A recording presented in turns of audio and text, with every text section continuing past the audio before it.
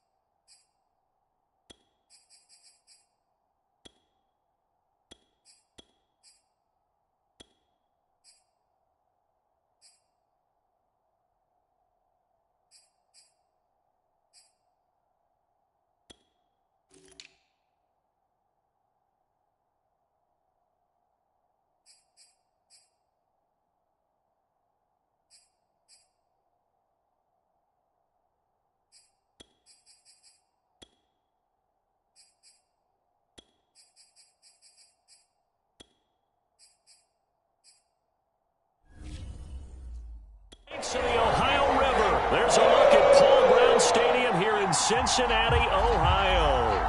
Today, we're set for a good AFC matchup between the Miami Dolphins and the Cincinnati Bengals. And, boy, a rough start to this one as this kick goes out of bounds.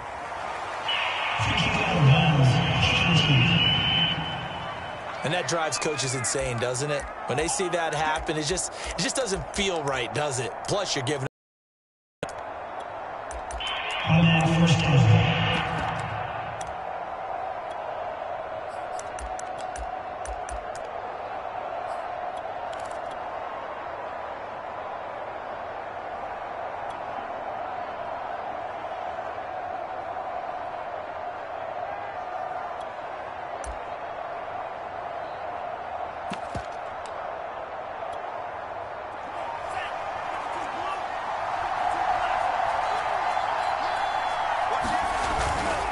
Going to give this time to the tailback.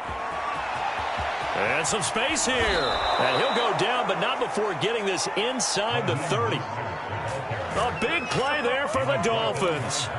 Got to give a nod of appreciation to some of those guys up front over on that left side. Several key blocks sprung him. no appreciation for the guys from the backside that didn't allow any leakage, and anybody could run him down from the backside? They're at the kids' table. Okay, so front side guys good, Yep. backside guys? Meh. That's what you're supposed to do? I've had better. Okay, either way, worked out quite well, didn't it? A nice sizable gain. On first down, they go with Mostert again. And he'll lose yardage here, going down back at the 28. Officially, it's a 1-yard loss. That's going to bring up second and 11. A tale of two extremes. First carry, he went for a bundle. His second goes backward. And how many times have we seen that happen? Because you get that big carry, and you come back, and you're all fired up, and sometimes you force a run a little bit, right? Trying to break off that big carry again, and instead, it works opposite.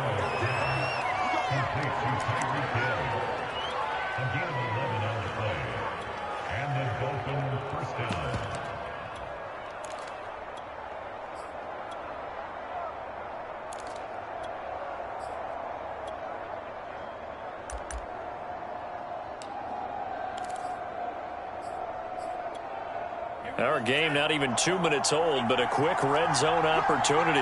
They've got a 1st and 10 at the 17. Now a handoff here to his running back.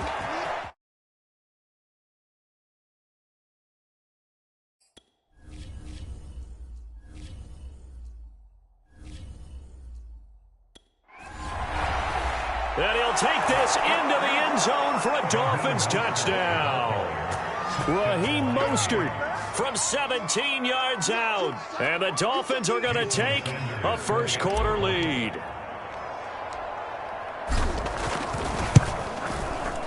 Extra point up and good by Sanders. And that makes the score 7-0.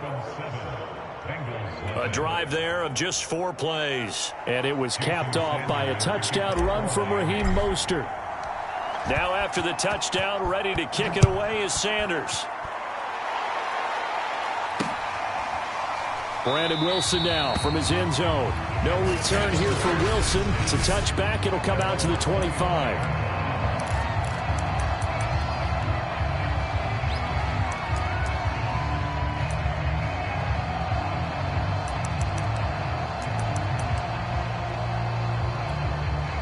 Burrow and the Bengals with a 1st and 10 at their 25-yard line.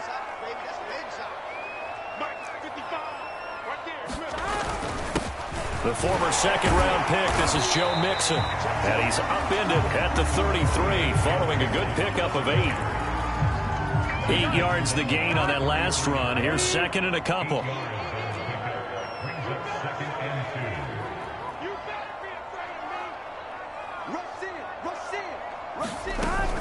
Burrow going to give this to Mixon. And they'll get it up just short of the 45 at the 44.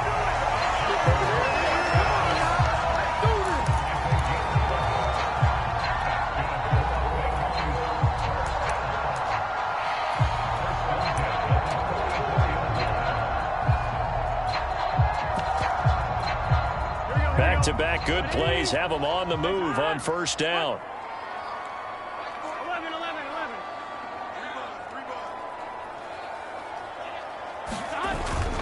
Here's a give to Mixon. And the second wave of tacklers is going to get him as they stop him behind the line. He'll lose a yard there, and it's 2nd and 11. But they're certainly not neglecting their run duties as well as they ate up the blockers in front and allowed the secondary to get home.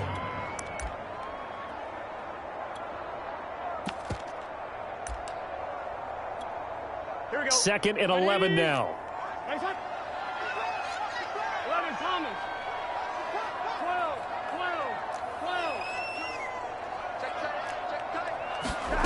Here's Burrow. Escaping the pressure right. Man open, that's Jamar Chase complete.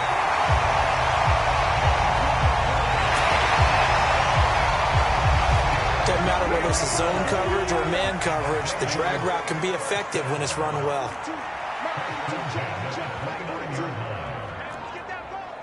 11 MT.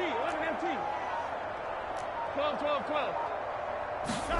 First down. Here's Burrow. Under pressure, and down he goes. They sack him back at the 36. Here we go. So 2nd and long, and got to be careful not to fall out of field goal range. Can. Here we go. 11.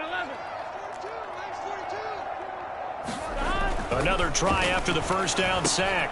Burrow, he gets this one to Boyd. And they'll wind up getting this one all the way down inside the 20. And this has been a nice answer to the touchdown drive ago because they've come out and reestablished the tempo. A nice throw there, and they're putting together a very strong drive as a response. And he'll take this one down near the 15. Credit him with a 1-yard gain there to make it 2nd and 9.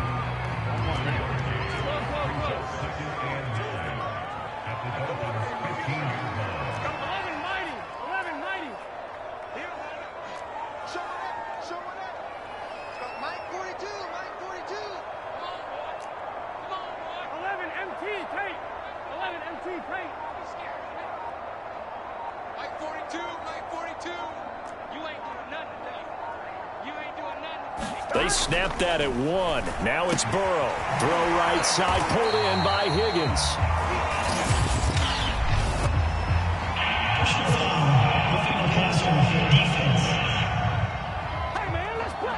So a pretty early first quarter roughing the passer penalty.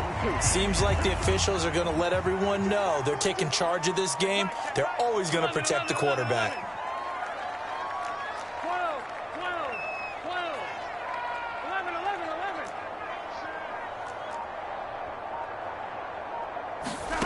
They're passing here. Joe Burrow dumps it off to Mixon. And he'll get blown up behind the line of scrimmage. Back at the 6. It'll go as a loss on the play. Not what you need down here. It's going to be 2nd and goal. 11.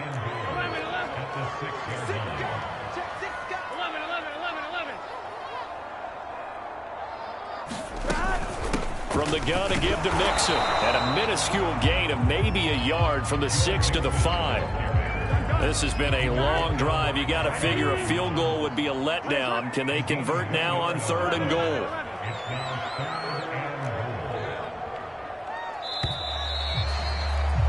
After 1, 7-0 on EA Sports.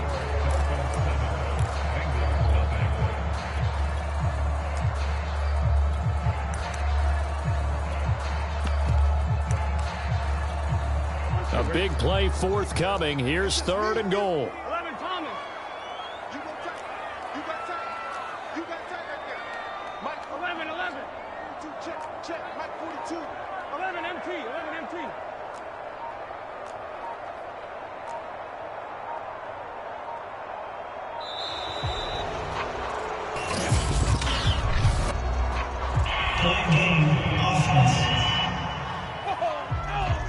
So that'll back him up 5. Still 30.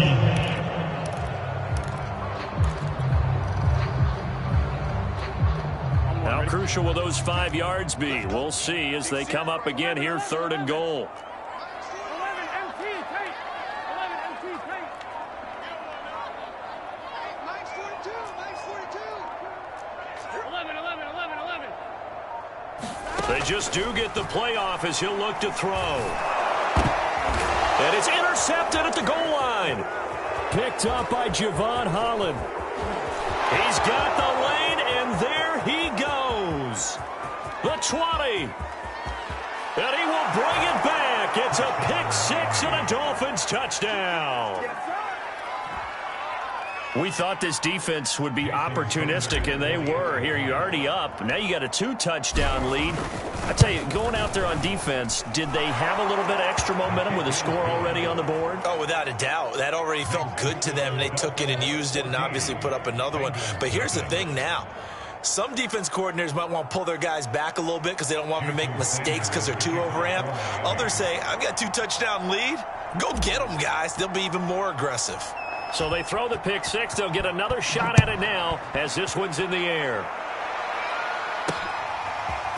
From his end zone, Wilson. And able to take it past the 25 and up to the 28-yard line. Cincinnati coming back onto the field here for their second drive. And last time, decent field position through the pick six. Obviously costly. But they can't afford to just bunker in now. All right, good field position means go ahead and attack on offense. Try and press the advantage a little bit. They just have to be better with the football on this possession. So the last one didn't bother you too much last time? No, because it's exactly what you're supposed to do. You can't have good field position, not try to take advantage of it. Sometimes the defense makes a good play, too. Looking to throw again on second down. Burrow throwing middle, but it's incomplete. Some of the fans here don't seem too happy about what we've seen in this first half. No, not at all, and I understand why. They look lethargic, out of sync, and it shows on the scoreboard. 11 mighty, 11 mighty, 11 mighty, 11 mighty. It's just me and you. On third down, Burrow. It's incomplete. Took a shot, couldn't connect. The scoreboard tells a story for him, a little bit bleak, and while it's not quite desperation time yet, it's definitely getting close, but the defense reads the scoreboard as well. They're going to back up and make them really earn it. On fourth down, the punt team is on as this is sent away. 37 yards on the punt with no return, and it'll be Dolphin football. Getting set to go again as we look at the back heading onto the field again. He's over 40 yards here in the second quarter. Been nice and effective for them, hasn't he? He has definitely been dependable and really shouldn't underestimate what he's getting done here because anytime you're on a pace that's going to approach 100 yards, you've really done some damage in an NFL game. And now he's looking just to add to his totals. Now a throw here to his running back. That's good. The completion there for 7 yards, and that'll make it second down.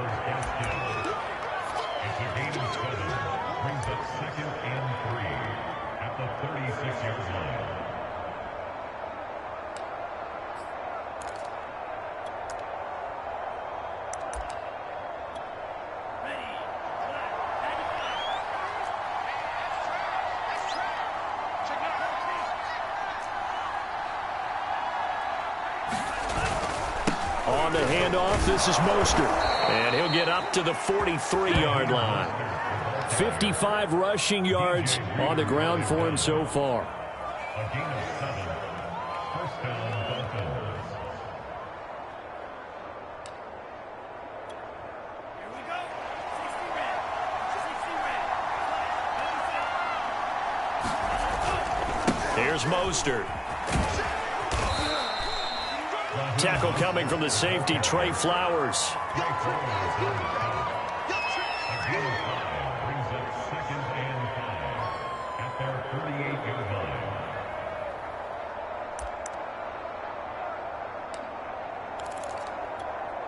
Second and 5. Check 55, Mike. Now the first carry for Chase Edmonds. And he is tackled inside the 40, not quite to the 35. A gain of 16 yards. First down, Miami.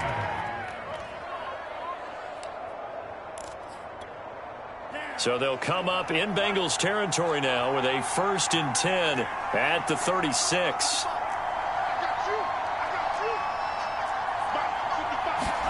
Now they'll throw with Tagovailoa. Oh, this is intercepted, intended for Hill. Picked off by Eli Apple. And the Bengals are going to take over once again at their own 37-yard line. Cincinnati's offense coming back here onto the field. And the results for them have not been strong to this point. 2 drives have ended in a turnover and then a punt. So would it be too snarky for me to say that they've shown improvement? Because you had two drives with turnovers. Now they punted it away, so at least they didn't turn it over. So that's good, right? You're going to get some angry users reaching out to you on social media. Well, I don't mean to be. I was actually looking for the positive. Silver lining, you know. A short gain of just over 2 yards as the first half clock dips inside of 3 minutes. 3 yards on that last carry. Here's 2nd and 7. A handoff to Mixon. And able to get a couple as he's across the 40 to the 41.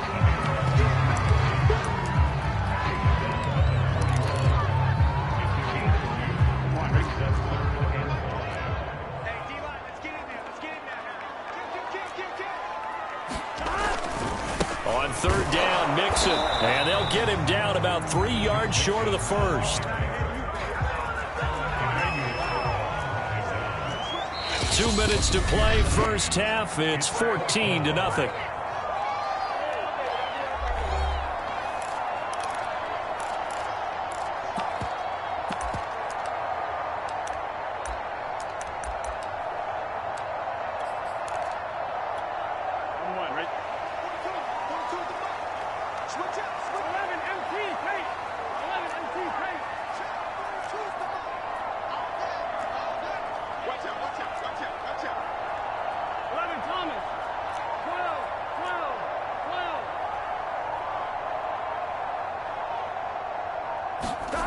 Burrow going for it on 4th. Well, he tries to force it in, and it's intercepted. Picked off right around the 43. And he will bring it back. It's a pick. Dolphins touchdown.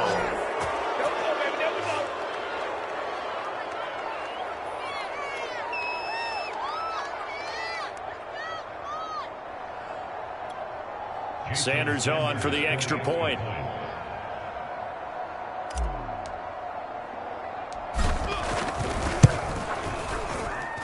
And it is now 21-0. A heck of a play there defensively, getting the interception, navigating his way into the end zone for the touchdown. Jason Sanders, the kickoff for Miami. So they'll get another shot on offense following that pick 6, and now the kick is away.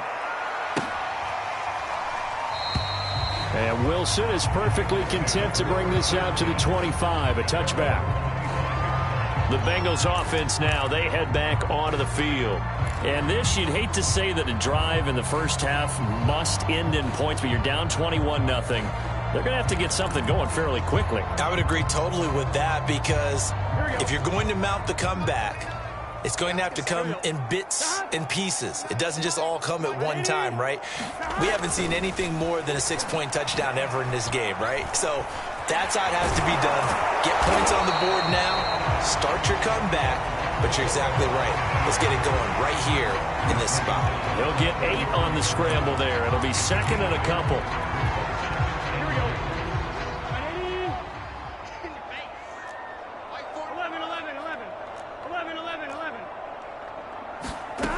From the shotgun, Joe Burrow. And his throw is incomplete. To this point, I've been impressed with the work defensively. They have not allowed a lot of receivers to run free. And there's another example, another incompletion. 11 MT. 3rd and 2, now Burrow. Flush to his right. And he will have a first down as they get him to the ground at the 37. Now the offense going to use the first of their timeouts. So as they take it over, we step aside. Line of scrimmage, the 37 on 1st and 10.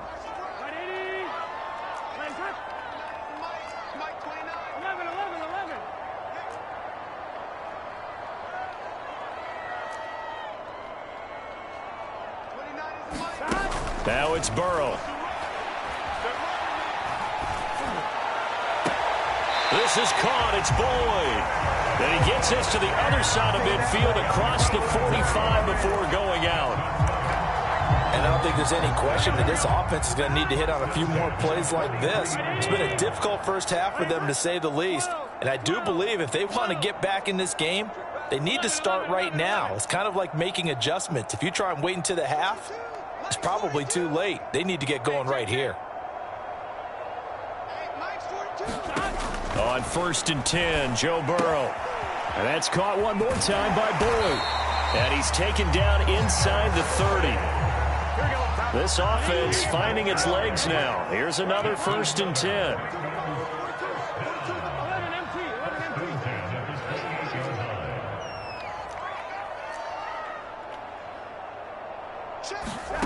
Now it's Burrow.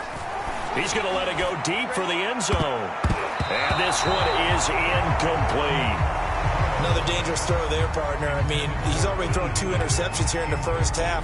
I don't know if you want to keep throwing up 50-50 balls and you've had that kind of lack of success. Yeah, absolutely. Very well could have been a 3rd interception in half number 1. Off the play fake, here's Burrow. He's going to go up top for the end zone. And this is going to be intercepted. Picked off Byron Jones. And the Dolphins are going to get the football here as the ball will come out to the 20. Boy, the coverage there, airtight. And now before the ball changes hands, they're going to take a look at this just to make sure.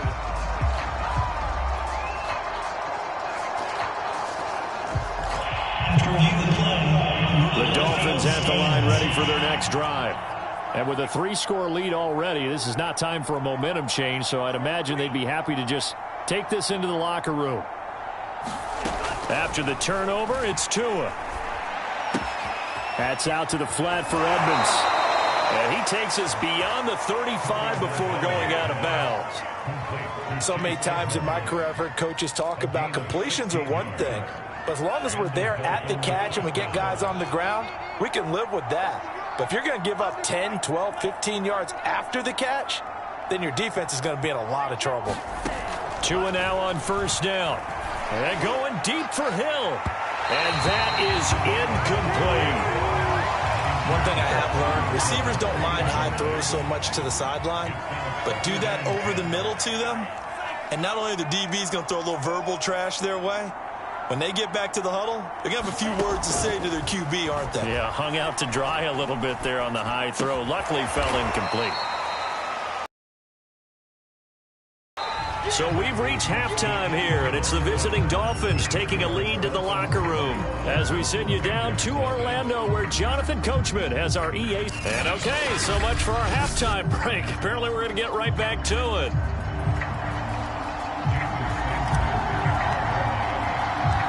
The Bucs set to get the football first, and they trail here as we get started in the second half. From his end zone, Wilson. And tackled at the 21-yard line, so a net negative there of 4 yards. Joe Burrow trots out again with the rest of his offense. And that first half was nothing short of a disaster. 0 points on the scoreboard and a big 3 in the INT column. So they've got to get him going, obviously, right? So you've got to get him in rhythm. And we always think of short passes.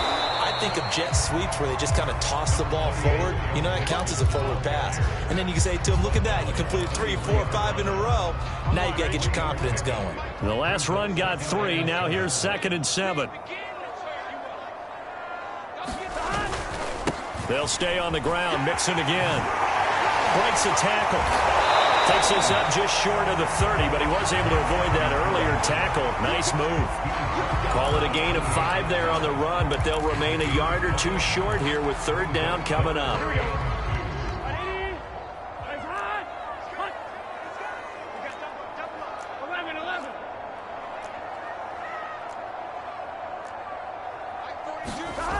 Burrow will throw. Flushed out right. And he'll just get rid of it. Well, this is just a continuation of what we saw in the first half. So much for the fresh start to begin the 3rd quarter. Still off-target throws, no rhythm throwing the football, and obviously no touchdown scored in this game. And how about the call here? They need 2 yards in their own territory on 4th down, and they're going to go for it. 11 mighty. They'll try and throw for it with Burrow.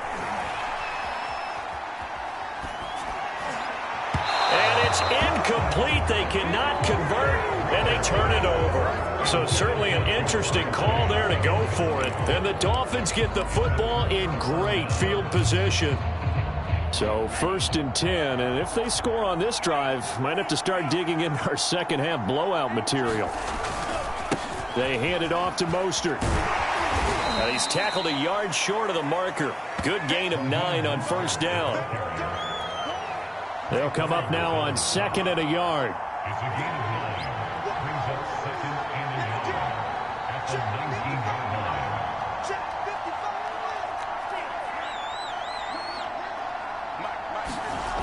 Now Tua. He rifles one that's intercepted. Chidobe Awuzie with a pick. And they will be set up now as he brings this thing all the way back inside the 20. This was almost what I've heard referred to as a pick 12. Pick 12, explain. You know, you're talking about the 6 that they were trying to get. Because they were so close to the end zone. And now the 6 going the other direction. So when you take a look at teams on the march, they're in the red zone. Then after the interception, and it took a touchdown-saving tackle to keep them from going all the way. Throwing now, Burrow on 1st down. Eluding the pressure right to Mixon on the check down. And able to get this down inside the 15, either the 13 or 14 before he's out of bounds. So 5 yards here, 5 on the play. And it'll be a 2nd down.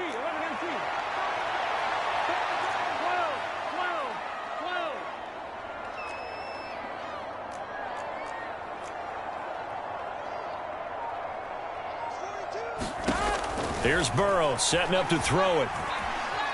Escaping the pressure right. And he can't find anywhere to go with it. And he goes down. It was the safety blitz that ultimately did the job, and they're going to credit him with a sack. 11. Now Burrow. Flush to his right. And his pass is intercepted for the 4th time today. Brandon Jones picking it off. And the Dolphins are going to take over at their own 2-yard line. Tua and the rest of the Dolphin offense heading back out. And we'll see if he opts for a heavier dose of running plays, because running is where they've had more success than in the passing game. And the way they've spread it around to different people running it as well. It's not just been one principal guy who's carried the thing and moved the game forward for them. Whoever has touched it is giving them good yardage. I think he's going to stay with that game plan. It takes the pressure off of him as a thrower. A team effort, and they're winning on the scoreboard. The run got 4. Now they deal with a 2nd and 6. Again, they'll run it with Mostert.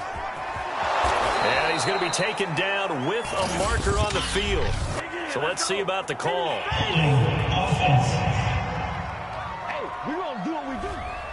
That time, the right guard sending him backwards. And so many different types of guys rotate in on the defensive line now, depending on situations. You can get the bulky guy, the fast guy. No matter what, though, you can't hold them.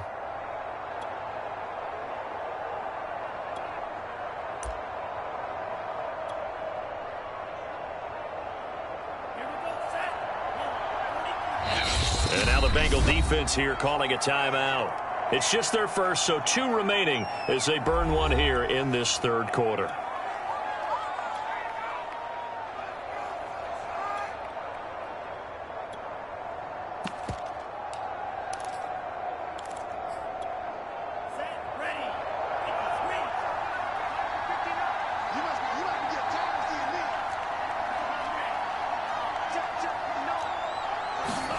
Back near his goal line, here's Tua. That's out to Hill, right side complete. And they'll get him down up past the 15. Thanks to that last play, a little more room to operate. 1st and 10 at the 18. Mostert. And nothing doing. He's immediately taken down at the line of scrimmage. It's Logan Wilson there to bring him down. Officially nothing on that last run. They'll try again, 2nd and 10.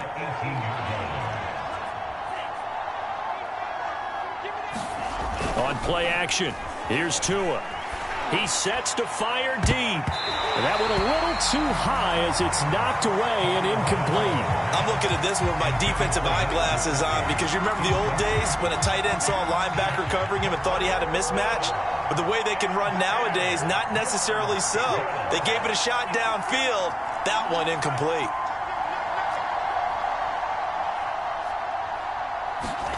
Throwing is Tagovailoa on 3rd down here. He'll get this to his tight end, Gesicki.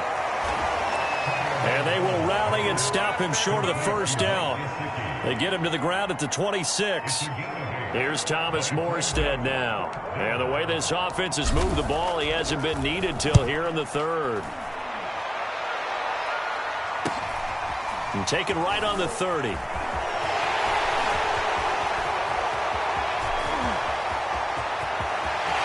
He's free going down the left side. It's a foot race. And he takes it all the way, but there is a flag down, so hold the celebration. This one's coming back.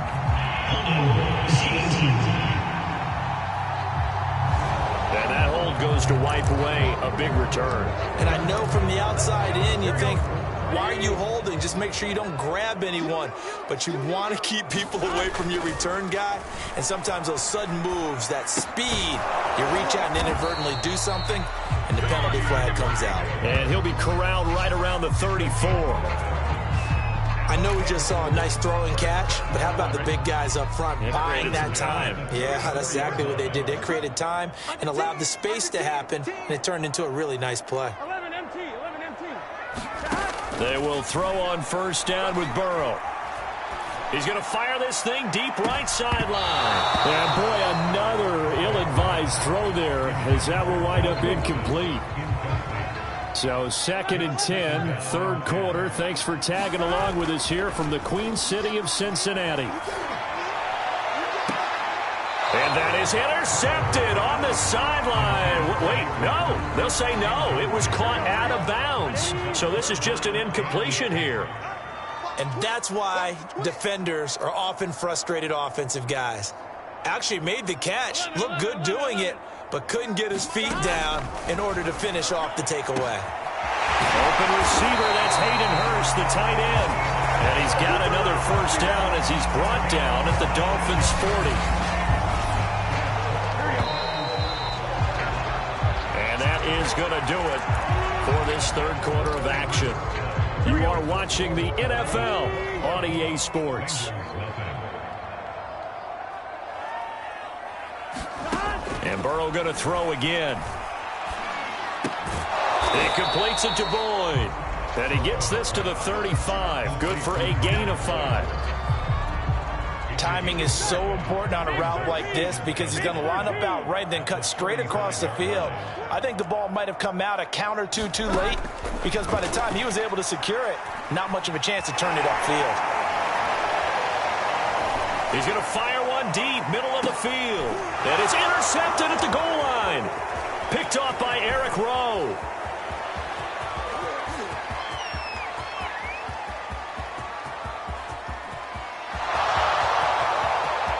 And he will bring it back. It's a pick 6 and a Dolphins touchdown.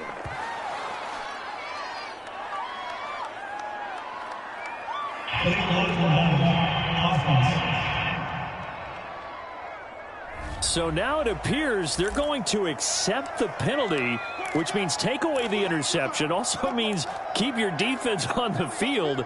Don't understand this one bit.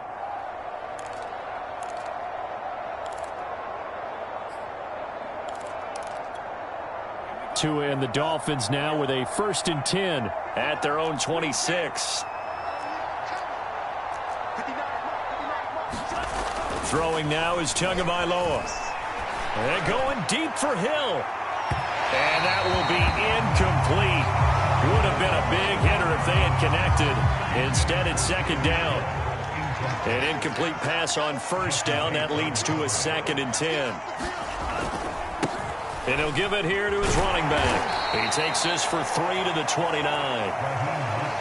If you're looking for glory, looking to get your name in the headlines, you do not want to play nose tackle. But how about what we just saw there? The ability to hold people up, take on extra blocks, and actually slip them and make a tackle on that play. That's big time. Tagovailoa working out of the gun. He is going to find Hill here. And they bring him to the ground just shy of midfield. That's a pretty good throw on the curl route there. 3rd down, and they pick up a first. Defense should be aware for that, right? They should be aware, but it was so hard sometimes. Yeah, it's not easy. Because when they sell that route really well, you think they're going upfield, then they curl back, show their numbers to the quarterback, and complete the play. And this heads straight to the sideline. I don't think they're going to let him get away with that. Nope, they won't. Here comes a flag. Clearly wasn't outside of the tackle box. There's your penalty. And accompanying that penalty, a loss of down. They lose the yardage, and, of course, they also lose the down on the grounding call, and it's quickly 2nd and long.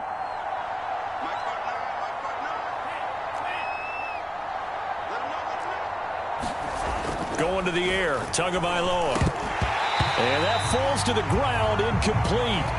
A nice job of bodying him up defensively, and now it brings up 3rd down. That pass just a little bit off. It looked like maybe he tried to force it in there. Game speed, always different, no matter what you do in practice. You can't simulate it, right? So your decision-making, everything has to be a little bit quicker. Sometimes it can throw you off until you adjust. On 3rd down, here comes Mostert. And he'll get up near the 45. They'll spot it at the 44. It's a 7-yard run, but it does bring up 4th down. Here's Thomas Morstead now. Always a good sign when your first punt comes in the 4th quarter.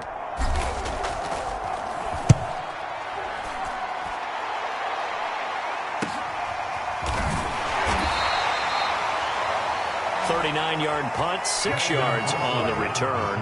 And the Bengals will take over here 1st and 10. Cincinnati now ready to take the field. And let's face it, this drive is not going to have any. It's kind of important for one reason, isn't it? It certainly is. You got to get points. And, okay, all right, I'm being facetious here. But you get points. You feel a little bit better about yourself as you move on. And he will not make it back to the line of scrimmage as he's going to be taken down. The sack cost him only a yard. It's 2nd and 11.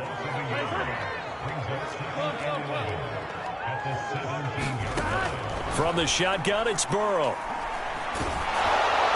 And that'll fall incomplete. He was hit just as he let that go. And now it's 3rd down. The Bengals on 3rd down, lacking much success, just 2 for 7 to this point. This is 3rd and 11. This is Mixon on the draw. And he'll be stopped here well short of the 1st down at the 24-yard line. 7 yards on the carry there, but now they're staring at 4th down. 4th and goal, and down by a touchdown. The offense stays on the field.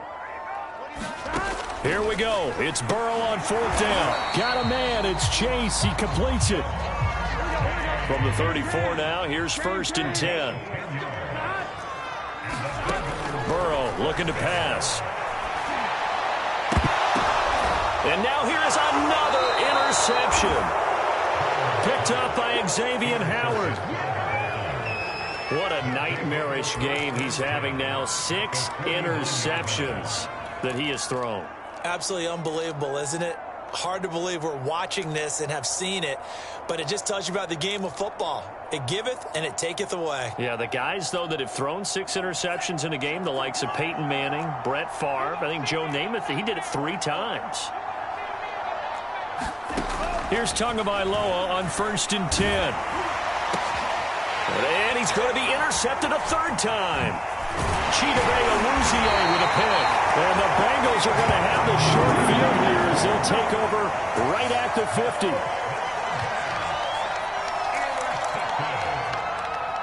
Here again comes Joe Burrow and the offense for the Bengals. And that interception that ended their previous drive likely also ended any shot they had at victory. Yeah, long road back from here, no doubt about that one. But let's face it, if you're going to go out there and compete, you want to try and end on a strong note, don't you? Absolutely. It won't end in a victory like you said, but they can maybe take something positive out of this one.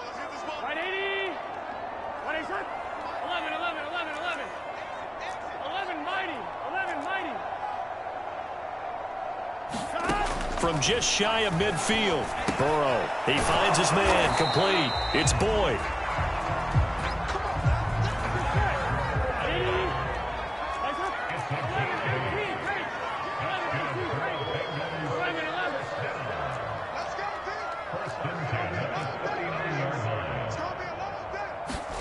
Now Burrow on first down. He'll drop this one down and mix it. And he's going to get a solid gain of 9 before being brought down. Second and right at a yard.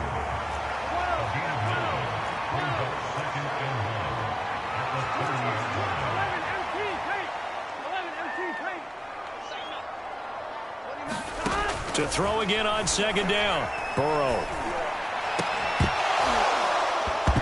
And he drops it incomplete. And their struggles continue here. They tried to throw on second down, unsuccessful. Now it's 3rd and 1. They give to Mixon to try to pick it up. Oh, he's got a little daylight. And down inside the 15 he goes. 61 yards rushing for him now in the ball game. So after a run like that, I will guarantee that the head coach is saying to himself, maybe even over his headsets to the rest of the staff, what was that all game long? We needed that. That's the type of run we planned for going into the game. Didn't get much of that, but let's move it forward. Let's build on it, get ready for the next week, and let's go play.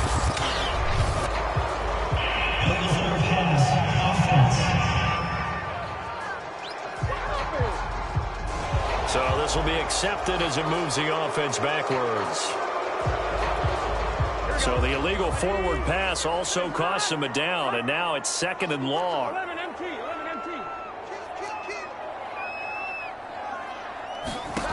Here's Burrow.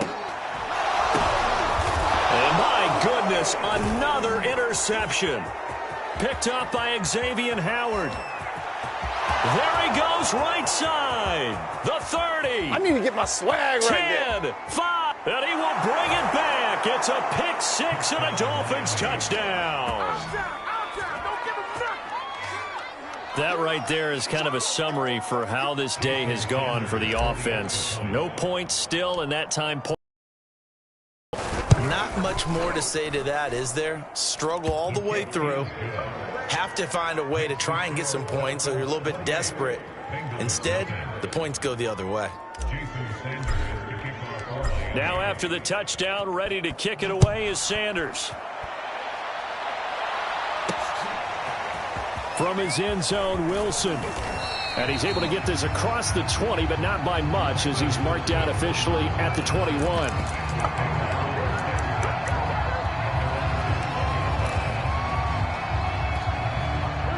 The Cincy offense about ready to go here on their next drive. This is just an exercise in futility. Do you even bother running a play here offensively? I wouldn't, because now is not going to erase what's happened during the game. So after it's over, you're going to go to the film, find out where the game was really lost. But this is not a situation now where you're going to make up for anything. We'll see what they do here. So a victory here for the Miami Dolphins. And this was truly a total team effort, Charles, on both sides of the ball. Well, they absolutely pitched a shutout, so it can't get much better than that, right? The defense led the way, but the offense did their part as well. They moved the ball up and down the field. So you got to like what you saw. What do they call that? A total team effort? I think when it's time to hand out game balls, guys from both sides will end up getting one.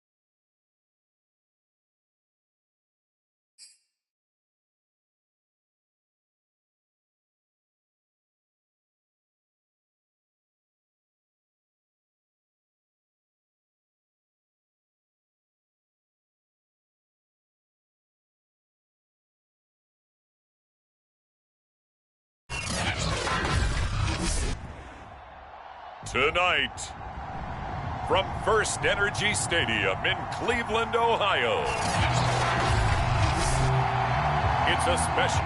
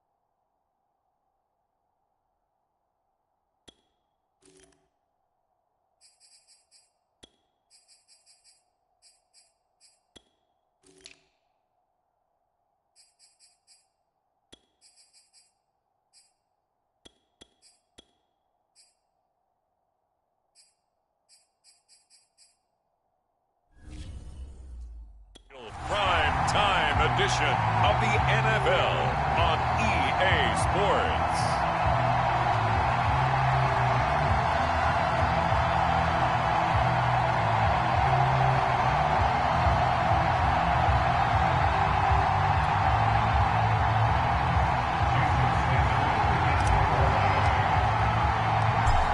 Here's Jason Sanders now to get this one started, and off we go from Cleveland. Here's Jakeem Grant from his end zone. And with a marker down, he's up just past the 25-yard line, but I think they're going to be going backwards. Let's check the call. Yeah, this is going to put him back with a not great field position. So they really got zero benefit at all, right? Sometimes you can absorb a penalty when you get a big return, then the penalty brings it back, but you still have great field position. As you pointed out, not in this case. So the ball down to the 16 here for 1st and 10. Handoff comes to Chubb. And he can only manage to get a couple. 2nd and 8 coming up. The best defensive lineman They play with great leverage so they can get low and not get bowled over by offensive linemen. They have excellent hands. They can throw people off on a play. We just saw a great example of a really good run stop by a guy playing the defensive tackle position. The last run got a couple. Here's 2nd and 8. You got nothing in there. You got nothing. Mike 42. Check. Mike 42. Watson. This is the tight end, Njoku. And right away, he lost the football. And this is picked up by the Dolphins. And this is brought all the way back. A fumble recovery and taken to the house for a Miami touchdown. So the defense forces the fumble. They get the score. And a guy on defense becoming offensive there, Charles. And you know they love that. Any guy on defense loves to pick up the ball and have it in his hands and try and score himself. In this case, that's exactly what happened. He'll be singing in the shower post-game.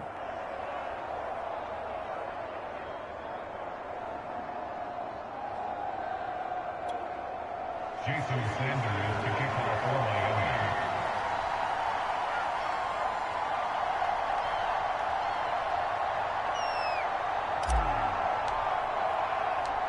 So here's the kickoff now as he'll get it again following that fumble return for a score. The return from his end zone is Grant. And he'll be stopped right around where he would have been had he gone down to a knee, maybe a yard shy of there at the 24. Second drive coming up here for Cleveland as they return to the field on offense.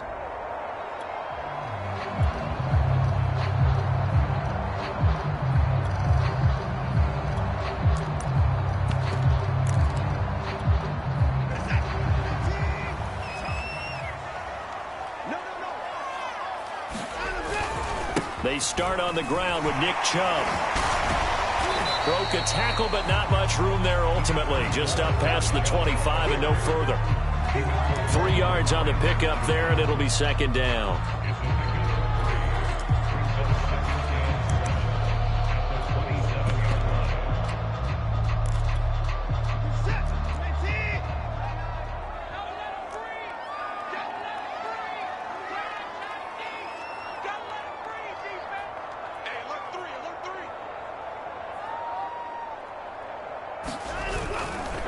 They'll go left side on the ground with Chubb. And down right around the 32-yard line, 4 yards on the pickup.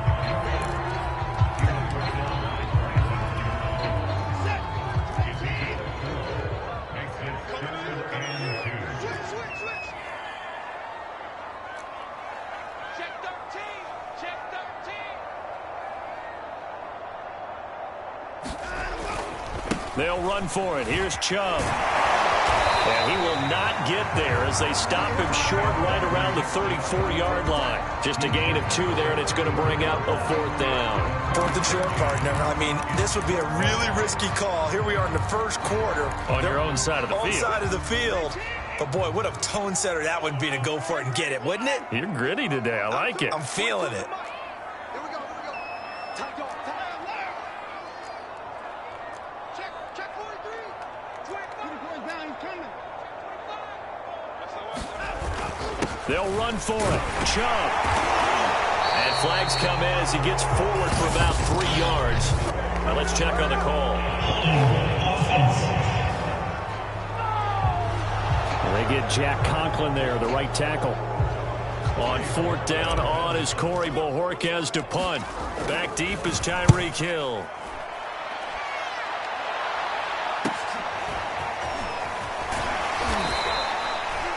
And a 7-yard return following a punt of 45 yards. And out will come the offense as they take over.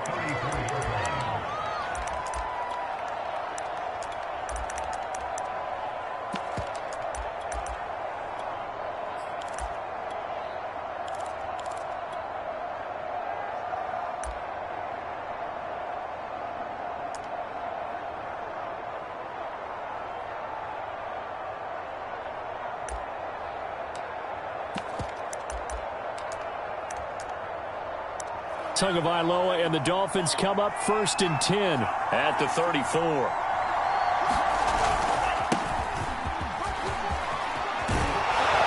And he'll be stopped right at midfield.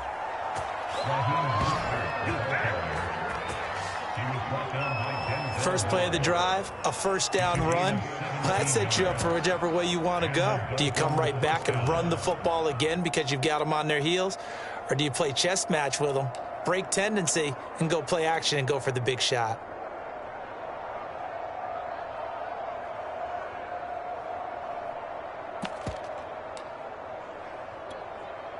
Clock rolling as we hit the midway point of this first quarter. Now Mostert. And he's going to be stopped up at about the 47-yard line. Greg Newsome up to make the stop. A gain of 2 brings up second and 8 at the Browns' 47-yard line.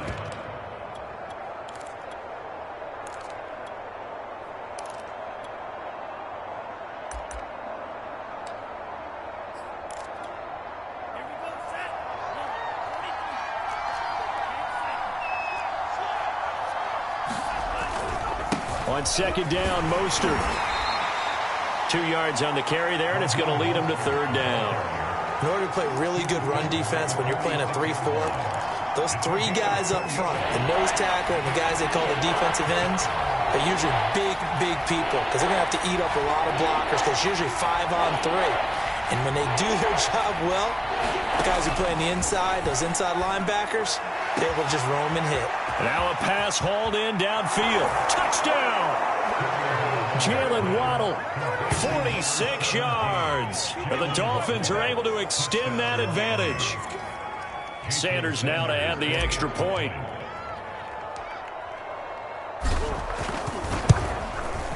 And it's good, and they have jumped out here to a quick 14-0 first quarter lead. Just a 4-play drive that time, and it ends with a touchdown for the Dolphins.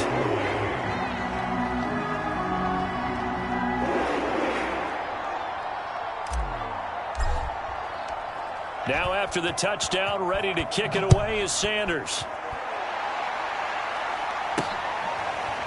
On the return from his end zone is Grant. Grant, he will not return it, and his guys will begin at the 25. Another opportunity now for the Browns offense. They're still in search of an initial first down as they come up here 1st and 10.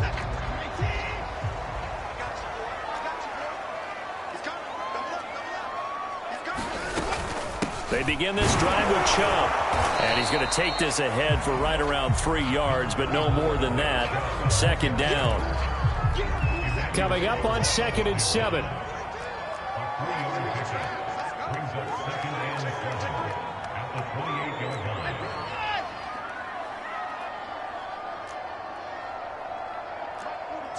Mike 42, check, Mike 42. Watch the run, watch the run, watch the run. Now Watson. And that'll be incomplete. We do have a penalty flag down, however. Let's see what that's about. So pass interference, the call is so tough as a defender, I'd imagine, to time that up perfectly. It certainly is difficult to get it exactly right because sometimes you're looking at getting there fractions of seconds too early. That one looked a little more obvious. Always a tough penalty to officiate. Just ask the basketball refs when they have to officiate block and charge. From the 50, it's Watson. Forced out to his left. It won't be a sack, but it's no gain, and it brings up second down.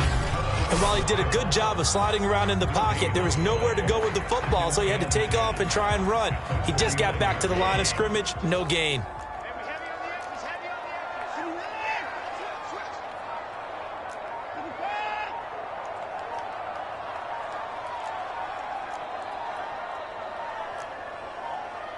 Watson just beating the play clock. Oh, he's going to let this go for the end zone. And it's intercepted at the goal line. Brandon Jones picking it off. And he'll wind up losing 5 yards or so on the return, but no matter, they've got the football back. So Miami coming out for their second drive. They've got things going their way early. 14-0 lead and the football. 1st and 10.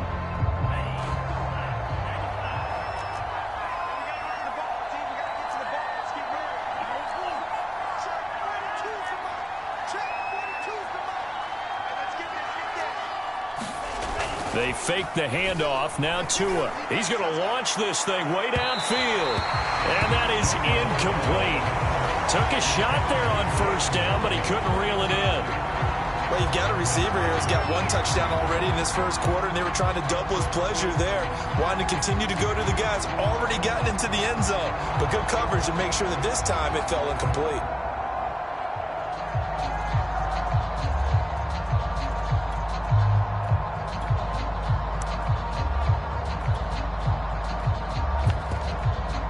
Second and 10. Now the defense going to use the first of their timeouts. They'll have 2 remaining as we step aside here in this first quarter.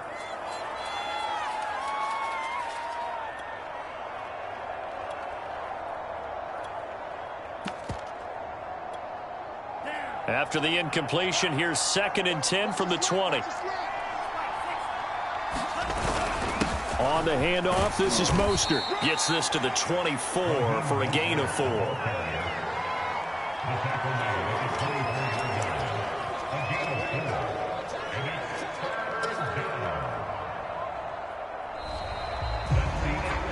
It's Dolphins football here as we begin the second quarter. 14-0 the score. This is the NFL on EA Sports.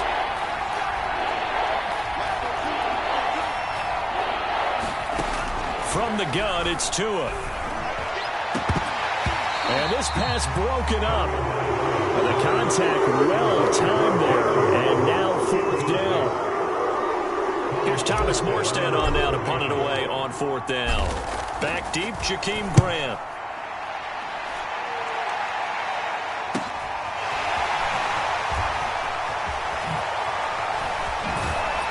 And he's going to be out of bounds right at midfield. 21 yards. Well done on the return. And this offense will take over right at the midfield stripe with a 1st and 10.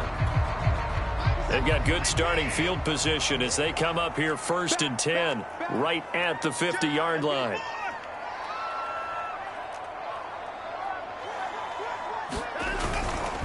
A give. This is Chubb. And good penetration here. He'll get this down only to about the 49-yard line. Just a yard on the pickup there, and it'll bring up a 2nd and 9. Defenses always talk about earning the right to rush the passer on 3rd down. And you know what offenses want?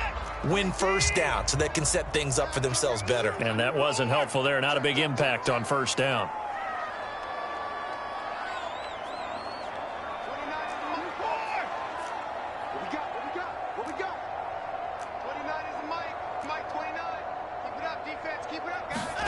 On 2nd and 9, Watson. He's going to fire one deep over the middle.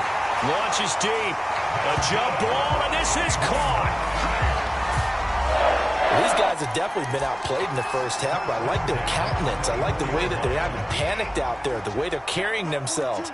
They're starting to move the ball, and what you have to do, maintain your poise and start to put together some drives.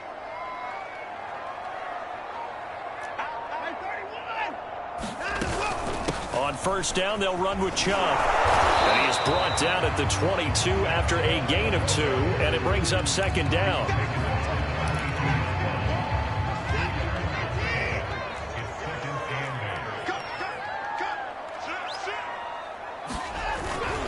Second down, here's Chubb again. And he's got 4 down inside the 20 to the 18. 2 minutes gone by, second quarter.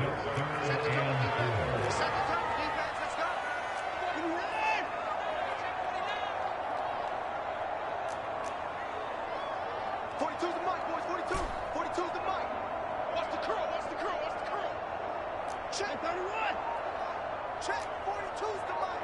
Let's go, D. Let's go. From the gun on 3rd, Watson. Flushed out right. And he's able to pick up the 1st down before he's tackled right at the 10. These type of plays are backbreakers for a defense. They thought they had him hemmed in, thought they were going to get him on the ground with the pass rush, but were unable to do so. He gets away, picks up a big 1st down, and sets up 1st and goal inside the 10.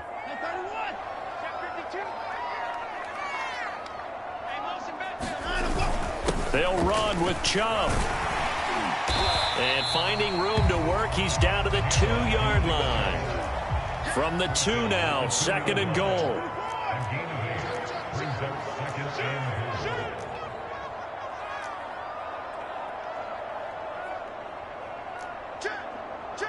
So it looks like somebody may have forgotten the snap count, and a 5-yard penalty ensues.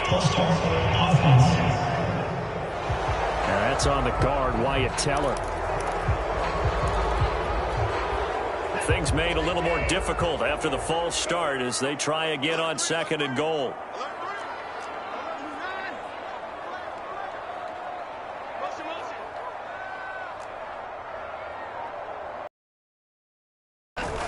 They'll try again with Chubb.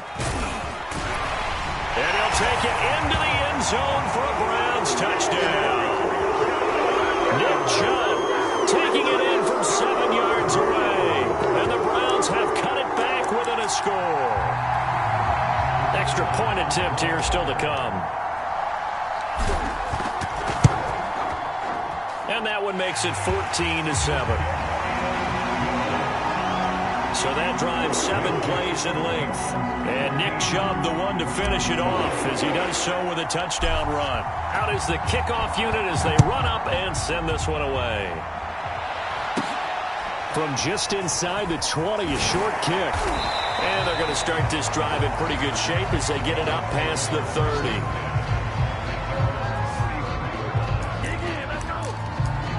And the Dolphins getting set to go here. They've got the lead. Last time had to punt it, though. What's the key to this drive? I think it's leverage. Leverage. Big guys up front. You know the motivational speech on the sideline is, guys, give us an opportunity. Protect the passer, create space for our runners, and let's go ahead and get these guys. Low man wins. Let's go do it on this drive. We'll watch that leverage on this drive. On the ground, it's Mostert to start the drive. And hard running's going to get him over the 40 to the 42. 9 yards is the pickup there, and they'll have a 2nd and 1.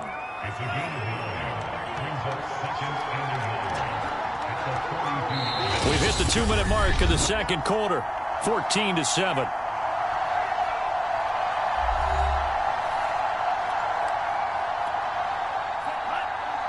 We remind you that coming up in 2 minutes' time, we'll hand you off to Orlando, where Jonathan Coachman will have highlights and analysis of this first half of action. And he'll get it out a couple yards shy of midfield at the 48. 40 yards rushing for him now on just 6 carries to this point.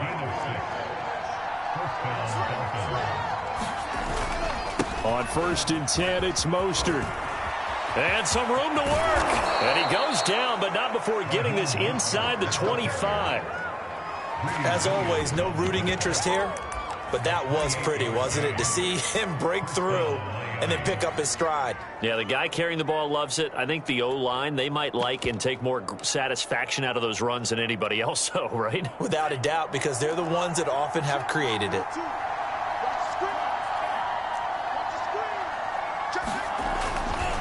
They'll run right side with Mostert. And he's going to take this down to about the 17. 7 yards on the pickup there, and it'll leave him with a 2nd and 3. A 7-yard pickup brings up 2nd and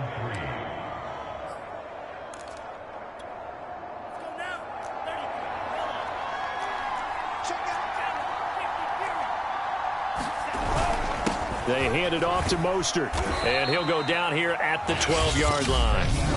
Now the Dolphins going to burn the first of their timeouts, as they'll stop it with just over 40 seconds to go in the first half.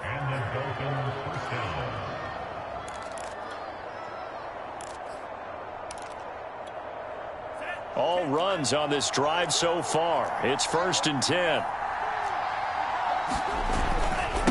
Here's Mostert.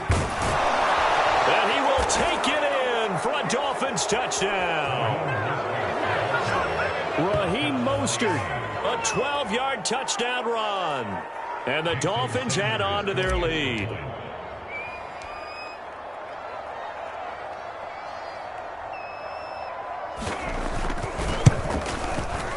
Extra point up and good by Sanders. And it's now 21-7. That time a 6-play drive. And it was capped off by a touchdown run from Raheem Mostert. Now after the touchdown, ready to kick it away is Sanders. On the return from his end zone is Grant. And only able to get this to the 19, so probably should have opted for the touchback. Getting set to go again, we get a look at Amari Cooper as he heads back out there now. You better believe that he's well aware he has 0 catches right now, and they're losing, so he's probably a little hungry. And you know the guys on defense are aware as well. And they're really excited that he has no catches, but they're also worried. Because a lot of times that's like the ticking time bomb. The longer you hold him down, when he finally explodes, look out. Yeah, no catches, though, so far in this game.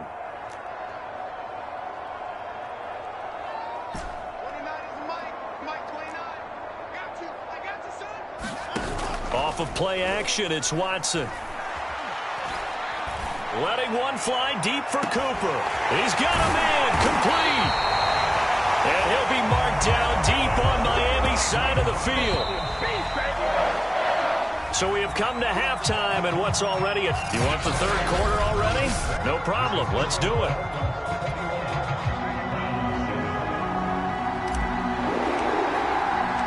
The Dolphins in front, and they'll be in possession of the football first as the second half gets started.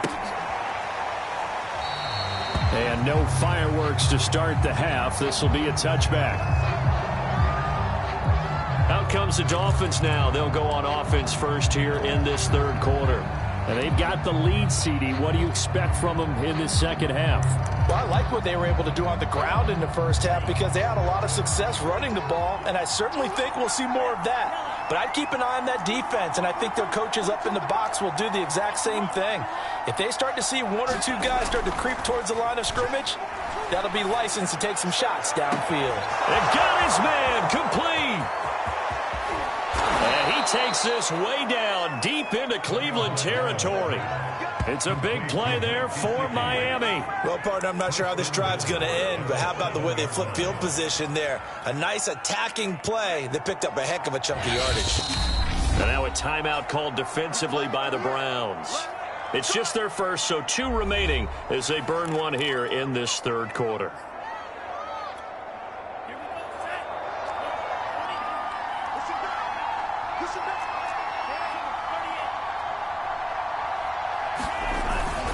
Here's Mostert. And a little bit of space there. Takes it inside the 5 to the 3. Give him 4 on the carry there at 2nd and goal.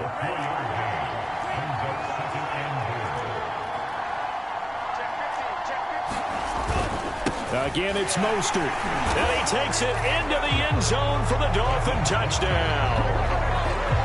Raheem Mostert, his 2nd touchdown of the night. And the Dolphins are able to grow their lead.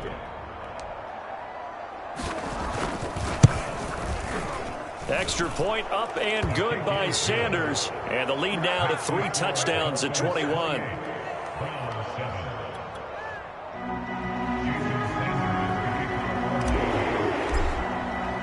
Now after the touchdown, ready to kick it away is Sanders. On the return from his end zone is now a hit and a loose football. And this is picked up by the Dolphins. And his guys will take over at the 25-yard line.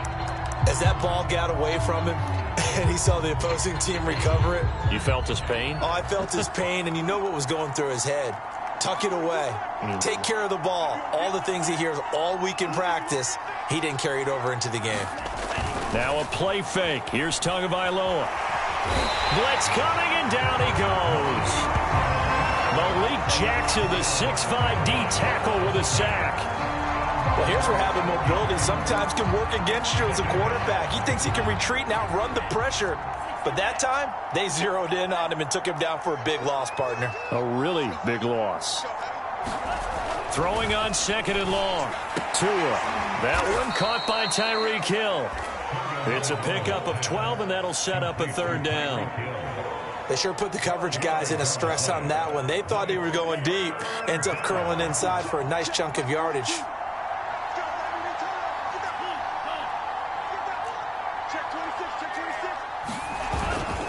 On third down, here comes Mostert. And not much of a hole there as he gets it down to about the 24-yard line. Just a 1-yard pickup there, and it'll be fourth down. So fourth down, Tua departs, and on is Jason Sanders and the Dolphin field goal unit. From the left hash, this will be a 41-yarder. Sanders' kick is good, and that will extend the lead out to 24. Only 3 points there, but I got to think at this point in the third quarter, that's all you're really looking for. And right now the lead is 3 touchdowns and 3 2-point conversions. So you and I both know a huge order for the best of teams. And from what we've seen so far, hard to believe that that's a likely scenario. 3 2-point conversions? That's difficult. And he's going to be out of bounds. Here's the run back. We'll leave him shy of the 20-yard line. And now Cleveland geared up to take the field. They've got to dig down deep. I mean, they need something right now, really anything to cling on to. This offense has struggled. Partner, join me in a walk to their locker room at the half, okay? Because I think what we would have seen is an offensive coordinator and his assistant coaches getting together. And now another turnover as this one's intercepted. Picked off at the 23. And he will bring it back. It's a pick six and a Dolphins touchdown. And that score gives them a little more separation and a bigger lead. A little more of a comfort zone now. They can do more things defensively, maybe take a few more gambles as they try to continue to extend their lead. Extra point up and good by Sanders, and the lead will swell by one more.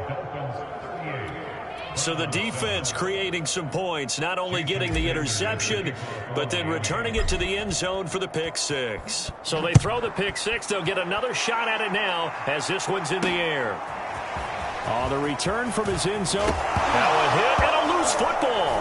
And this is picked up by the Dolphins. And he is going to bring this back inside the 20 to the 18-yard line. And that one is his second fumble loss. Not a good look out of your return man. And not only does he hurt the momentum for his team or even change momentum of the game, but now they've got a decision to make. Do you keep him in that role, or do you bring someone else in at this time?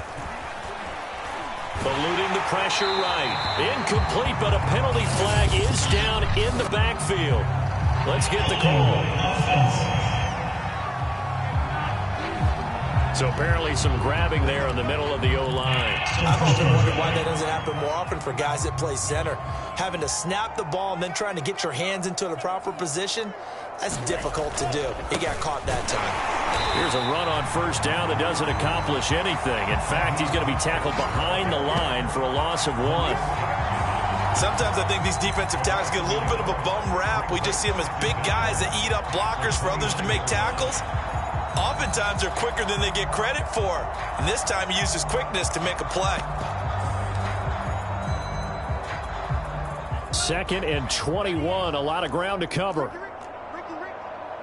42's the mic, boys. 42. 42.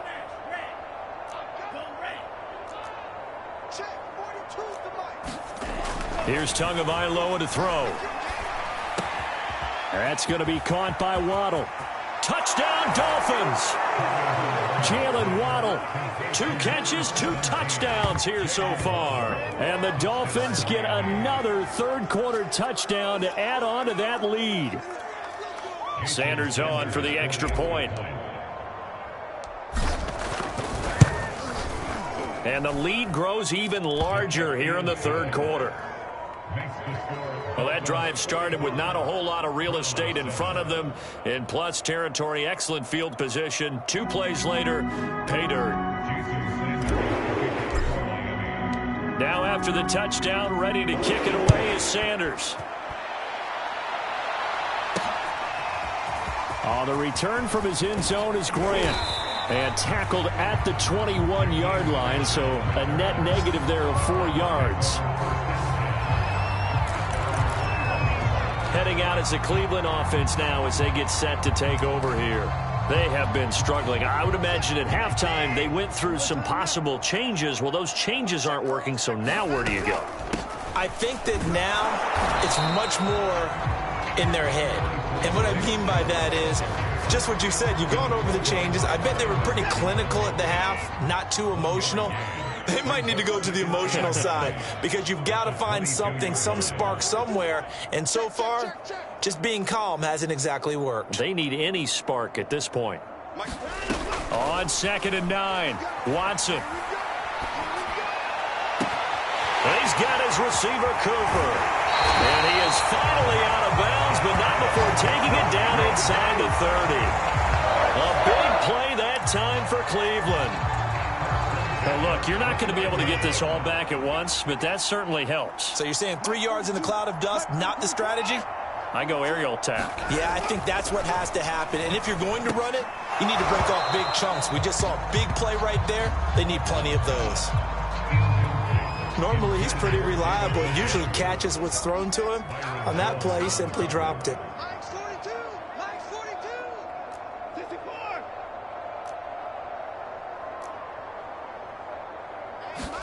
54. On 2nd and 10, Watson. And this throw incomplete. Well, the defender all over him that time, but it's going to lead to 3rd down.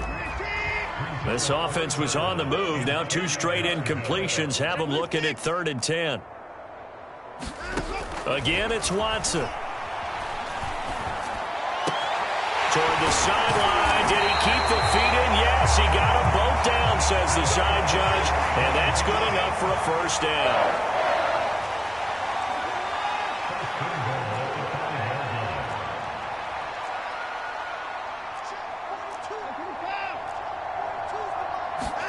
Watson now to throw. Nowhere to go here. He lost the football. And the Dolphins have got it. Well, give some credit to the defense. They forced the big play, knocked the ball free from him, but it's a cardinal sin by the quarterback. Know where you are on the field, and he just gave up at a minimum 3 points. And instead of getting down, takes the contact. The turnover ensues. Following the fumble recovery, here's Tua. He's going to air one out. Well, this is taken in. It's complete. And he makes it all the way down to the 31. It's a big play there for Miami. A nice job there, Charles. They picked up the blitz, were able to complete the pass. That had the total feel of a quarterback in control. Red blitz, got him into the right protection scheme, so he doesn't get hit back there. He's got a chance to step up with supreme confidence and deliver it downfield for a nice completion. 1 quarter remains here in this Thursday night matchup. We'll return with more after this break. You're watching the NFL on EA Sports. Mike 42. Mike 42. Check. Tua now on 1st down. And it's incomplete. Took a shot, couldn't connect. 4th quarter, you've got the big lead. If you're coaching, Charles, you still taking shots like that downfield?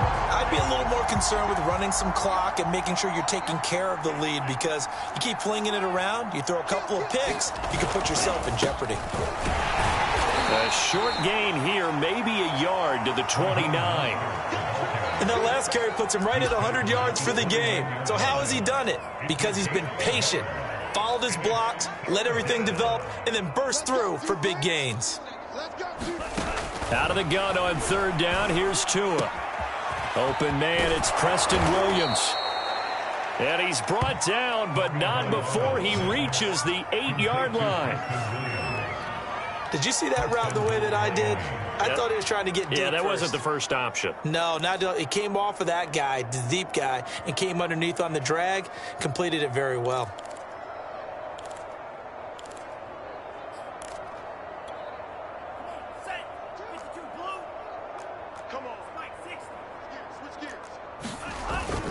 They'll try and run for it on 1st and goal. And he'll take this into the end zone for a Dolphins touchdown. Raheem Mostert, an 8-yard touchdown run. And the Dolphins use the short field to their advantage as they cash in for 6. Extra point up and good by Sanders. And that will extend this big lead. So that drive, 4 plays. And it was capped off by a touchdown run from Raheem Mostert. Now after the touchdown, ready to kick it away is Sanders. On the return from his end zone is Grant. And that decision to bring it out ends up not being a good one. Cost him about 5 yards as he's tackled at the 20. And the football going back over now to the Cleveland Browns. And last time the turnover on the fumble, and they were in enemy territory, so that had to be very frustrating. Down on the scoreboard here, can't do it again. You nailed every part of what was frustrating. Down on the scoreboard, had a drive going, had pushed it past the 50-yard line. So the ball is out. Watson lost it. And this is picked up by the Dolphins. And they'll start with great field position at the 41-yard line. All right, you've had to put up with me in this booth. I'm going to try and be simple this time and succinct. It simply has not been their night. No, I think that fumble's kind of indicative of how this whole evening's gone, isn't it? Without a doubt. I mean, they've tried, but nothing has ever really taken throughout the game. That's why they're down so big. On first down, Tagovailoa. And going deep for Hill. And incomplete on the deep ball.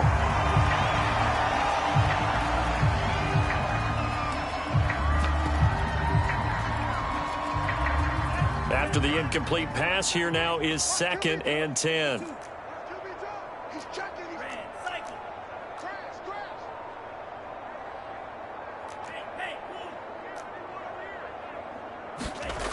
Tua sets up to pass it.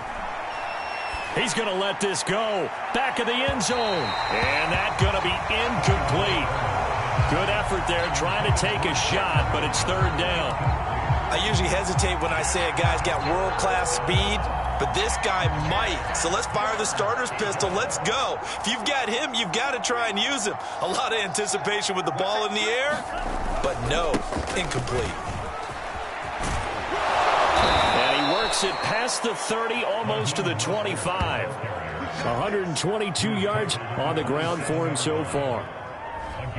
The running game continues to be a big part of their success here early in the 4th quarter. And with those types of runs, that tells you they feel very confident in their running game. They feel very strong at this stage of the contest, and they want to keep doing exactly what we saw there, running the ball down their throat. Tua throwing here, complete to Gaskin. And they'll have it in the red zone before he crosses over out of bounds.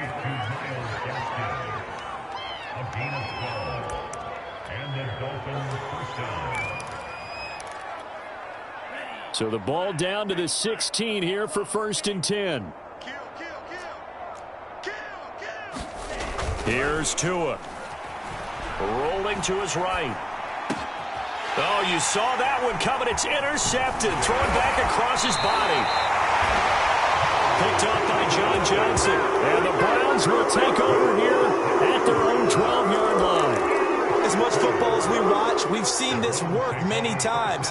In the red zone, 1st down, take a shot at the end zone, and points result. In this case, though, give credit to the defense. They outguessed them, were prepared, and intercepted the pass. And that will be incomplete. Would have been a big hitter if they had connected. Instead, it's 2nd down. So after the incompletion on 1st, now 2nd and 10.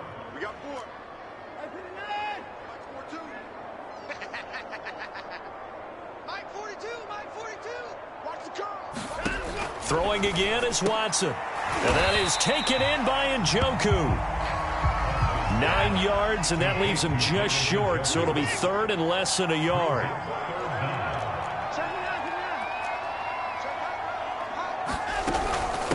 A first carry now for Kareem Hunt. And he's able to pick up the 1st down here before he goes down at the 26.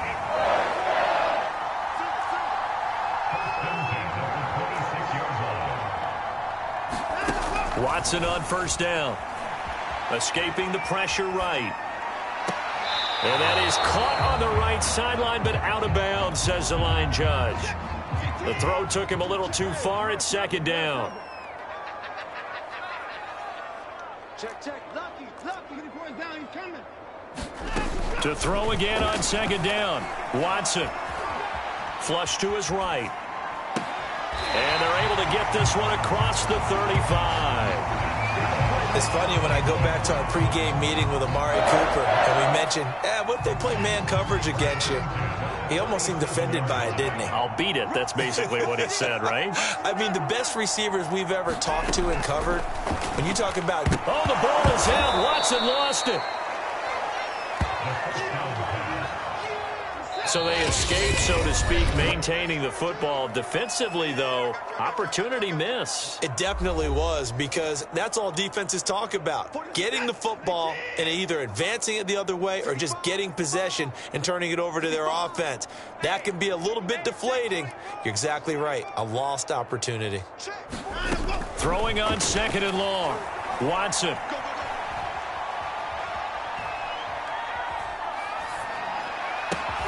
That's into the hands of Donovan Peoples-Jones. A good pickup there, 13 yards as they get closer for 3rd down. Play number 7 now coming up on the drive. 3rd and 5. Back to throw, Watson. He's got his tight end, David Njoku. And he is going to have a Browns first down by about 3 yards or so as they wind up getting 7 there on 3rd and 4.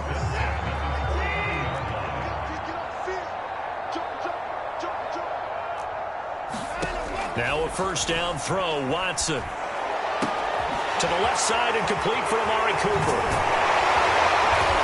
And he gets this inside the 35-yard line.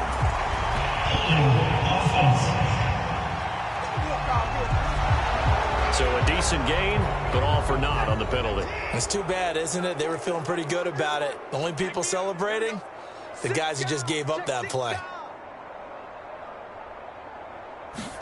To throw is Watson. And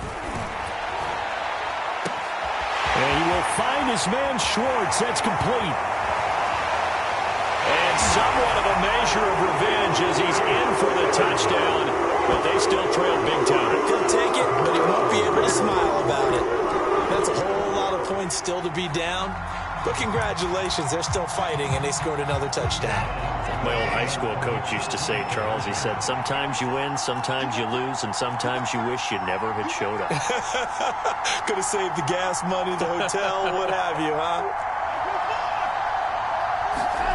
Looking to maybe throw for it here, Watson. And it'll be intercepted. Brandon Jones picking it off. And the Dolphins will have the football as this is taken up past the 30. Well, as most teams do in their two-point attempt, they pass the ball. Instead, it gets intercepted. And remember, if you pick it off, you get a chance to take it all the way back and 2 points yourself, right? Yeah, not the case here. That's why you got to be really careful with those throws, especially to the outside. The risk-reward of the onside kick. When you don't get it, the risk comes out to play, and here they gave up great field position. And that's the key to everything, because you're trying your best to press advantages when you have them, and field position leads you to that type of play calling. And whether you want to blitz or whether you want to throw the ball deep, those types of things, now that they've given up that type of field position, the advantage is switched to their opponent. That one looks like he'll throw here. Looking deep downfield. And he will get into the end zone. It's another touchdown. This thing is ugly. But they certainly have the look of a team with something to prove, don't they? All week, as we prepared for this game, we kept reading about how they said they're going to play a full 60 minutes this week. Has nothing to do with their opponent. No disrespect intended, but they wanted to be people of their word, playing this thing all the way out, trying to finish it strong. Extra point up and good by Sanders, and the lead will swell by one more.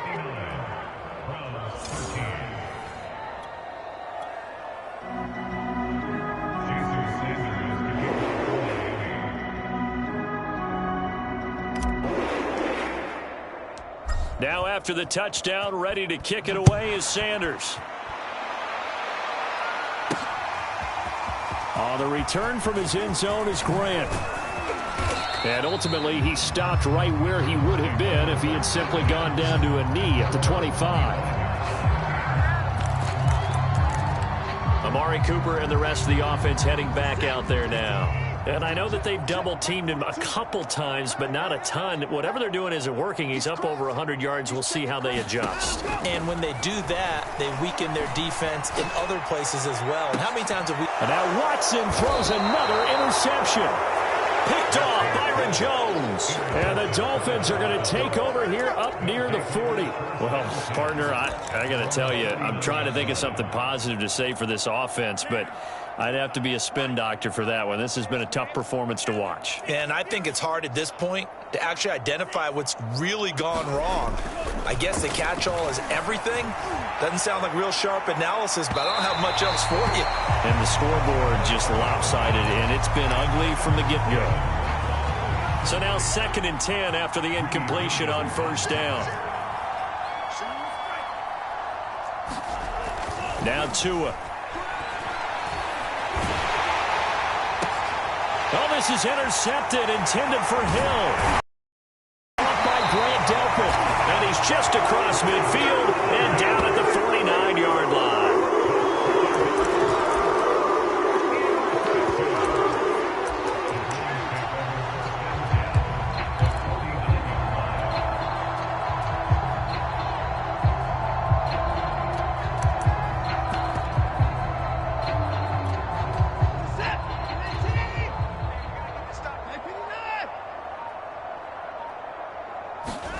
Trying to shake off the interception from the last drive. He'll look to throw. He's going to go up top again. And this is going to be caught. So it affects the final score, not the outcome, but it is a late touchdown here on the game's final play.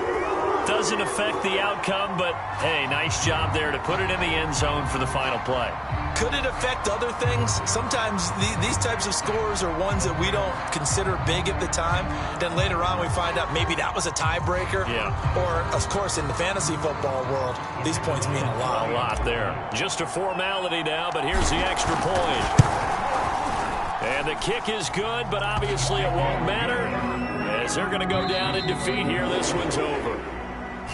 Well, on the one side, if you try to take away something positive from this game, they played to the final whistle, getting the touchdown there on the last play, but still, all for naught, really. Yeah, I'd say give them points for positivity. I like that. That part is good. But I often...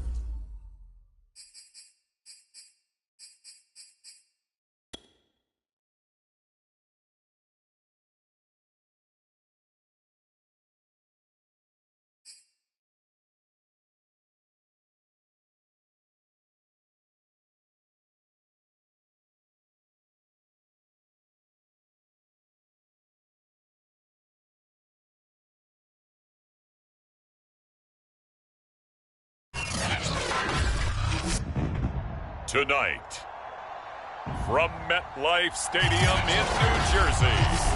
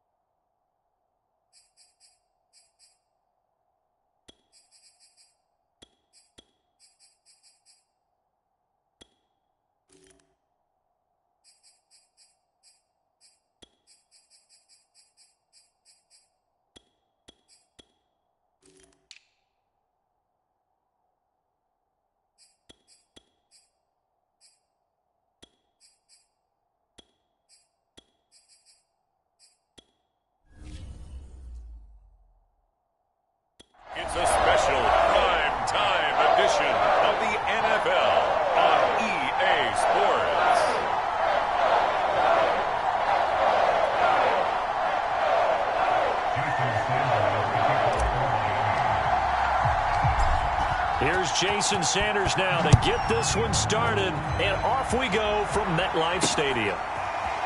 He will return this from deep in the end zone. And he's going to get this across the 20 as he's out of bounds at the 23.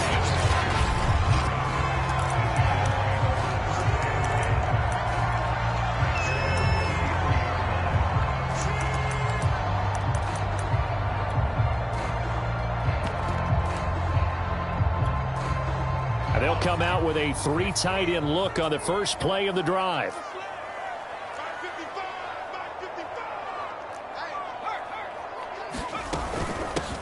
On the ground, this is Saquon Barkley. And he's able to plow forward up to about the 29, just shy of the 30. The game's first play produces 6 yards, brings up second down.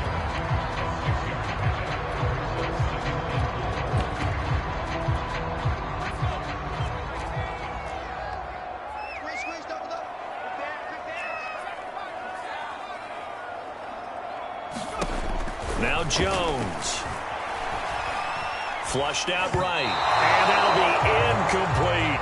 Used to have a coach used to tell us all the time, those scouting reports aren't just to use on paper, guys. Well, nowadays, we're watching a computer screen, right?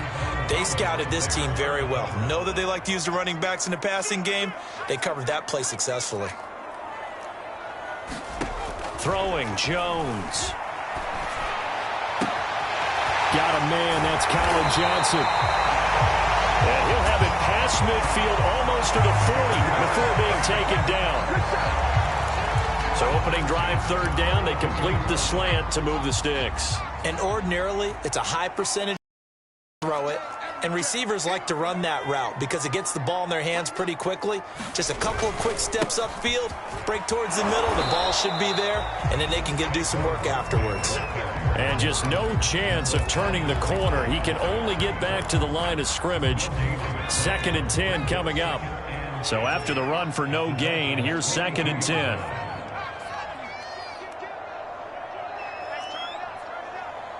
Switch it, come on, switch it.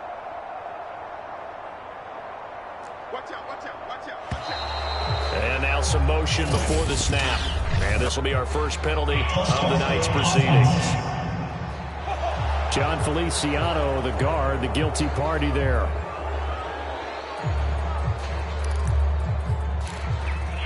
Still second down.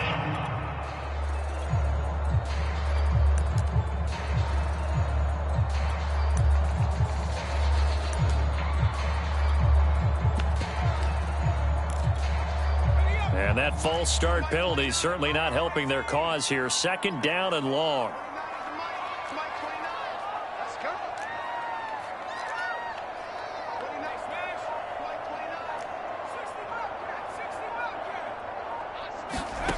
Operating from the gun. Jones eluding the pressure right. Nothing open downfield, so he'll throw it away. Different pass rushes are designed for different things. Sometimes you want to keep the quarterback in the pocket. Sometimes you want him to flush. I don't know exactly how this one was designed, but they made sure they moved him to his right. He got out of the pocket. Unfortunately for him, he was hit as he tried to throw the ball, and that resulted in an incompletion. Looking for Shepard deep. Rifles one, and it's going to be intercepted. Picked off Byron Jones.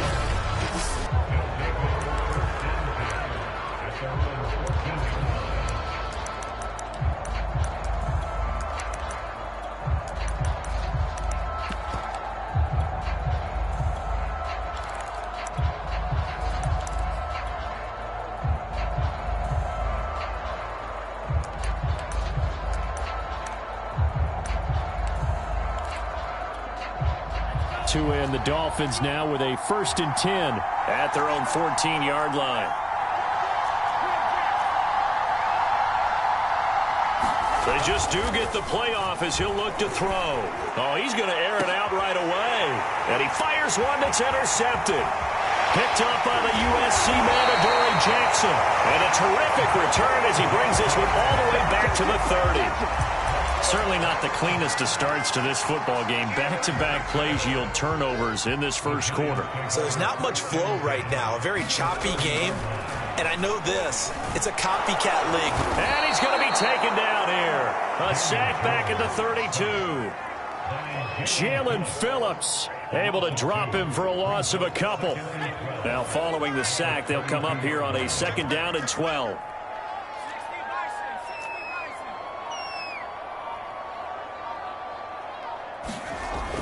Back to throw. Jones. Quick completion here to Johnson. And inside the 20 before he's brought down. So from inside the 20, here's 1st and 10 at the 18.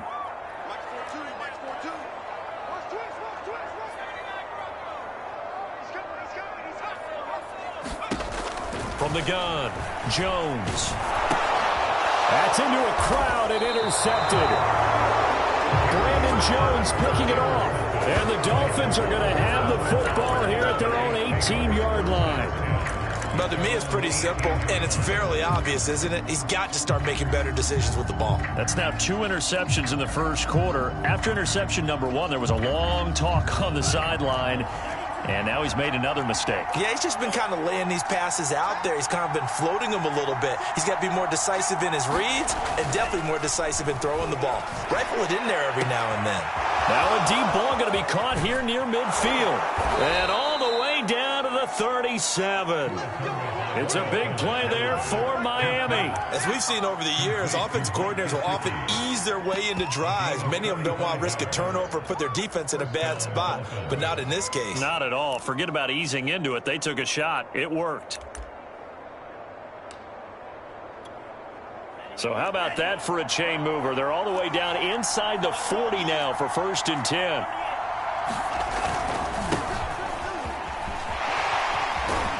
And he's going to get this inside the 30.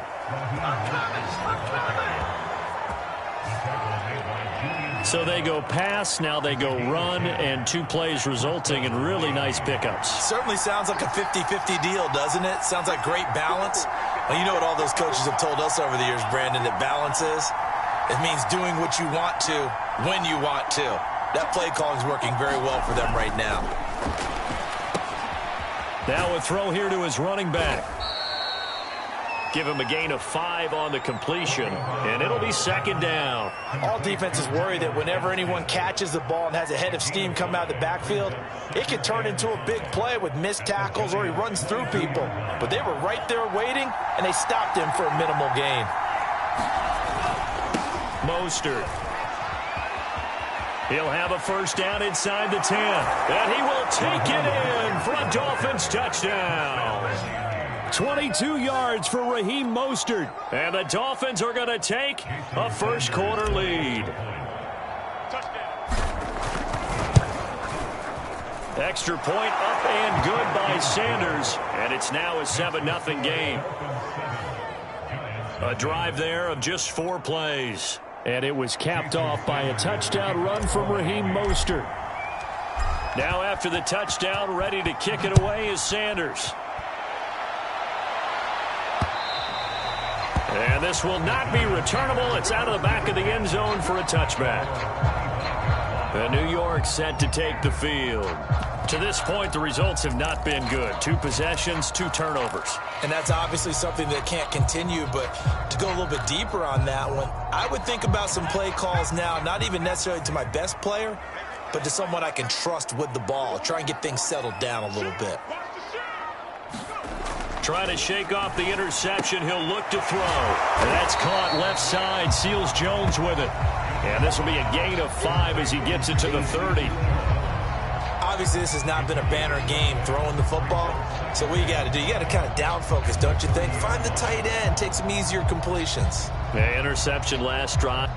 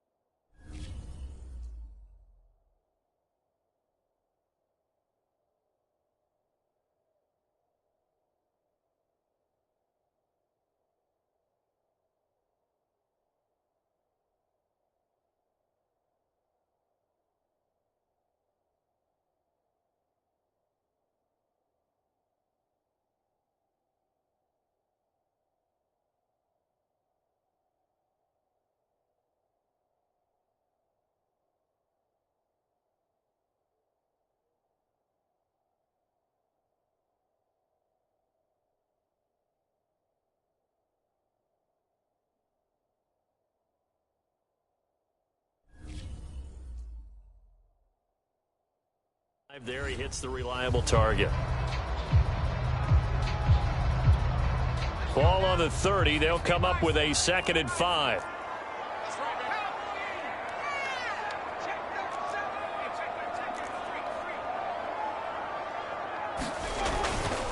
Jones with a handoff to Barkley. And he'll be upended at the 33 following a gain of 3. And guess what? It brings up 3rd down. He's taken down at the 33. It's a gain of 3. Brings up 3rd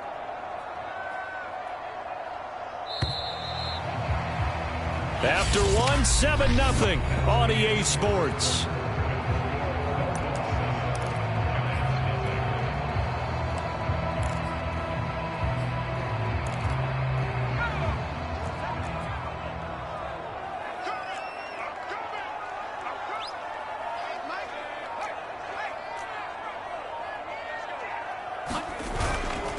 They'll try to run for it with Barkley. Boy, no chance as he was met and dropped behind the line there. Losing 2 yards that time, and now it's 4th down. Defensively, he has been a presence in their backfield in the first half. Had a sack earlier, and now he comes up with a big tackle for a loss. Now on 4th down, on is the punt team sending this one away. And this returnable for Hill. They call it 38 yards on the punt, no return. And the offense will take over with a new set of downs. Miami set to take over.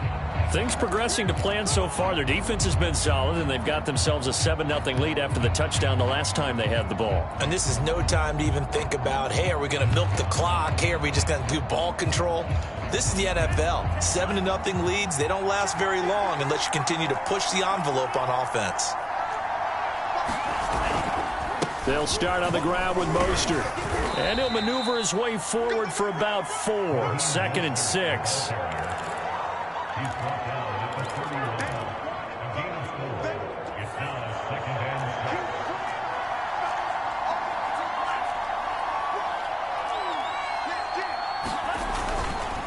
7. 2nd down. Here's Mostert again. Takes this one across the 35 to the 36. A gain of about 4.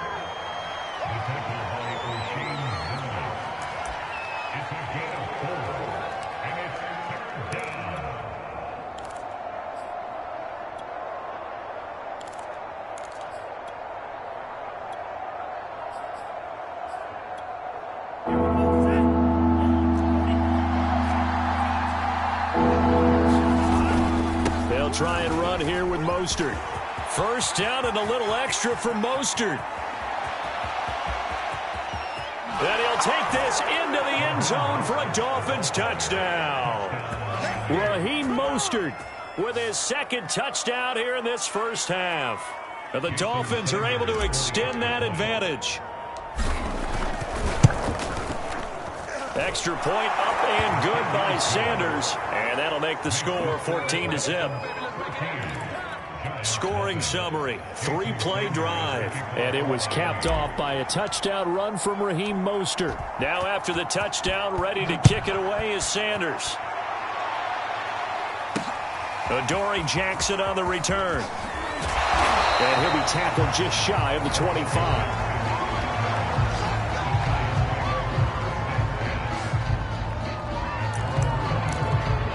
Another drive coming up for New York's offense.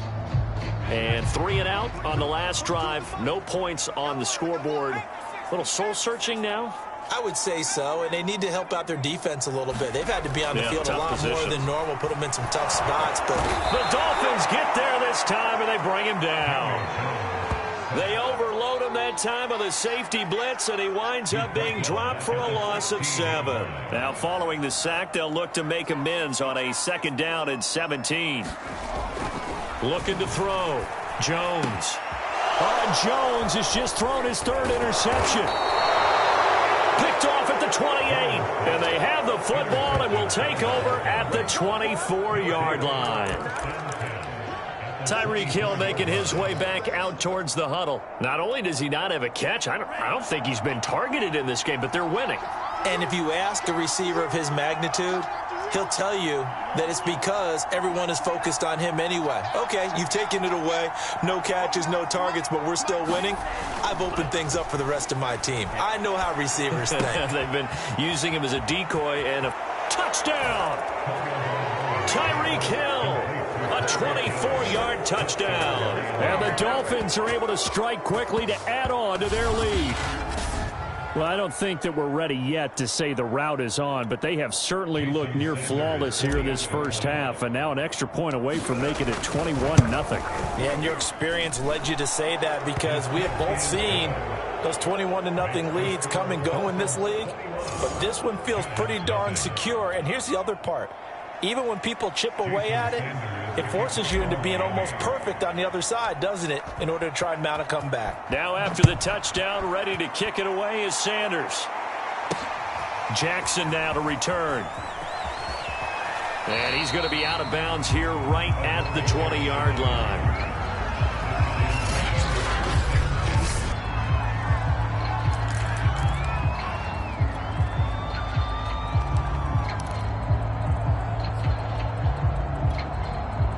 The Giants offense at the line, ready to begin their next drive.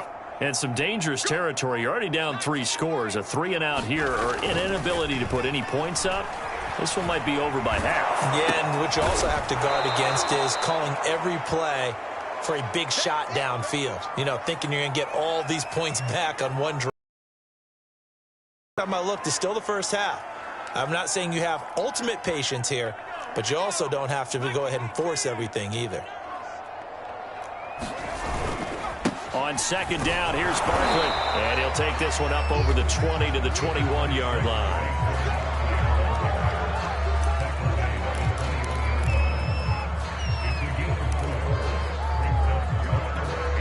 The Giants on third down. Just 1 for 3 thus far. This is 3rd and 9. Operating from the gun, Jones. And down he goes, but he takes it up to the 40. When you struggle on offense, you're looking for anything possible to get you going. Sometimes you do it like basketball teams that don't normally press. You put a press on, bring people to life, make them move a little bit quicker. Maybe that'll help them as they head towards the half. Jones now on first down. And for the 4th time tonight, it's an interception. Picked up by Xavier Howard. And the Dolphins are going to get it back here just past the 35. There again is the running back as he trots onto the field. He's already cruised past the 100-yard mark. We haven't even gone away for halftime yet. He might not want halftime. All right, why cool off? Keep everybody here. Let's stay out on the field and keep going. But all that being said, everything is really working well for them. The play calling's been excellent. The blocking's been terrific. And obviously his vision and legs have hurdled him to this big number so far. We could be seeing something really special here. And we'll see how much they give him the ball here.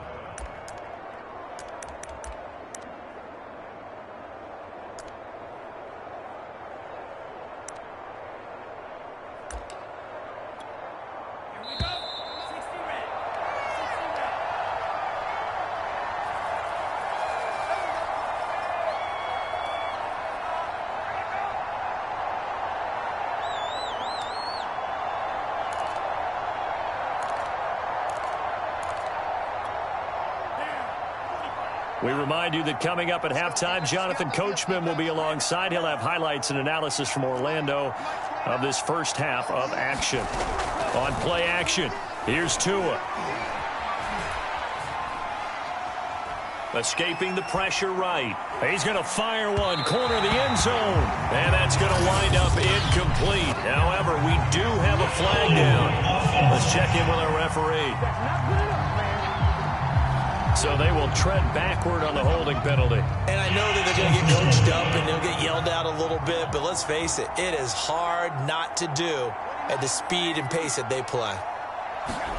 Tua going to throw. Open man is Waddle, complete. Never make the mistake that the slot receivers, especially the little guys like we're watching here, are just quicker than fast. A lot of them combine quickness and speed, and they catch a lot of footballs, as we just saw there. On second down, Mostert. And they're able to get this one past the 30 down to the 25. 146 yards rushing for him now to this point. Now, this is an example of breaking down a defense because on a lot of these runs, he's getting past the point of attack, and guess what he's doing? Forcing the secondary guys to have to make a lot of tackles.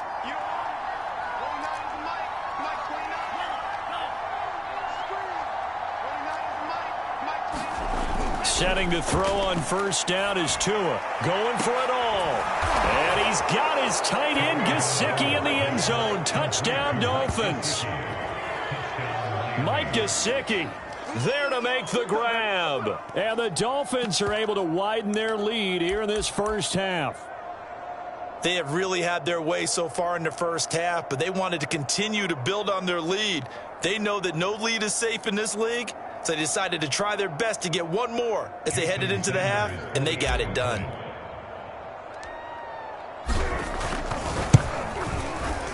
Extra point up and good by Sanders, and the route is on here in this first half.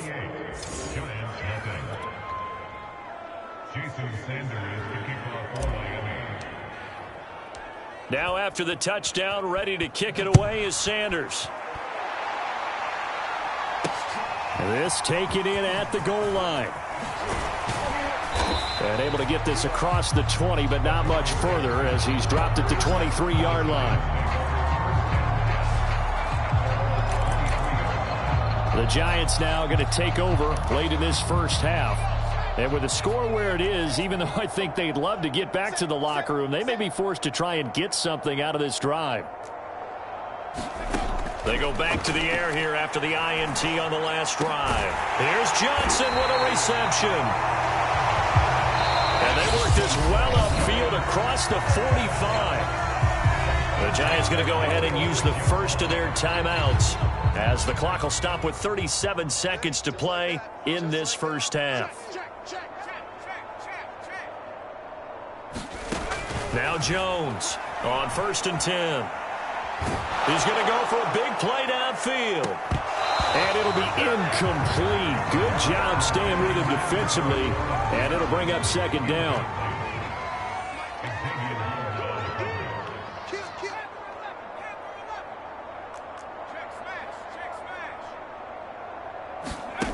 To throw once more on 2nd and 10.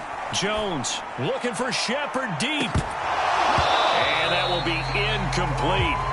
Tried to dial up the long one way out there, but it'll be 3rd down. So now 3rd and 10. They had the big play to start the drive, but 2 incompletions since.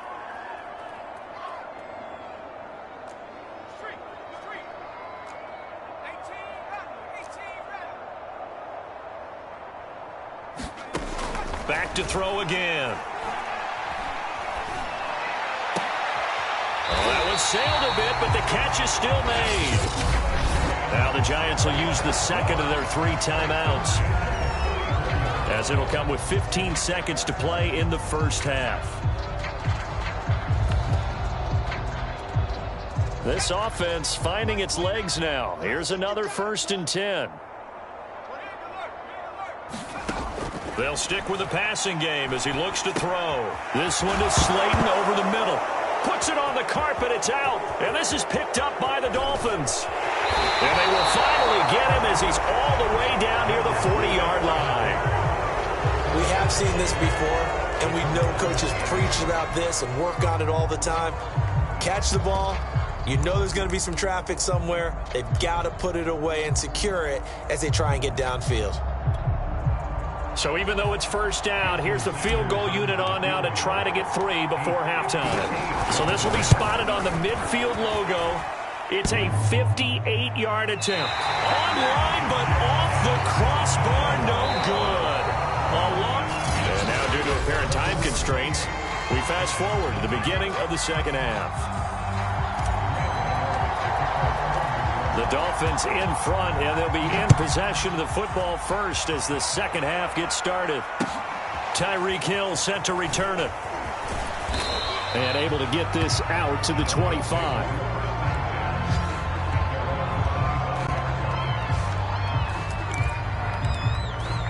The Dolphins getting set to go back to work here in quarter number 3. And last time out, another touchdown, and I think there may be some empty seats around here by the time the fourth quarter comes around. Yeah, I have to agree with you because this one's just about decided. But you know who benefits from all those empty seats? Who? You and me, trying to get to the airport. The roads will be fairly clear by the time we have to leave the booth. Third quarter starts with a run from Mostert. And he's upended at the 33 following a good pickup of 8. And he continues to pile up the yardage. That puts him over $150 now. And this defense has really had its problems trying to keep him contained. Here's a 2nd and 2 now from the 33.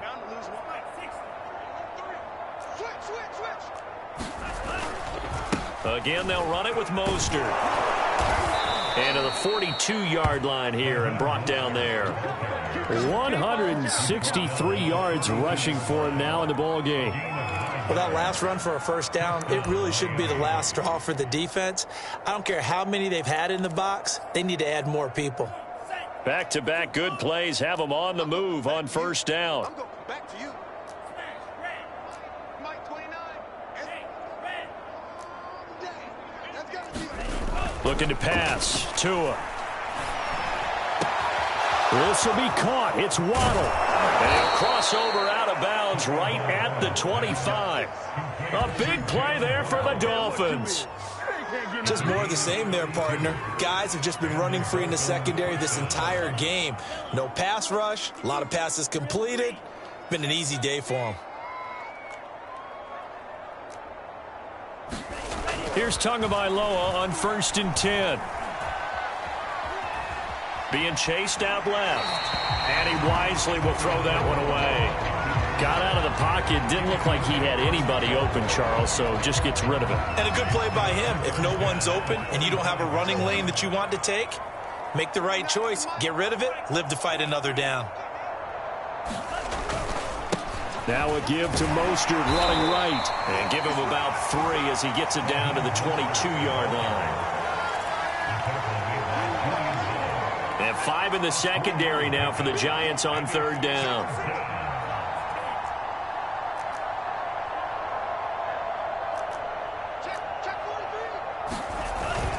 They'll stay on the ground with Mostert. And he'll be stopped short of the first down right around the 18-yard line. It's a gain of 5 on the play, and it'll bring up a 4th down.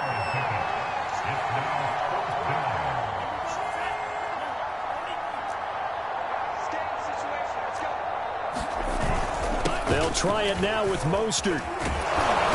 And he takes it down to the 13 and picks up the first.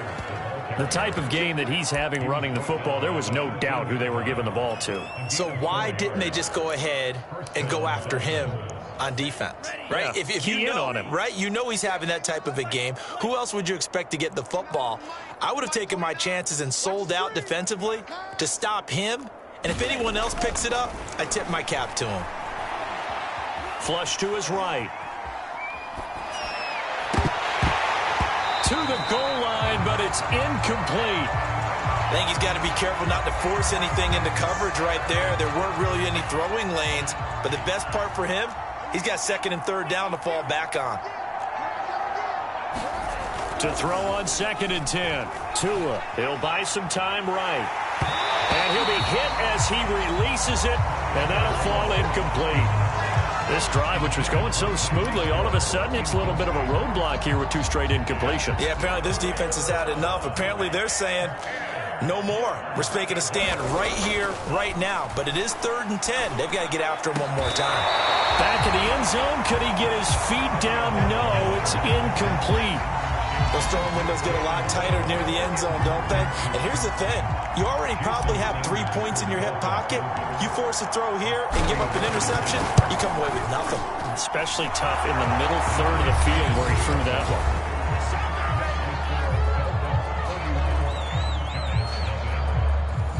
So tack on 3 more, though this, it's just a rare drive where they did not find the end zone. Yeah, you're right about that, partner. But at this point, I don't think you're too concerned about that. You just want to possess the football for a while and drain the clock. If you can get 3 out of it, that's great too. And he'll be dropped at the 21-yard line. So bringing it out of the end zone proves not a good decision. Loses him about 4 yards.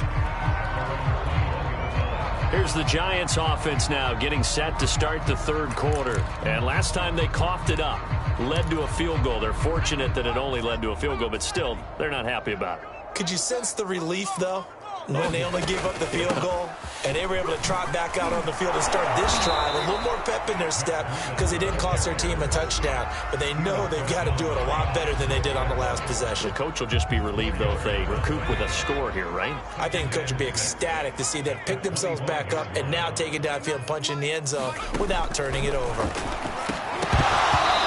It's incomplete. Took a shot, couldn't connect. I'm getting the sense that this offense is getting frustrated. Here we are into the third quarter, and they've had plenty of opportunities to get in sync. Thus far, that hasn't happened. They're looking for answers both on the sidelines and in the huddle looking at each other. And now here is another interception. Picked off Byron Jones. And he will bring it back. It's a pick six and a Dolphins touchdown.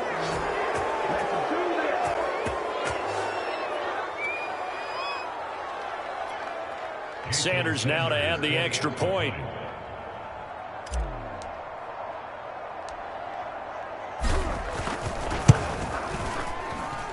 And he's been a busy man, 5 for 5 now as he knocks another one through to extend the lead.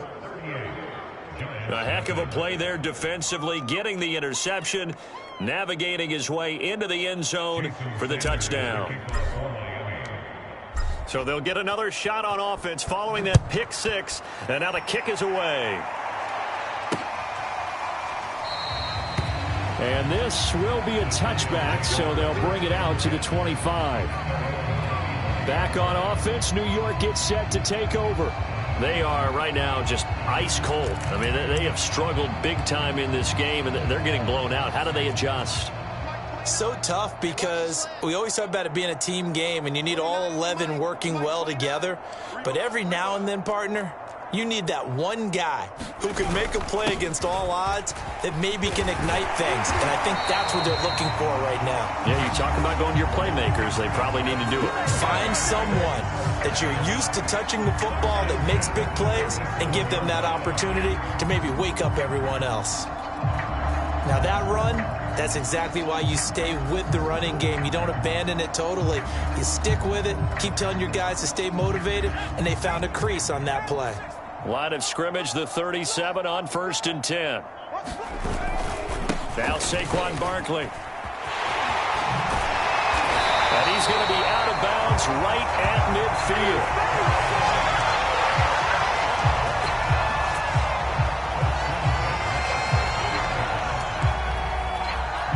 Nothing in that first half, nothing on the last drive, but they're moving now with a 1st and 10.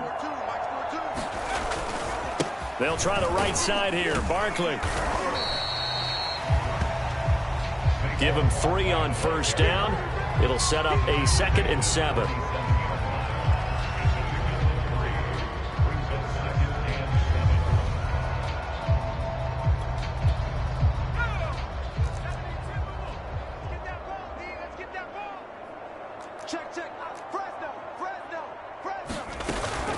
Running out of the gun here, Breida. And he's got some space here. Touchdown, Giants. Matt Breida, 47 yards. And it's for pride now, but the Giants do get a bit closer. Well, it took a while to get their first touchdown of the game, but finally some signs of life here in quarter number 3. Yeah, that was the burst they've been lacking all throughout this game, but that was a decisive run. Might have caught the defense a little flat-footed because they hadn't been able to get going in this one, and he was able to take that one all the way to the end zone.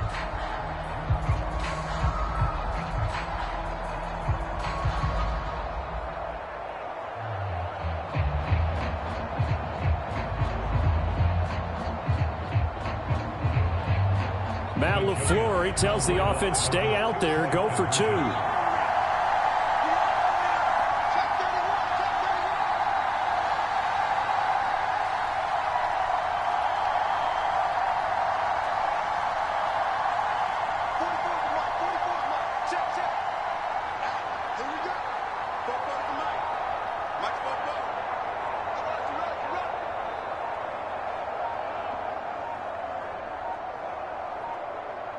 Oh, look at this. They're not even going to get the two-point play off. Maybe too much indecision. It's going to cost them 5 yards. What was that, Russ? This certainly feels like they were wanting to go for 2, but weren't really sure they should go for 2.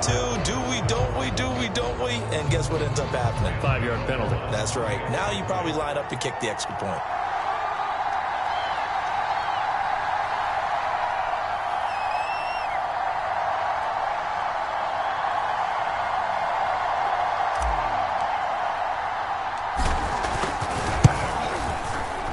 Gano the extra point. So they do get 1 score back, but still a long way to go here in the third quarter.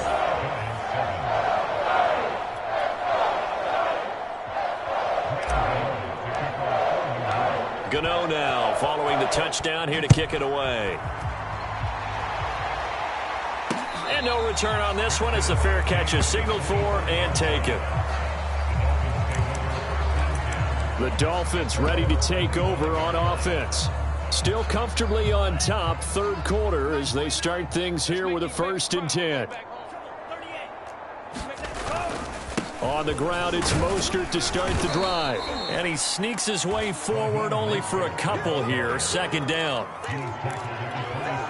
They'll break the huddle, come up on 2nd and 8 at the 27-yard line. Come get some. Come on here. Come get some. Here. He's coming. Double up. Double up. He's coming. Double up. 29. Come on, boy. Once again, it's Mostert. He gets it forward for 4, maybe 5, but the flags fly. And this one could be coming back. That hold coming from the middle of the line, the center.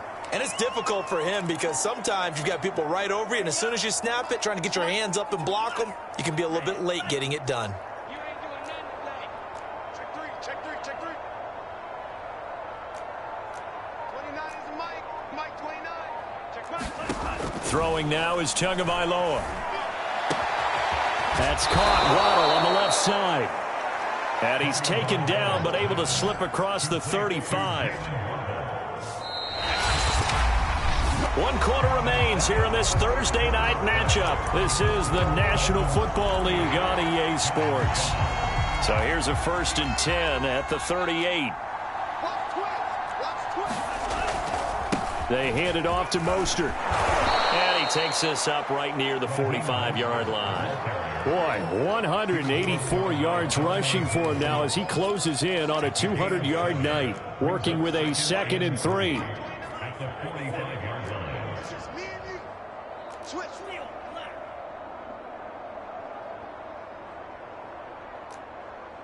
29 is the Mike.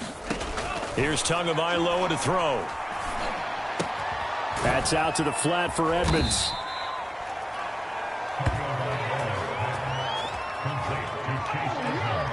One of my old teammates called me the other day when he was watching the game. He's like, man, trying to watch an NFL game and trying to account for their passing game, that's difficult. And just when you think you get everything covered, here comes a back out of the backfield. And in this case, he picks up a 1st down. Right here. We got to step it up.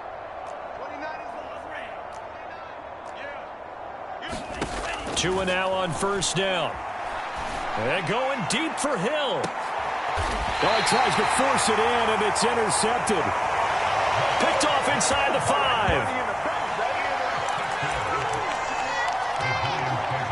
The Giants offense at the line, ready to begin their next drive. And for them, a touchdown their last go-around. Obviously, they'll be hoping to do that again. And when you start plotting for this drive, when you start thinking to yourself, okay, what are we going to do? You don't go away from what you did before because that worked, but you have to be prepared for wrinkles and counters because you know they'll make some adjustments. Running again with Barkley on 2nd down. And they'll get him down up past the 15-yard line. Thanks to that last play, a little more room to operate. 1st and 10 at the 18. From the gun, Jones. That's caught by his tight end, Jordan Akins. And what a nice example there of a tight end doing exactly what he needs to do. How about how he worked his way to the outside, made sure he secured the catch, and then anything after that, we count that as a bonus. And indeed, he gets enough for the first down. And he takes a shot on the release as this will be incomplete. At this point in the game, they've got to continue to try anything they can. They're still working at it, even though this one feels like a lost cause.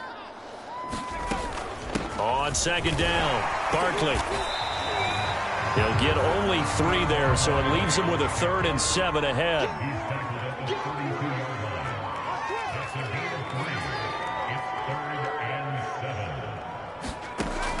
Operating from the gun, Jones. He's going to fire one deep, middle of the field. And my goodness, another interception. Brandon Jones picking it off. And the Dolphins are going to take their own 47-yard line. But just another reason to celebrate there on the defensive side. And this is a game that they clearly have firmly in their grasp. Yeah, a lot of handshakes, a lot of hugs, a lot of smiles. It's been their day.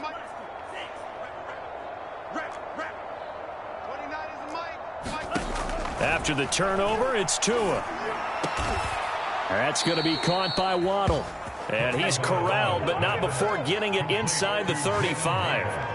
Still throwing the football here, even with the big lead. Yeah, I know you and I came up in a different era, and we think about sportsmanship and all that. Other people think about fantasy points and getting their numbers. That's all they care about right now. Going to the air, Tagovailoa. And going deep for Hill. And this will be caught. And the carnage continues. It's another touchdown. They seemingly just continue to score at will. And as great as it's been for the offense, you got to feel for that defense down there. I love how you use the word will, because both teams came into the game with the will to win. But one team has obviously imposed its will on the other and broken them. Because what we're seeing right now, wow, that's a defense that's in tatters after what they faced in this ball game. Now after the touchdown, ready to kick it away is Sanders. This will be brought out from the middle of the end zone. The offense takes the field, and we turn our attention to Saquon Barkley. And as we peer at the numbers, he got off to a struggling start, but since then really found his rhythm. And I think that comes together with not just the halftime adjustments, but just that quiet confidence. If you just keep doing the things you've been working on, eventually there will be creases. You know, find those gaps in the defense, keep working on them, and maybe what didn't happen very well for you in the beginning of the game, it starts to open up as the game moves on.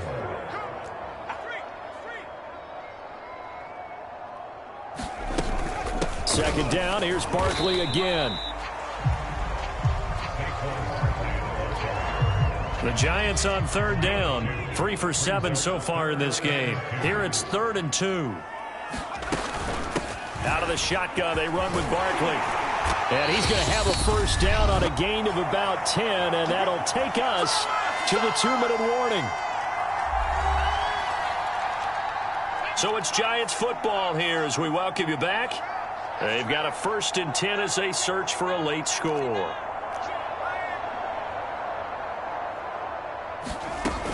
A first down carry for Barkley.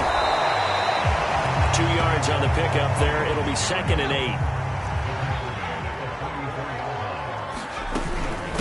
A give to Barkley out of the gun. And a minimal gain here as he's up to about the 47-yard line. Now after the running play, we've got a man down on the field. We'll get an update when we return to MetLife Stadium. Here's Jones to throw on third down. And that is incomplete. But the pressure there on third down, forcing the errant pass. 4th down coming up. Tell you what, partner, after he ices down, he's going to need a nice long soak in a hot tub after this one. He's been under duress the entire game. Yeah, once again, hit as he throws. Fortunate that one wound up incomplete. As expected, they're going for it to keep the drive alive. And he's going to have his running back. It's complete. They find some open field here.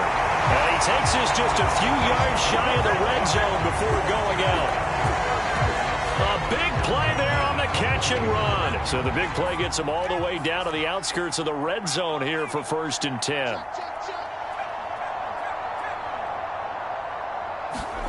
Jones fakes the give to Barkley. Sliding out of the pocket. And he's left with no option here but to throw it away. Another throw there off the mark, and obviously he's battled all of the interceptions. Things just haven't been true to form for him. I don't know. What do you think's going on out there, CD? That's a great question, and my suspicion is he's been coached really well to not show that he's having a problem. You know, they always tell you no matter what, you keep throwing the football with confidence. Well, we're not seeing a confident thrower right now. He's off balance, the passing game's off balance, and the defense is taking advantage.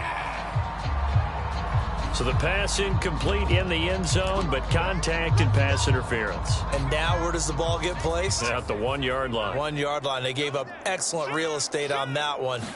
That's going to work really, really well. And he's across for the touchdown. Too little, too late, but he does get in for 6. No wonder you're grinning. You just beat me in our fantasy league. Indeed I did, my good man. When you talk about a battle being won in the trenches, that touchdown right there, a lot of credit to the offensive lineman. Yeah, when you watch them surge across the front, they really created great space for the runner to get in. Extra point try good by Gano as they make the score just a slight bit more respectable here in the final quarter of play.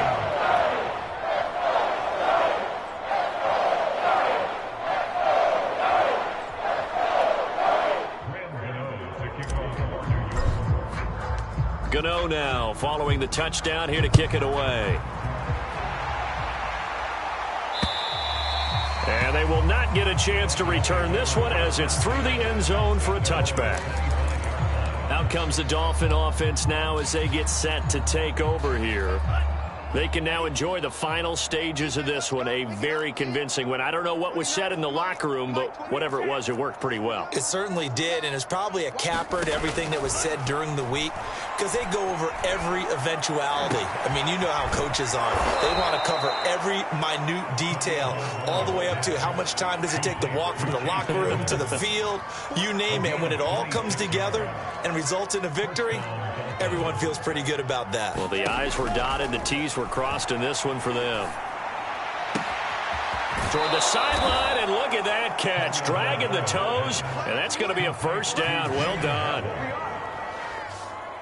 Offensively, another big chunk of yardage, Charles, but defensively, they had all this talk about trying to limit explosive plays. They have not been able to do that. They discussed it all week, but they haven't been able to execute it at all, haven't been able to find a way to slow down this offense. They're seeking answers and not coming up with any.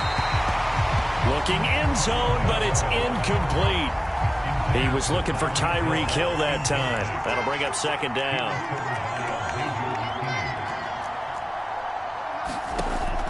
They'll look to throw again. And this will be incomplete. And there's a good opportunity to just went awry there. A drop pass. I guess that's why they call them running backs and not catching backs.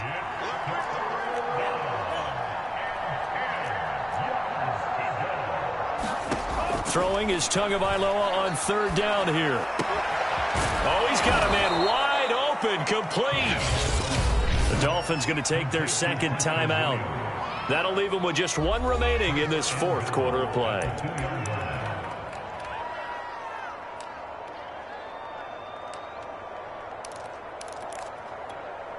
Well, they probably don't need to run a play here, but you wonder if they're going to be able to resist on first and goal. They'll run with Mostert, and maybe a measure of revenge there. He's had his way in this one, but this time they get him behind the line.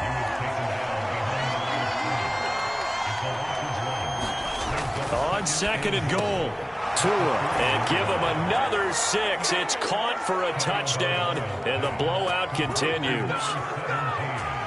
So a little icing on the cake there before the clock hits all zeros. What a way to finish things off. Exactly what you want. Not much time and a touchdown to put things away. Sanders on for the extra point. Now this one was over a while ago as they just add on to their big lead. So the drive winds up going 75 yards in 7 plays. And it winds up in 6 points for the Dolphins.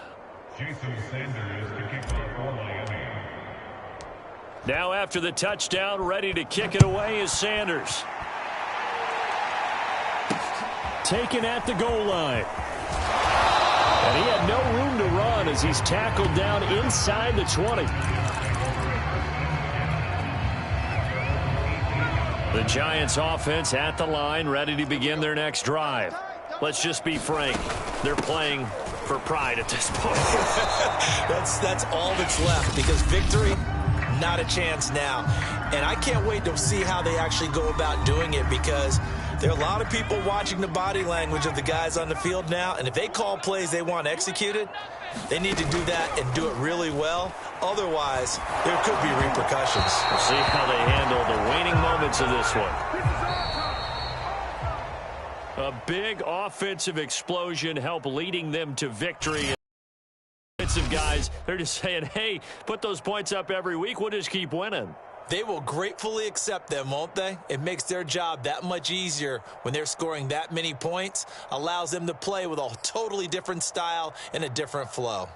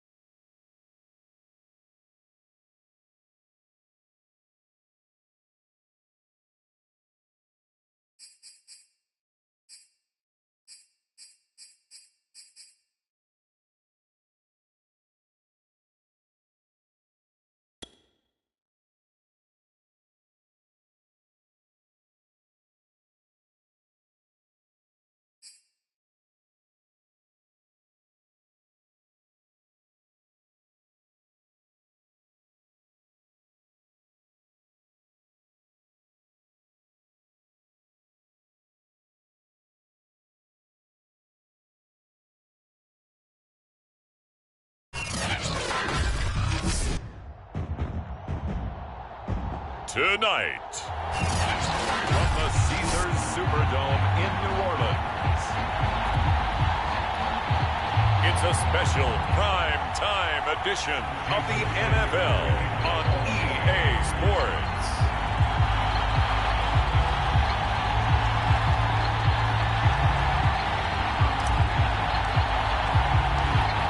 Here's Jason Sanders now to get this one started, and we are underway from the Superdome.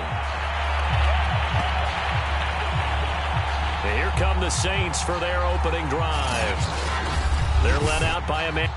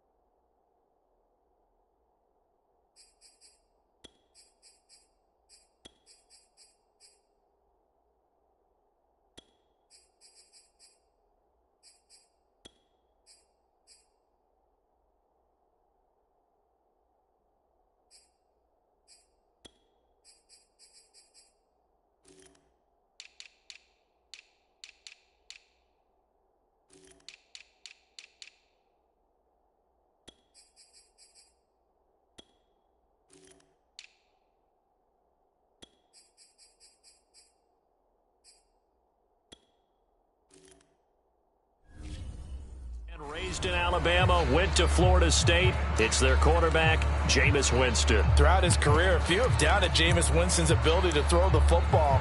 The concerns, they've always centered around his accuracy and taking care of it. When he makes good decisions on the field, excellent numbers usually result.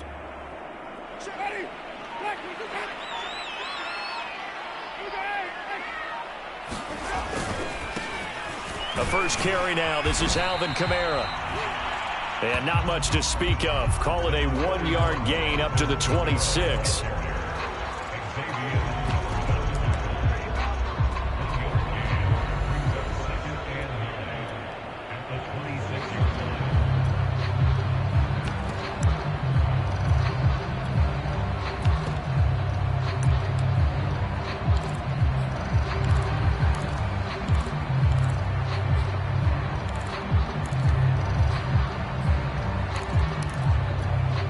The run only got a yard. Here's 2nd and 9.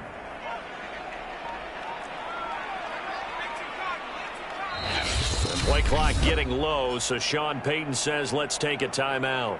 They'll have 2 remaining as we step aside here in this first quarter.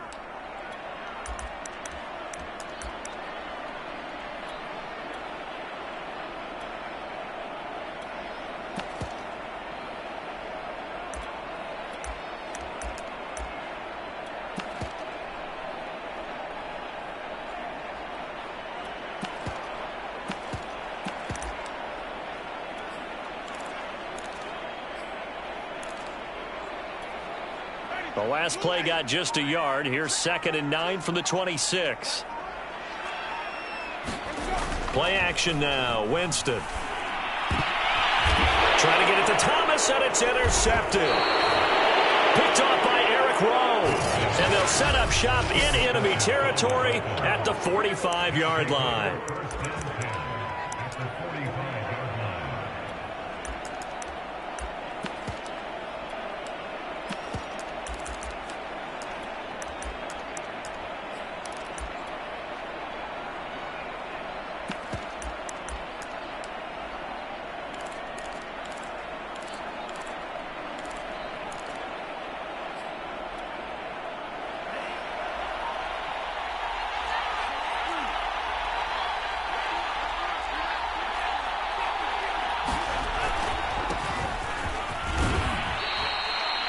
It's a 6-yard gain on the ground, and that'll make it 2nd and 4. The tackle made by Mario Davis.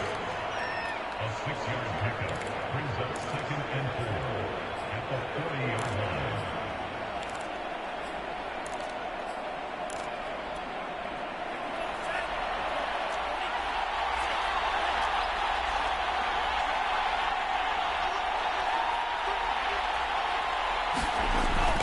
action. Now it's Tua. Well, that'll be incomplete. Well, he took a shot as he let that go. And it's going to bring up a third down. Well, to me, there was no question about the intent there, and I think he was a little fortunate that the penalty flag didn't come out for grounding. But he'll get away with it and get another shot on third down.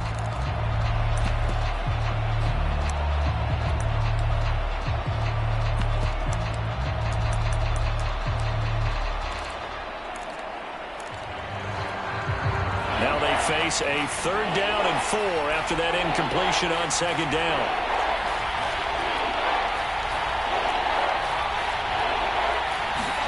Here's Tua. And that is incomplete. Oh, he had a defender right there with him to force that to the ground. And fourth down now coming up. I'll tell you, as a defender, you've got to make life as difficult as possible when you're trying to cover a big tight end because you know his catch radius is huge. He's unable to pull that one in, though. And this is good from 57 yards out. That was bombs away right there. So the opening drive stalls out, but the field goal does get him the first points of the night. And 3 points, not...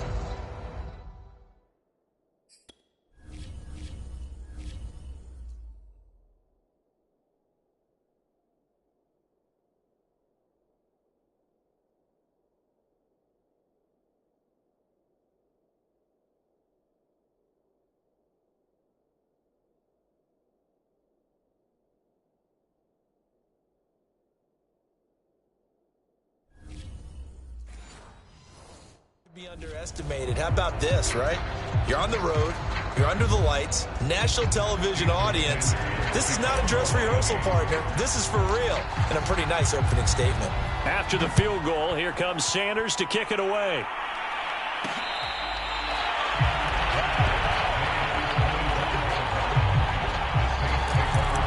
Time again to see Jameis Winston in this Saints offense. He'll look to shake off the interception on the opening drive. He should at least be comforted that it resulted in 3, not 6. And if I were him, I would be the guy all the way out on the field greeting my defense now, saying thanks a lot. You held them to a field goal after I turned it over.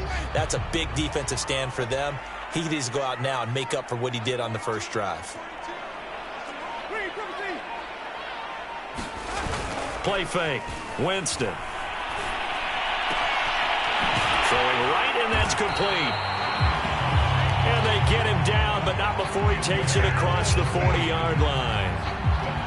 Well, maybe that'll help him settle back into a groove after the interception on the first drive here, picking up the first to start drive number 2. And it is just starting over, isn't it? Sometimes it's just how you have to do it. You have to erase things from your mind. Don't worry about what happened before, because over the course of a game, the good players, things turn out pretty well for them, and that's what he's trying to do here. And he'll work this forward for about 3 at second down.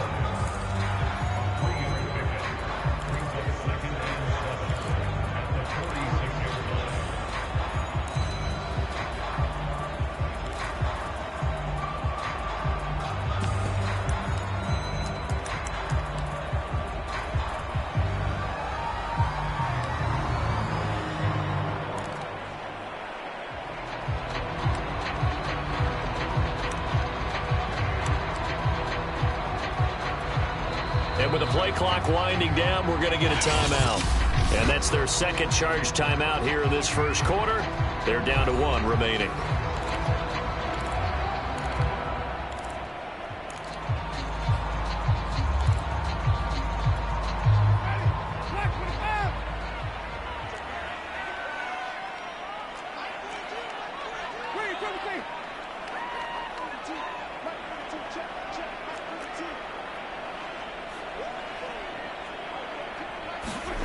Now Winston. Oh,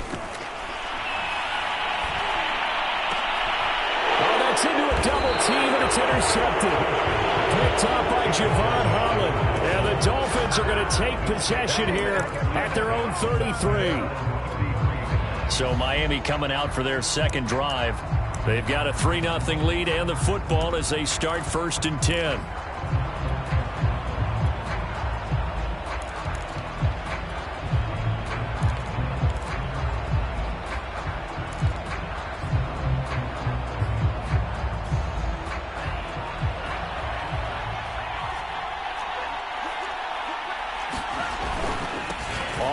handoff. This is Mostert. And the result here, a pickup of 8. Leaves him with 2 to go on second down. It's a gain of 8. Brings up 2nd and 2 at the 41-yard line. Ahead of the chains now, 2nd and 2.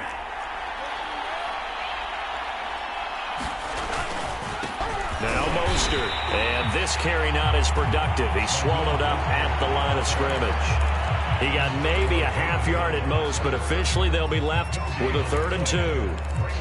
Well, if you look where that play starts, O-line versus D-line, that was a battle won by the D-line. Yeah, and oftentimes it's won by quickness off the ball. Who can handle the guy across from them best? On that play, the defensive line did exactly that.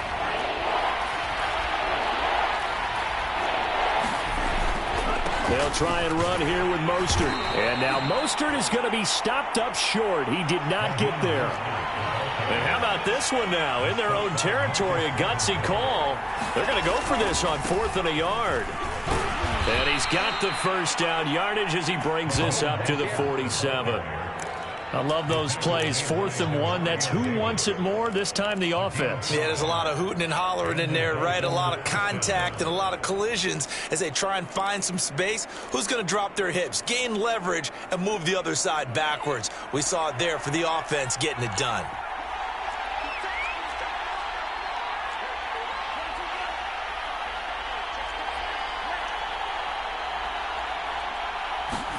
Tua now on 1st down. They'll get this underneath to Edmonds. So the completion good for 7 there. And it'll make it 2nd down. A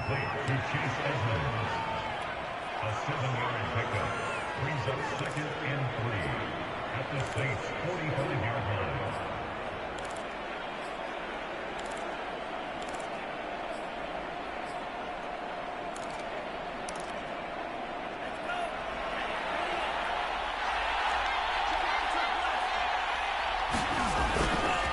This is Mostert.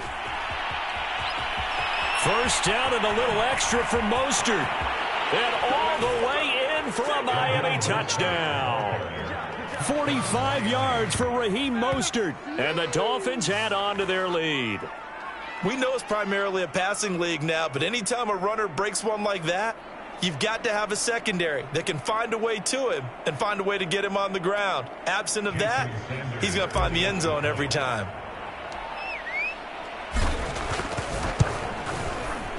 Extra point up and good by Sanders. And the lead grows to 10-0.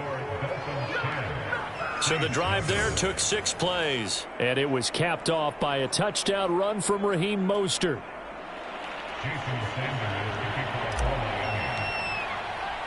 So an early 10-0 lead for them now as they kick it away.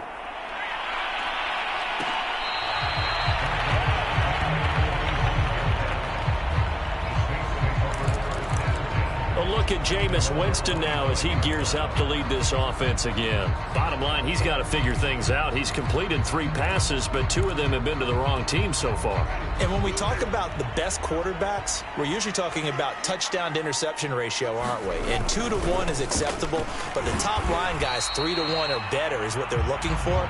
Now we're talking about interceptions versus completions. That's not a ratio should ever be in any discussion. And Brandon, every running back wants to use their speed in order to get out in front of things. Sometimes you just have to be patient, let blocks develop. On that play, that didn't happen.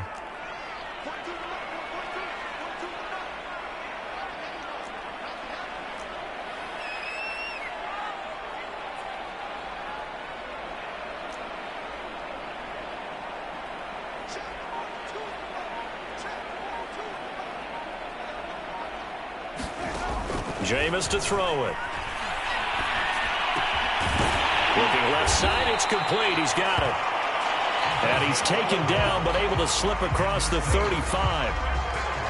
Good throw, good catch, but I really like the route, the drag.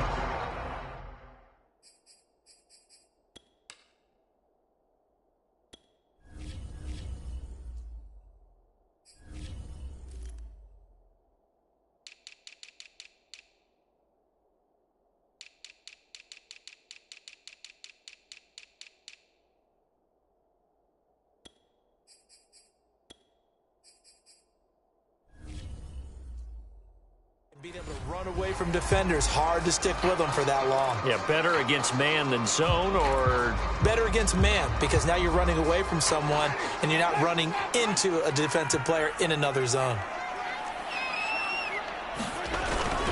This is Ingram on 1st and 10.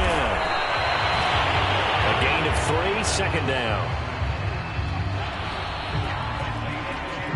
10-0 the score after 1 on EA Sports.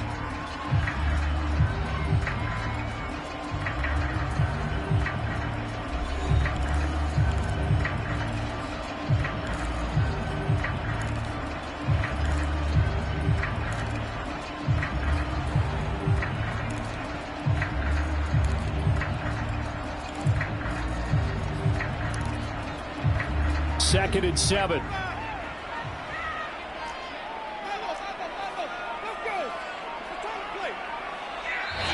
Now the Saints will use their 3rd and final timeout. And with that, they're now out of timeouts. And still plenty of time remaining here in this second quarter.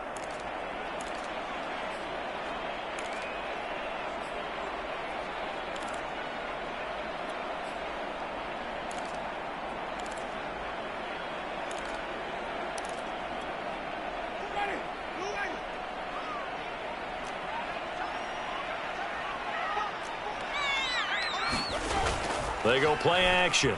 Winston. He's going to air one out. And, Jameis intercepted a 3rd time. Picked up. And the Dolphins are in great shape here as they take over at their 46-yard line. So now here come the Dolphins. And that last drive, it was all about the ground game, ground and pound. And I don't care how we're playing the game these days, offensive linemen still want to fire out and smack the guy opposite them and move the football on the ground. They feel better about that. That's what they want to do. That's how they want to play, and that's how they get it done. Yeah, and they got it for a touchdown last drive. Let's see what happens here. That was a terrific play, causing a loss. As a middle linebacker, simple. You can either fill holes or you can attack them, as he did there.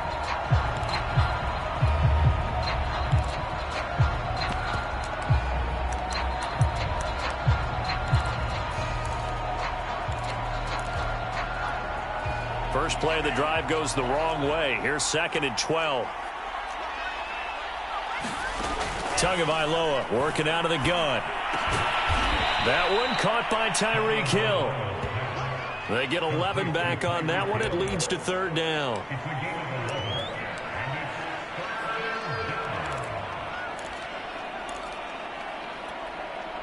This is 3rd and 1. Very likely 4-down territory, even if they don't get it, though.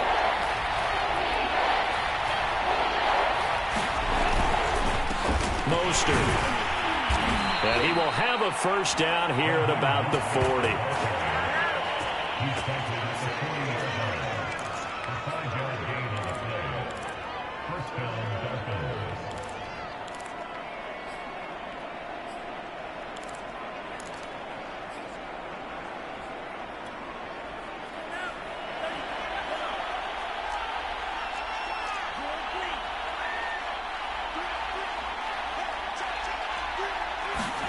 Off of play action, Tagovailoa. His throw incomplete.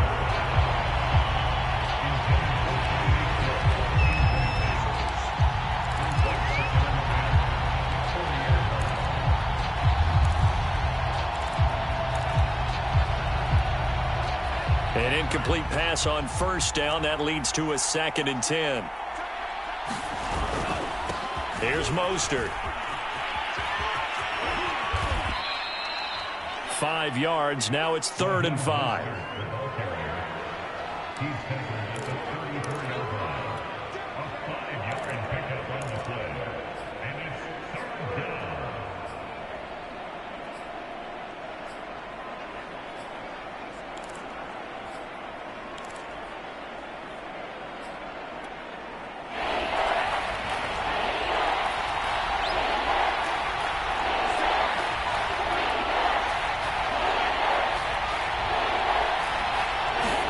Tua sets up to pass it. Got a man. It's Waddle, complete. And he is going to have the Dolphins first down as they're able to get the third down conversion. And Brandon, from our time in college football, where receivers weren't running the traditional NFL route tree, one thing they did learn, find open areas, find soft spots, and set up and catch the ball. And I think we just saw that there. Yeah, we saw that indeed, picking up the first. Looking for the end zone, and it is incomplete. Good positioning there downfield to break that one up. When offenses dial up big shots downfield, they're not always for the guys out wide. Sometimes they want to go to their big target, deep downfield, and the defense breathes a sigh of relief. 50-50 balls, not easy to get away from the big targets. On 2nd and 10, Tua firing quickly here, and that's complete. They get 7 out of that, so they're left with a 3rd and 3.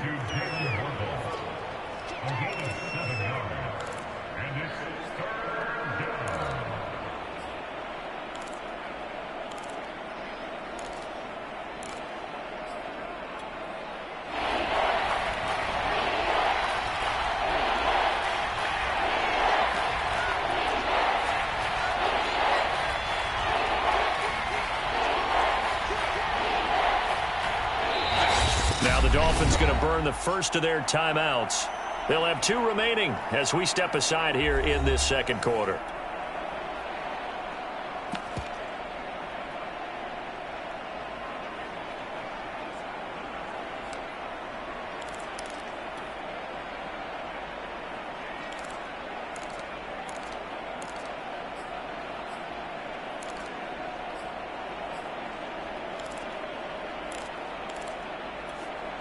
So 2 of 2 on 3rd down conversions on this drive, and now they face a 3rd and 3 here.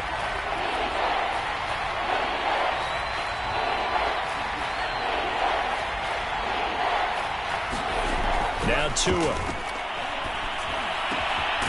Throw right side, going to be caught here by Waddle. And the Dolphins are going to have 1st and goal coming up as they're able to convert there on 3rd and 2. That's the 3rd time on this drive that these two have connected with each other. They've got a real rapport going. And right now, it's paying off with big chunks of yardage, as shown by that last play.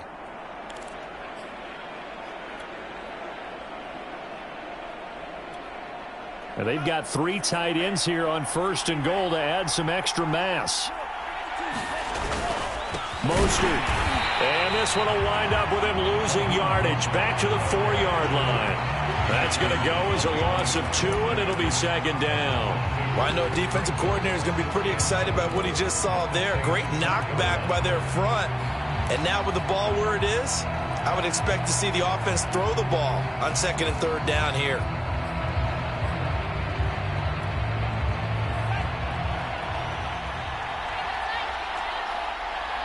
We've hit the 2-minute mark of the first half. 10-0 our score.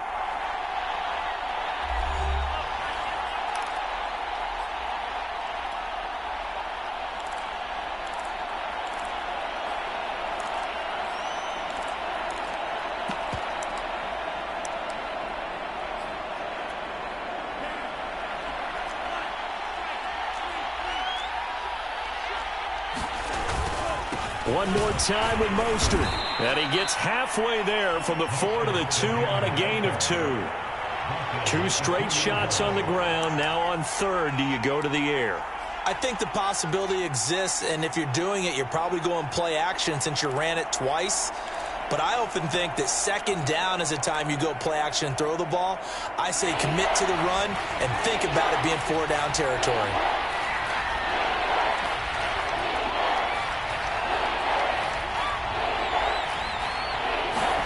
Tua now, 3rd and goal.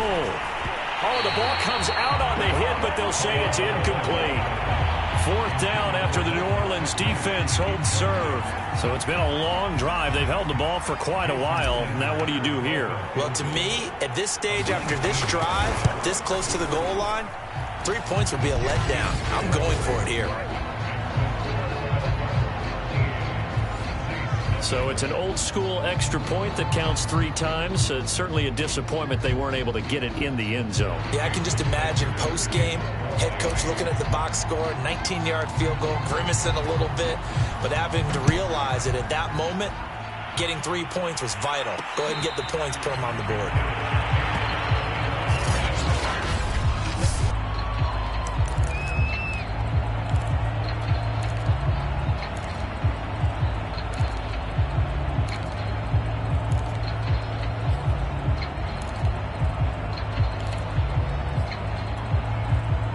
The Saints offense on the field, ready to get their drive started. It was still more than a minute to go in the half. Time to try to mount a drive. And I would think that they would have to. This is today's NFL. You got to push it whenever you get. For the 4th time tonight, it's an interception. Picked up by Javon Holland.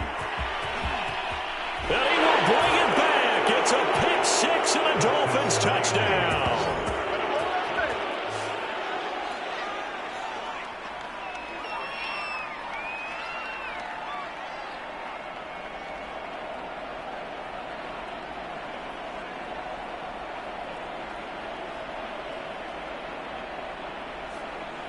Sanders now to add the extra point.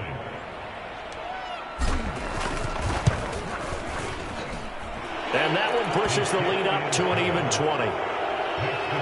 So the defense creating some points, not only getting the interception, but then returning it to the end zone for the pick 6. So they throw the pick 6. They'll get another shot at it now as this one's in the air.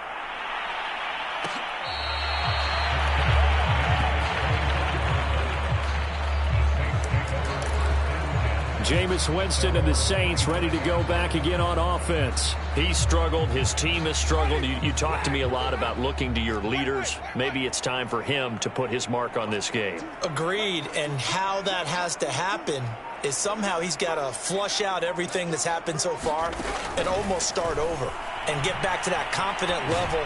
And the Dolphins rush gets home. Down he goes.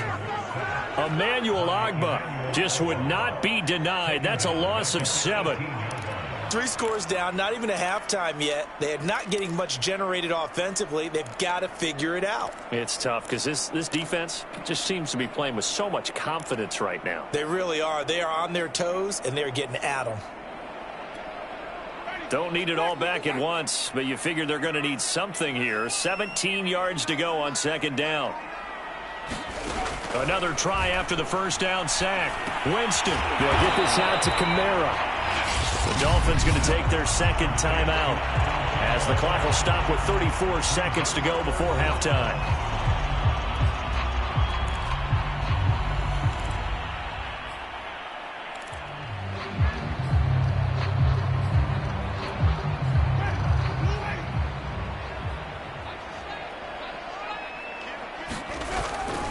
This time they stay on the ground.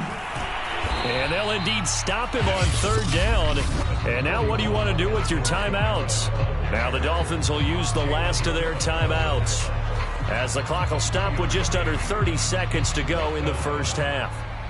Blake Gillikin on to punt now on 4th down.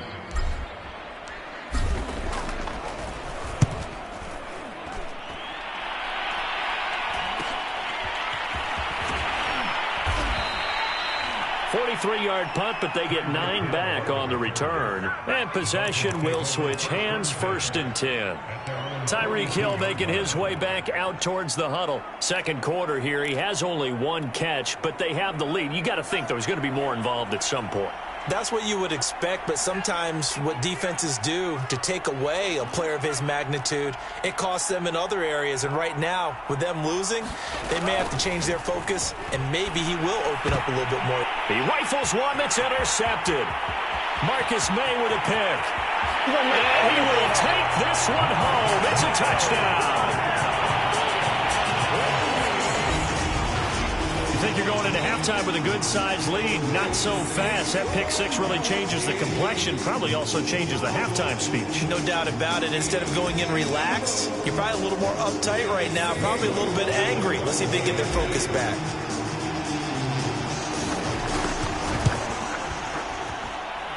Lutz with the extra point. And that cuts this lead down to 13. A heck of a play there defensively, getting the interception, navigating his way into the end zone for the touchdown. So not much time to speak of remaining in this first half as the kick's away.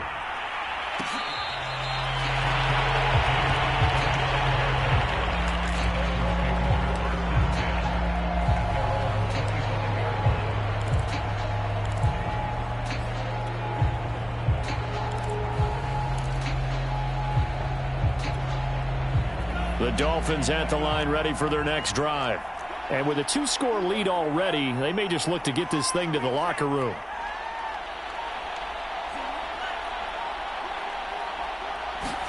Tagovailoa trying again after the pick six. And that is going to be pulled in one-handed. Wow. A big play there for the Dolphins. Well, you don't have to be a genius to watch this game and figure out they've had plenty of success moving the football here in the first half. We've seen exhibits A, B, C, and right on down the line, haven't we? Yeah, we just saw exhibit Z right there. And this is good from 57 yards out. That was bombs away right there. So he's been a busy man here in this first half. That's 3 field goals for him now. And not just 3 field goals, but 3 for 3. So even though the offense has struggled a bit putting it in the end zone, they've still been able to come away with points due to his leg. Here comes Deontay Harris from his end zone. So we've reached halftime. No, I'm not mad at you for skipping halftime, but can I just have a sip of water real quick? Please, thank you. All right, let's go. The Dolphins in front, and they'll be in possession of the football first as the second half gets started. They're going to think better of bringing this one out, and the drive will start at the 25. Out comes the Dolphins now. They'll go on offense first here in this third quarter.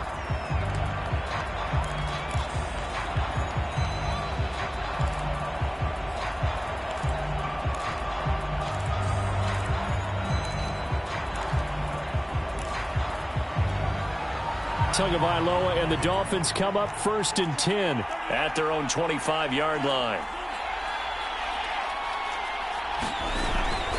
He'll look to Mostert to start things out. And he's upended at the 33 following a good pickup of 8. He's taken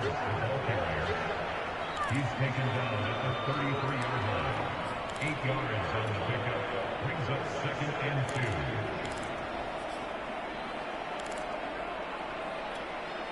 Second and 2.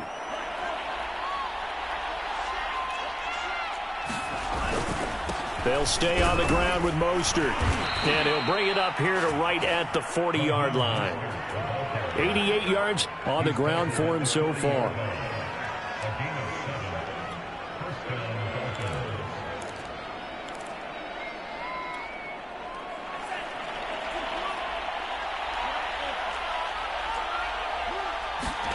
Now a play fake. Here's Tagovailoa.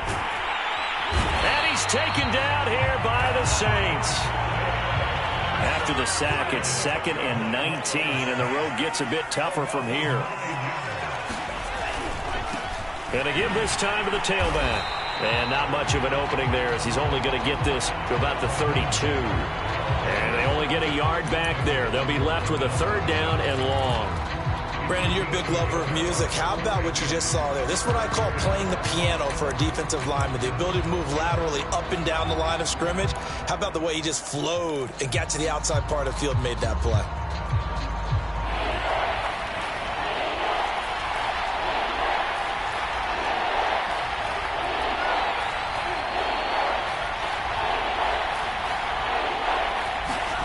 Now on 3rd and long, they'll look to throw. And this pass broken up. Excellent coverage there on 3rd down, as that was not an easy one to hold on to. So no problems moving the ball in the first half, but they'll likely come up empty here on drive one of quarter three. And it was so important for the defense to get that stop because what we witnessed in the first half was them getting run over. And they needed the confidence, and they needed to get off the field so they felt good going forward in this game. Call it an even 40-yard punt, 7 though on the return. And the Saints will take over with a first down and 10. Now we take a glance at the offense as they work their way back out for their first possession of the second half. And their defense did its job by forcing the punt to start things out. And now, Charles, can the offense get in gear? I think, partner, you can sense them saying, okay, the first half was theirs, but now let's get the momentum back on our side. We forced a punt. Now let's go downfield and score. If we do that, we'll be set up well for this second half. But if these guys are going to chop into that deficit, they're going to have to do a much better job in the run game. Caught behind the line of scrimmage, no yardage to be found. After the loss to start out, here's 2nd and 11. To throw is Winston. And now here's another interception. Picked off at the 22. And they are going to take over right there at the 22-yard line. Miami's offense set and ready to go. They were forced to punt last time. Now, I doubt sincerely that they'll have to punt here because they're gifted with terrific field position. I don't even want to think about the idea that they would end up punting starting with this type of field position. Neither do they. Great starting spot, great opportunity to run your full playbook. They want to take a shot here, they can go ahead and do it. Throwing to start the drive, but that one incomplete.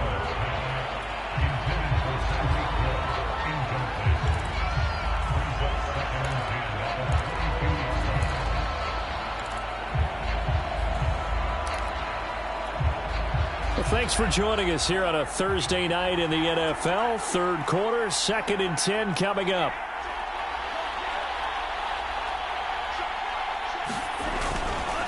Now a handoff here to his running back. He takes it to the 15. A nice display of power. That gives him a nice pickup. They get 7 out of that, so they're left with a 3rd and 3. That was a really nice run there to bring up 3rd and short. After the incompletion on first down, it's awfully nice to have a running back that you can hand it to and put you back in a good situation.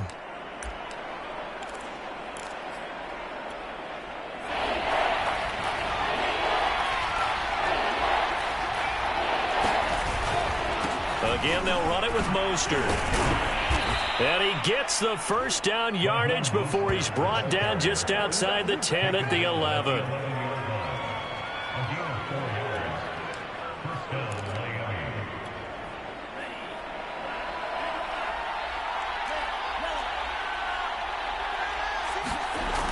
They'll look to throw here. To the end zone, but it's incomplete. In the red zone, precision is the watchword. If the throw's a little too early, too late, maybe off a little bit, going to be a good chance that any attempt is going to be a contested one, and that one falls incomplete.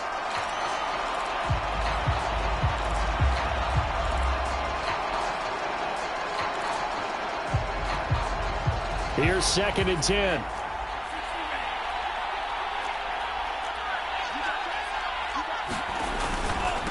They hand it off to Mostert. And he'll get this one down to about the 10-yard line. They do get a yard there, but only a yard. Leaves them with 3rd and 9 looming.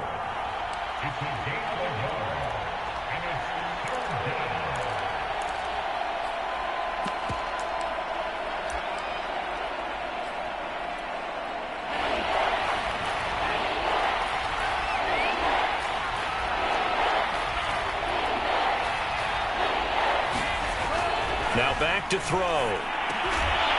And he's got his tight end, Gesicki, in the end zone. Touchdown, Dolphins. 10 yards on the touchdown pass. And the Dolphins use the short field to their advantage as they cash in for 6. A post to the tight end for 6. Gosh, those guys are so tough to cover, aren't they? Just in general, tight ends running those patterns near the goal line. Because you have to decide how you want to treat them. Are they a wide receiver? Are they a big extra blocker on the field? Or are they a hybrid and caught in between? So are you going to use a linebacker? Are you going to use a safety? Are you going to even move a corner in if you're going to play nickel or dime defense? They usually win those matchups because they have an answer for all 3 of those positions.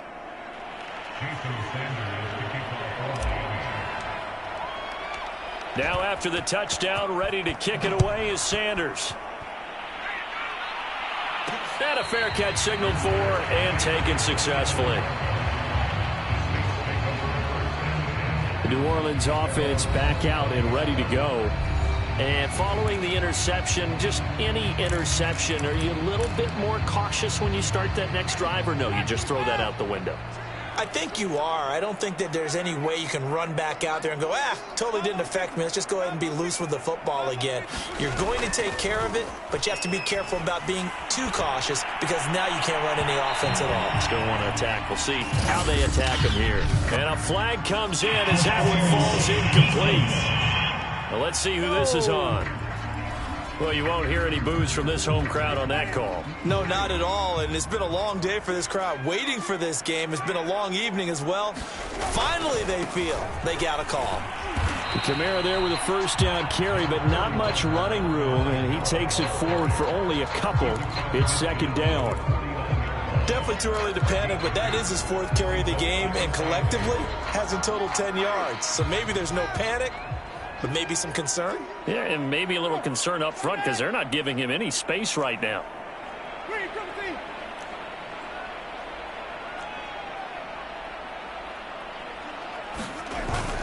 Back to the ground, this time with Ingram. He'll be taken down at the 48 for a pickup of 2 yards.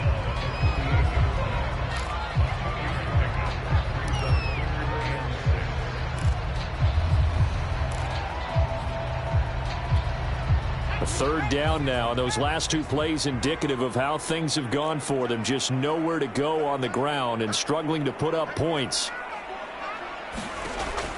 Back to throw. Adams. And the trick play doesn't work. Good reaction there defensively. And it'll be 4th down. That's a first down if he holds on, but you saw the contact, able to jar it free from him and force a 4th down. Great play defensively there, as you said, just to knock it free, because if he had caught that, past the sticks, first down.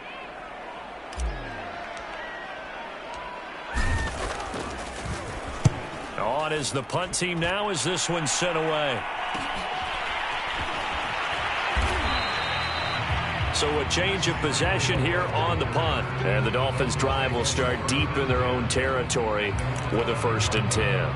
That punt was near perfection as it checked up inside the 5-yard line.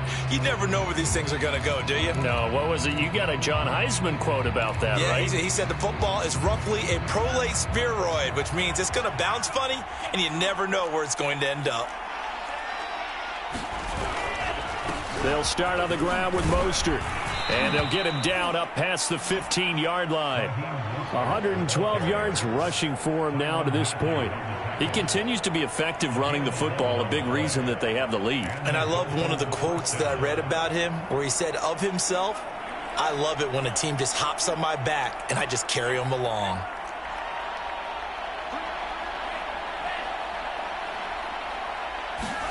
On first down, Tagovailoa. That's to Waddle on the quick slant. And some space here. And he'll take this to the other side of midfield before going out of bounds.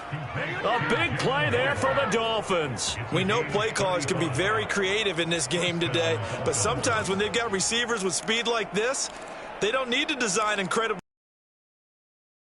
Just get the ball in his hands and let him do his thing. In a sense, less can become more, and it was right there. And he's going to lose yardage here as they will switch ends as time has run out on this 3rd quarter of play. 1 quarter remains here in this Thursday night matchup. You're watching the NFL on EA Sports.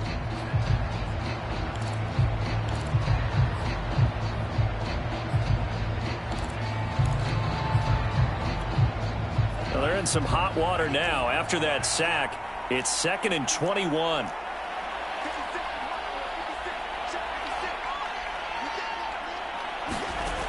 From the gun, it's Tua. And that's going to be too high, out of bounds and incomplete. Let's phrase this delicately, okay? Might have had a better option instead of throwing the football into double coverage. He was blanketed. I was surprised that he went his direction. Yeah, should have thought maybe about the check down, take the completion, keep moving. The Saints going to call the first of their timeouts. That'll leave them with 2 remaining. We'll be back after this.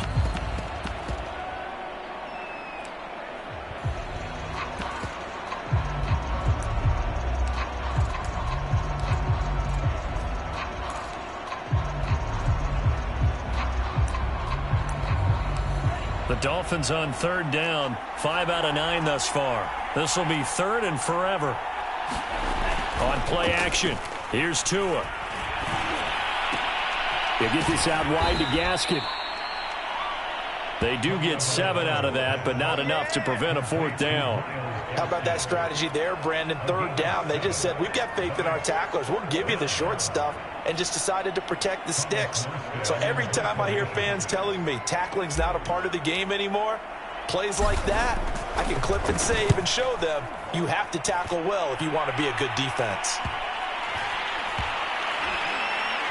And good hustle here as this is going to be blown dead right at the 9-yard line.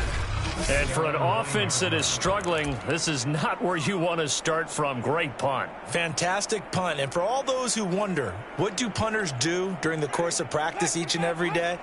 The best ones do what we just saw there. Work on positioning the football and helping their team. Jameis now on 1st down. And that's going to be incomplete. Too tough to hold on to that one. It's 2nd down. The frustration is definitely setting in because they've thrown it to him over and over, unable to come up with a catch thus far. I think he knew he would have his challenges against his secondary. I don't think he saw a goose egg at this point in the game.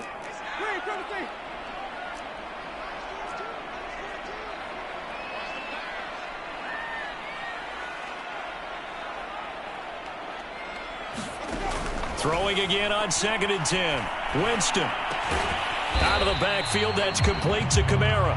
And he takes this just about a yard shy of the 20. Well, I can put my defensive cap on right now, and I know they're saying don't give up any big plays now. They've controlled this game throughout, and all they want to do is see it through to the end.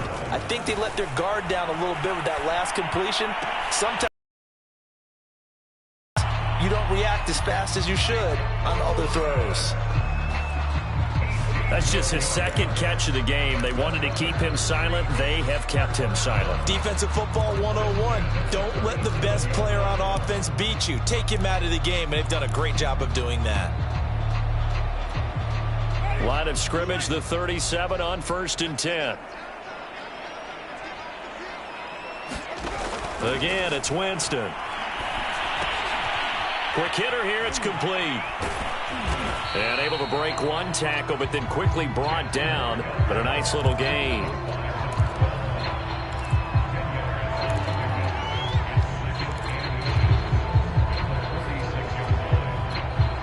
A good gain on 1st has him set up with 2nd and just a couple of inches now from the 29. Here's Winston. And he fires one incomplete.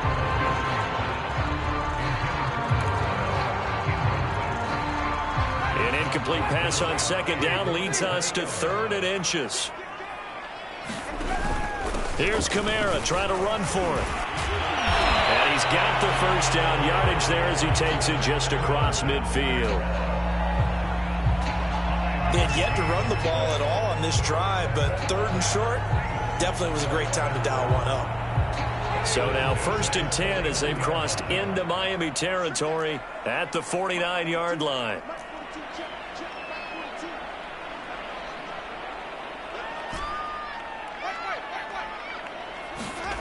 Throwing, Winston.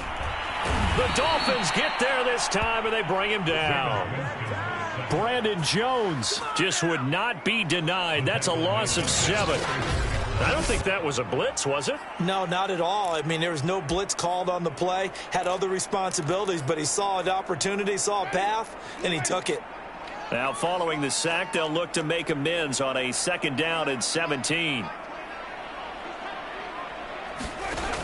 Winston. And my goodness, another interception. Picked up by Xavier Howard.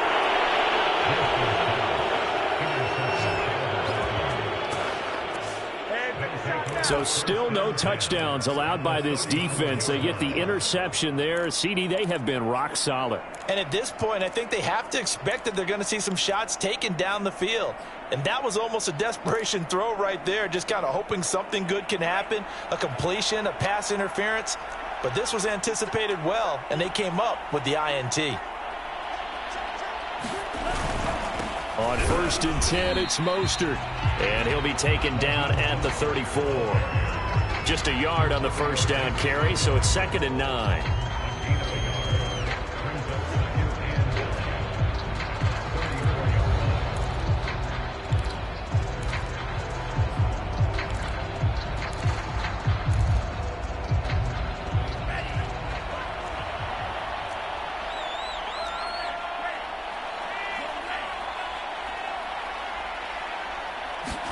They fake the handoff. Now Tua. Dancing to his left. This will be caught. It's Waddle. And he will be brought down, but a 1st and goal coming up as we have come upon the 2-minute warning. Just 2 minutes remaining here in the 4th quarter of what has been a one-sided.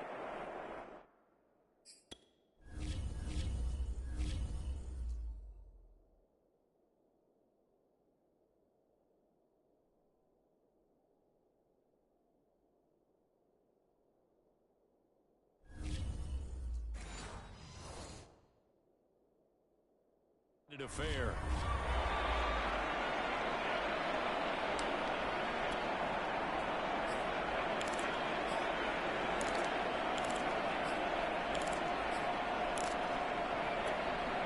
So the Dolphins have it as we welcome you back in.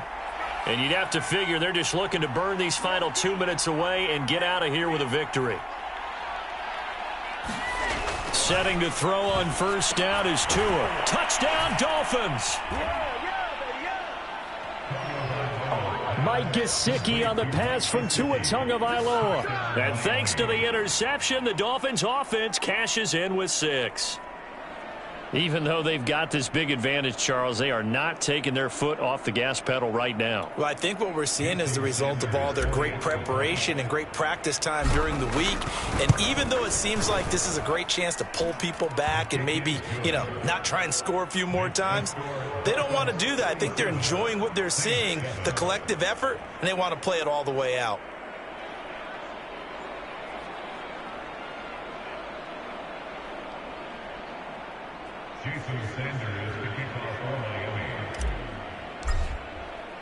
Now after the touchdown, ready to kick it away is Sanders.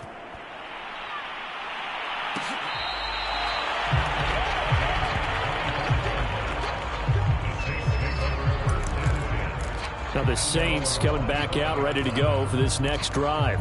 They've lost this one. Their offense has struggled. Do they try to put together something here at the end just to take into next week? Yeah, sometimes teams want to do that and coaches want to. I remember one time I was on a team and we were losing late in the game like this, and you knew it was lost. It was over, right? And the coach called a running play and pretty much said to everyone, I want to see something executed well before we get out of here. And that was the message to the team. Just something to build on. Just something to build on, get it done, and maybe we can look at that and say, we'll get better as we go forward. Now we'll get a quick timeout called by New Orleans, number 2, as he'll get a chance to talk it over after picking up the 1st down.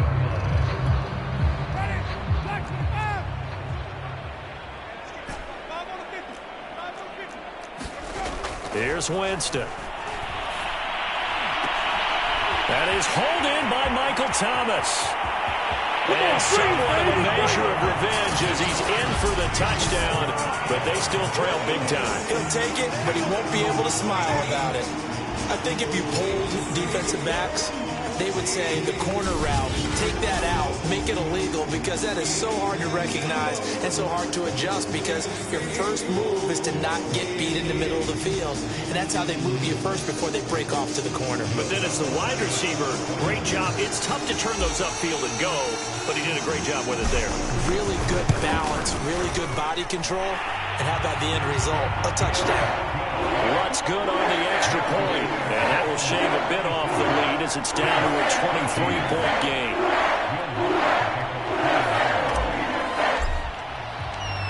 After the touchdown, Lutz to kick it off.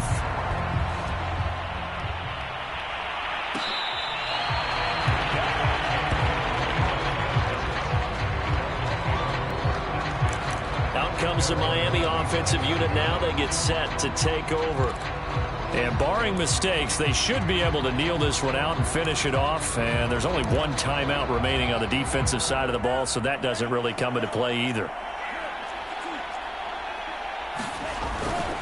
On the ground, it's Mostert to start the drive. And this will be a gain of 5 as he gets it to the 30.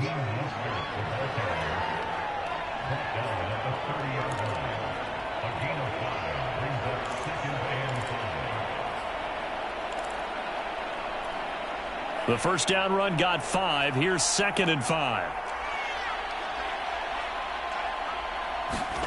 That one looks like he'll throw here. And the Saints pressure gets him. Brought down for a sack. So now after the sack, Tua and the Dolphins staring at a 3rd and long. On the handoff, this is Mostert. And a short gain there as he'll get it up only to about the 24. 3 yards won't be enough here as that'll bring up 4th down. Well, the guys who are paid to make the tackles deserve some kudos there, but I think they deserve even bigger ones, because in that situation, they had to be thinking pass. Loosened up defense, going to pass coverage. Instead, maybe they surprised them a little bit running the ball, yet they rallied to it and stopped them well short of a first down. 8 yards on the return following a punt of 41. Back out onto the field now comes the New Orleans offense. They're down big here late. I don't know. You just one last drive here for pride? Some people like to do that. I remember playing for a guy once. We were down huge, and someone said, "Coach, what do you want to call?" He just waved a hand like, who cares? Let's get out of here and do something some other time. But some teams like to do something at the end to feel a little bit better as they continue to move forward. Yeah, probably just want to put this one behind them. And that will be incomplete with a clock showing 18 seconds now to go. He started out having some troubles back in the first half connecting with his receivers. Really hasn't gotten a whole lot better. Yeah, he's at less than 50%, and you and I both know that just won't do. So I would think about spreading things out, putting it on the receivers, make them win those one-on-one battles on the perimeter and find their way open. To throw again on 2nd down, Winston. Pass incomplete, but the flag in the backfield, and this might be a roughing call.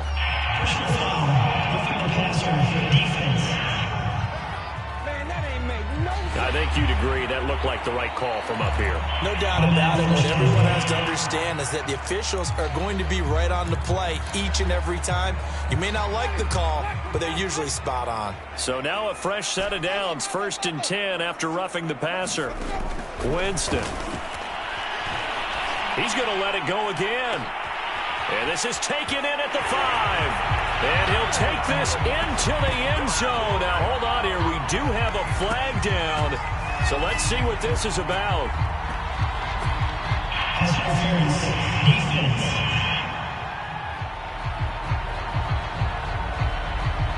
And yes, they want the points, so they will decline the penalty. No question there. You don't think they spent a couple of seconds mulling over what the penalty would do? I don't even know why they asked the sideline. Not at all. When you put the ball in the end zone on a takeaway, take the points and keep moving. Now here's Winston as his guys will line up and go for the 2-point conversion.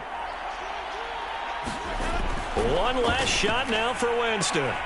He's got it. So they convert the 2. That keeps their slim hopes alive as we're back to a 2-score game. So they were right on target there with a fade to get the 2. It seems like a low percentage play, doesn't it? Because you're throwing it into a tough spot and there's not much room to come down. But when you have a really athletic receiver and a quarterback with touch, it's hard to defend.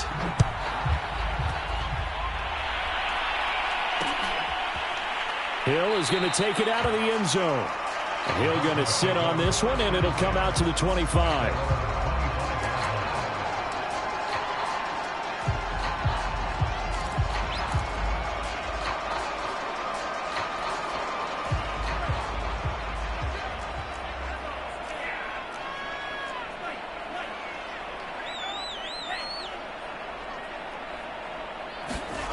Two and now on first down.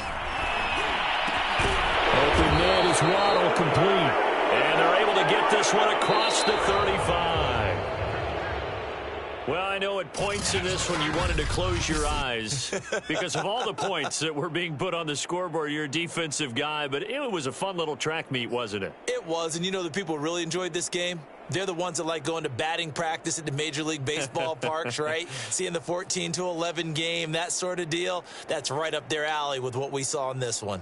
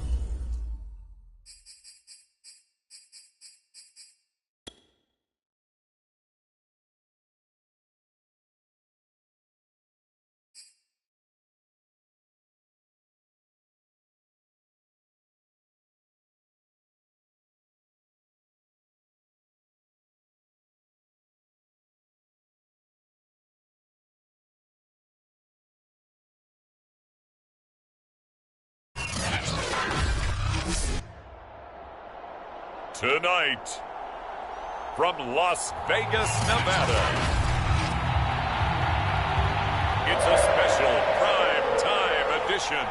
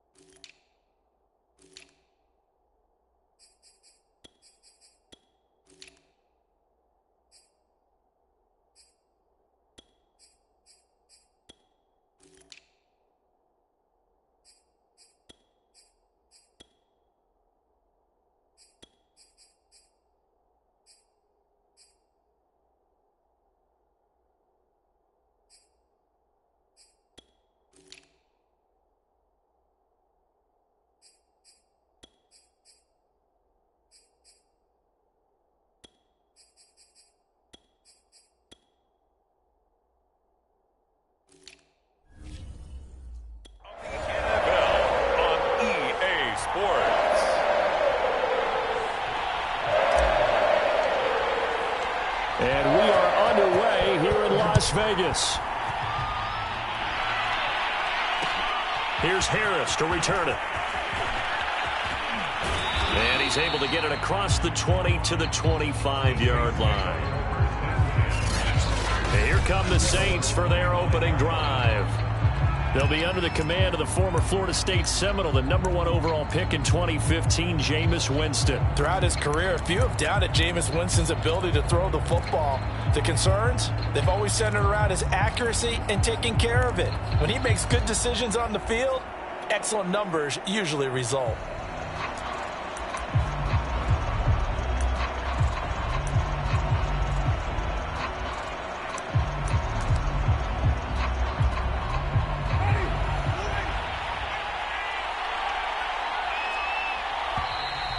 Foul problems right out of the gate. We're going to get a delay.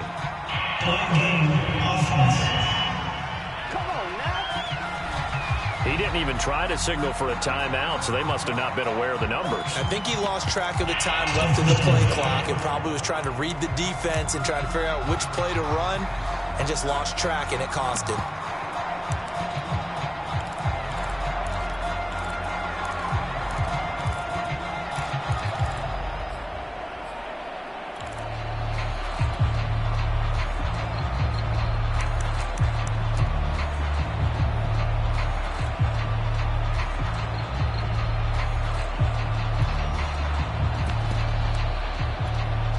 The delay of game backs him up 5, 1st and 15. Winston to give. It's Kamara. And a short gain there as he'll get it up only to about the 24. Give him 3 there on the first play of the game, and it's 2nd down. A 3-yard pickup brings up 2nd and 12.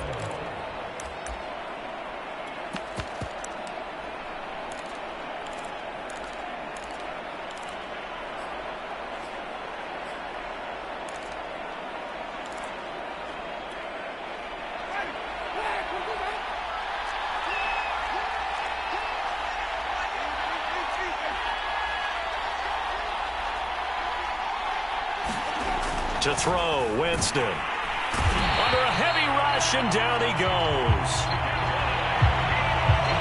They get to him for a loss of 4, and it brings up 3rd down on the sack. Just 2 plays in, and Charles already their first sack defensively. Yeah, how about that? That didn't take long, did it? And now they look at 3rd down, and that's another time to try and go and get the quarterback, too. So now after the sack, Winston and the Saints needing to figure out what to do. Tough play, 3rd and long.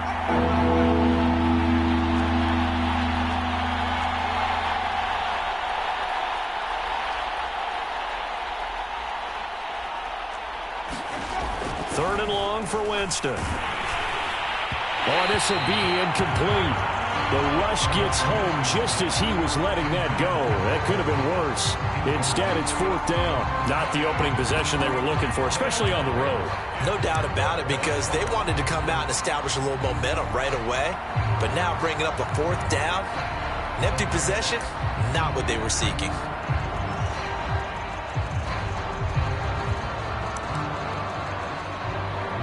Here's Blake Gillikin now.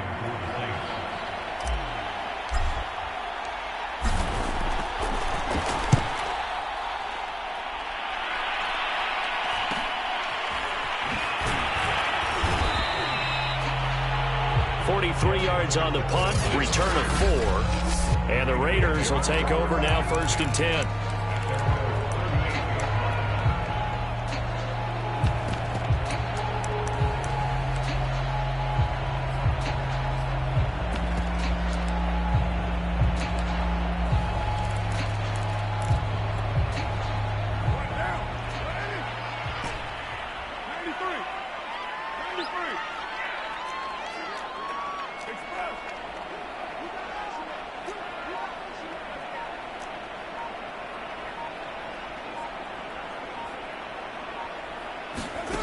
Carr going to throw. Flushed out right. Finding some room at midfield. And he's going to get this into enemy territory at the 45.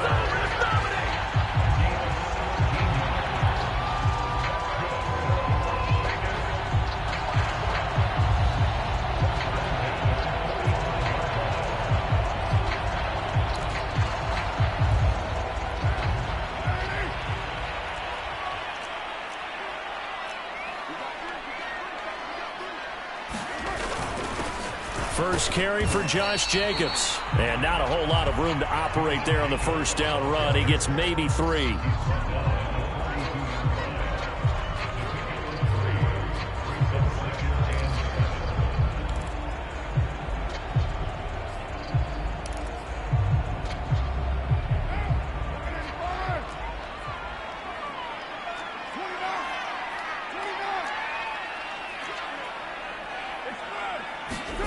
On 2nd and 7, Carr eluding the pressure right. Thrown across throws his body, and it's intercepted. Picked off by the linebacker, Demario Davis. And the Saints are going to take over here at their own 22-yard line. He got outside the pocket there trying to improvise, and he was calling for the ball downfield, but still the interception. I think what happened, he did call for the ball thinking that he was open, but I think the quarterback spotted him too late. And that margin that he had on the defenders, that got eaten up, and they came up with the interception. Denzel Perryman there to bring him down. The tackle by Denzel Perryman. 2-yard down pickup. It's 2nd and 8 at the 25-yard line.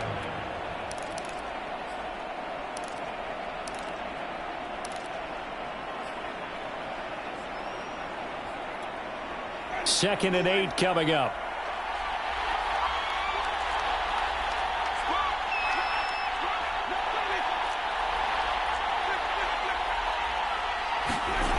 Winston now.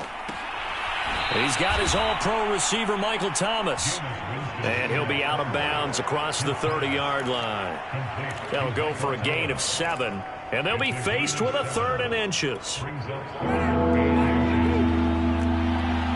And now Winston wants to talk this one over as he'll take a timeout.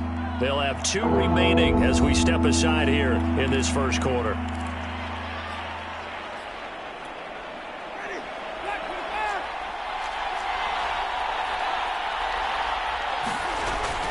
On 3rd down, here's Kamara.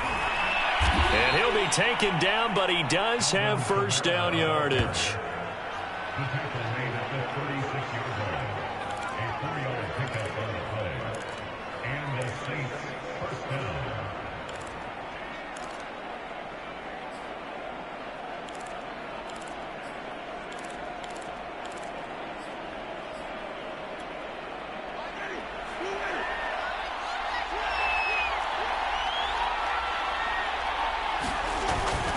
Now Kamara. And he'll take this one for about 4 up to the 40. The tackle by Denzel Perryman. A gain of 4. It's now 2nd and 6 at the 40-yard line.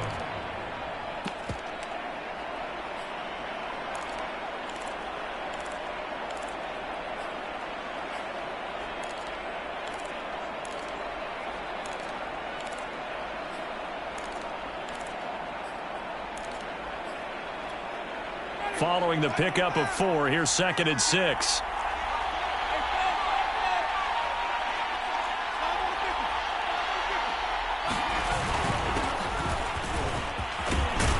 And he'll be taken down, but not before he gets into enemy territory.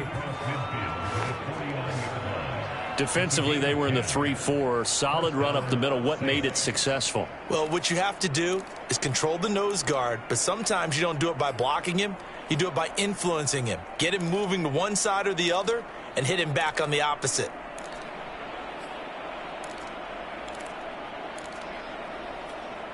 So here's a 1st and 10 now in Raider territory at the 49-yard line.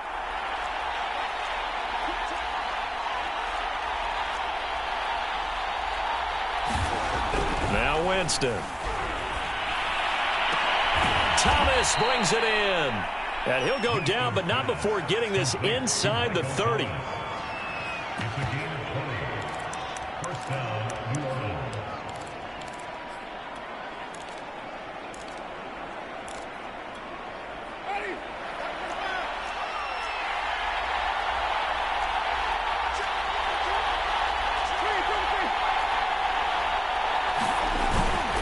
Now Hill might have gotten this one down to the 28, and that's all. The tackle made there by Kyler Fackrell.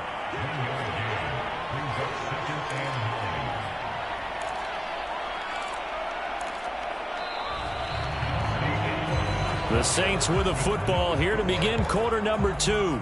We're scoreless after 1.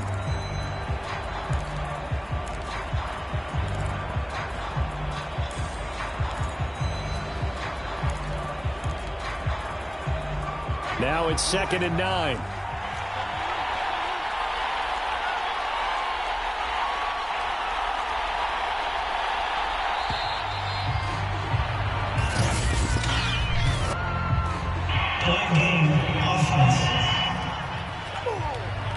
He didn't seem in a rush. I guess they just didn't know where the play clock was. I think you're right about that because there was no hurried movements there, right? No up-tempo at all.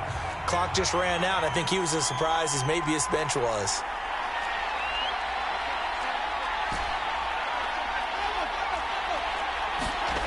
Now Jameis on second down. Looking left side, and it's complete. And he's going to have another first down as the tackle comes at the Raiders' 18. Well, for teams that like to play man coverage, running corner routes can be tough on them because of the ability of getting into it. Sometimes you're squaring it off. Sometimes you're just rounding it. Sometimes there's a fake. Sometimes there's not. That makes it very, very difficult for a DB to stay with it. So from inside the 20, here's 1st and 10 at the 18.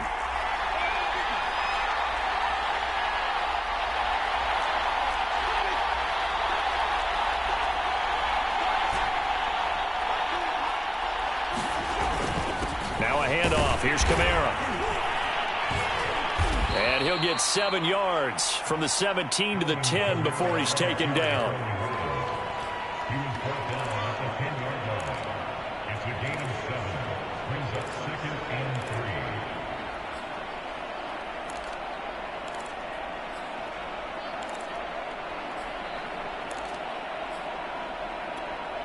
Second down and 3.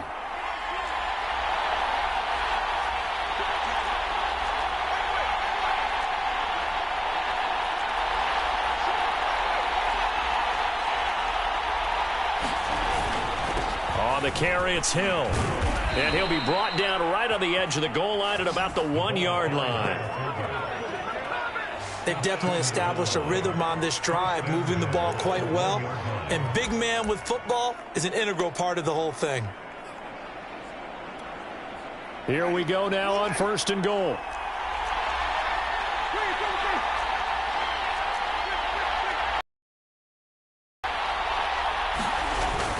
Ingram. And he'll actually lose a little bit of yardage here. Back to the 2. It's a loss of 2 there, bringing up 2nd down. Defense really sold out there to stop the run. Understandable down near the goal line. Now on 2nd down, you have to wonder, might we see play action here and a flip right over the top? Back at the 2 now. Here's 2nd and goal.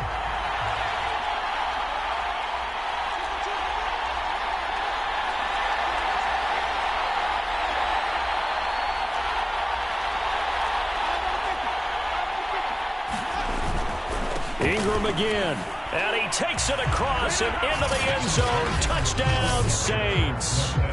Mark Ingram taking it in from 2 yards out as his guys are on the board first here tonight. They were able to push him backwards on 1st down, but this time he forces his way in. I wonder if he went back to the huddle and said, guys, just a little bit more help, and I can get it done on this one. Maybe even overruled the play call from the sideline, just feeling like he had that opportunity, and he wanted to cash it in. Lutz with the extra point, and that makes the score 7-0. So that drive, 12 plays in length, and it's Mark Ingram who caps it off with a touchdown run. After the touchdown, Lutz to kick it off. Here comes Darius Phillips out of the end zone.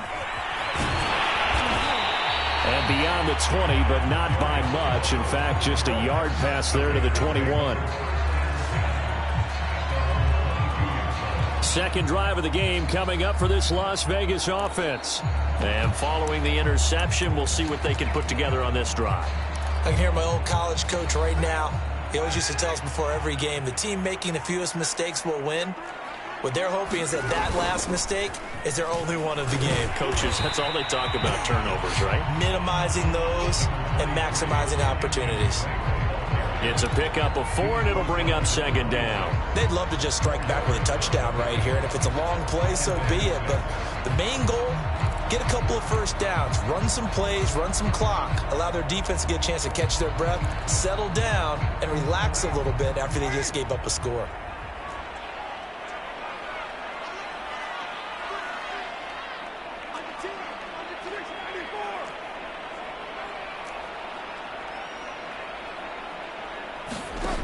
to throw on 2nd and 6. And he's taken down here by the Saints. David Onyemata, the defensive tackle, getting in there for a loss of 5. He found his way into the backfield, and he simply would not be denied. Well, they say that life's all about opportunities, and that holds true when you're playing defense as well. How about him seeing that chance, making the most of it, did a great job of wrapping him up and bringing him down. Throwing his car on 3rd down. Going for the deep ball. And this a leaping effort, but it's knocked away and incomplete. I know he wants to get his team back in the game, but a 50-50 ball right there that maybe was a little questionable. Yeah, he's pretty lucky to get that one back. I think that sometimes his quarterbacks play with a lot of confidence that borders on arrogance, and that can put your team in some Dutch. Yeah, especially maybe want to look at some safer routes after the interception he had that ended their last drive. A nice punt, but a good run back as well of 13 yards. The Saints again ready to go on offense. They had to go a long way on their last drive to score the touchdown. This time they get at least a little bit more of a cushion with field position. I have to think that with this field position, after what they did on the last drive, they might want to take a shot right now and try and cut down the length of the drive.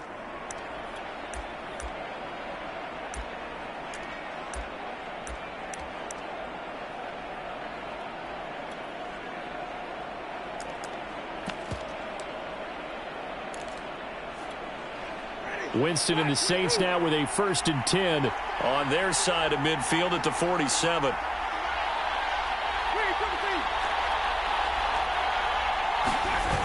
Here's a play fake as they set up to throw. They'll roll him out right. And this one is incomplete.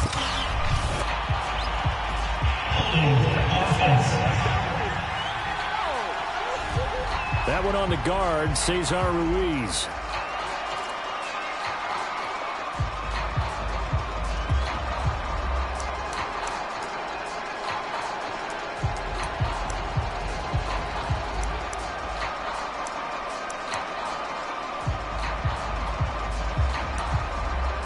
So following the hold, they're in a bit of a hole here with a 1st and 20. The Raiders going to use one of their timeouts. They'll have 2 remaining as we step aside here in this 2nd quarter.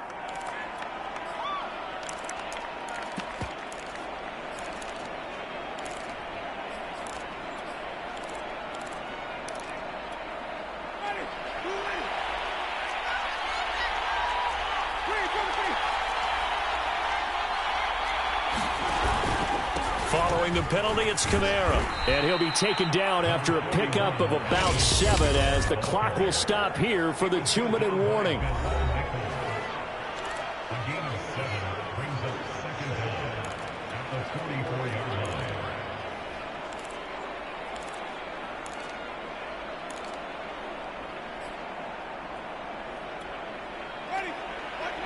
A reminder coming up in a couple of minutes' time. We'll pay a visit to Jonathan Coachman, the coach in our EA Sports studios. They'll have a look back at the next-gen stats from this first half of action.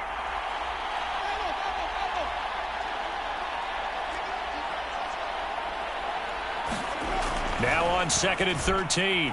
Winston. He'll find his tight end. It's Adam Troutman. And he's going to get this all the way down inside the 35.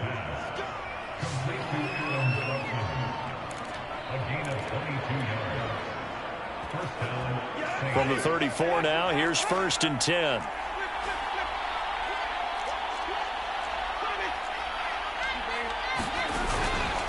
On the counter, here's Kamara. And that play is blown up, losing yardage back at the 35.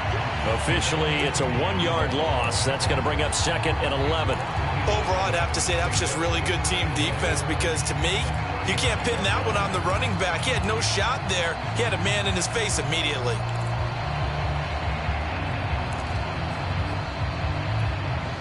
Second and 11 now.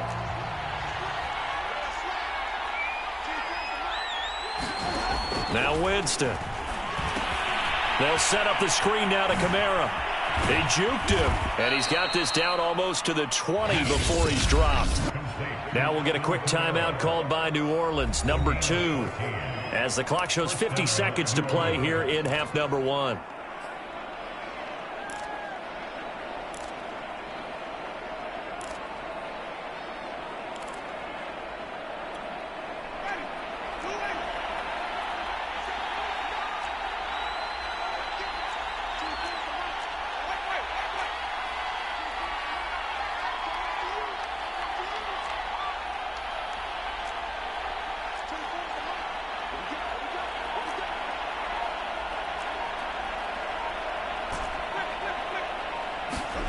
A first down throw for Winston. Looking left sideline, but it's incomplete. The target that time, Michael Thomas. And it's second down.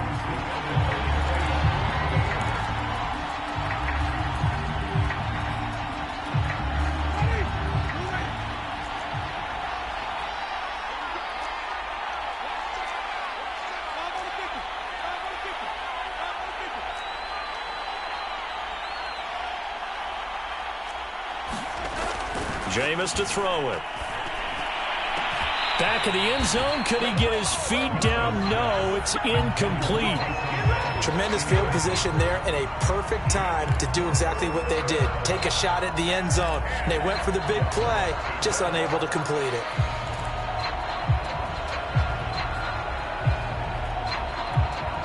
This offense was on the move. Now 2 straight incompletions have them looking at 3rd and 10.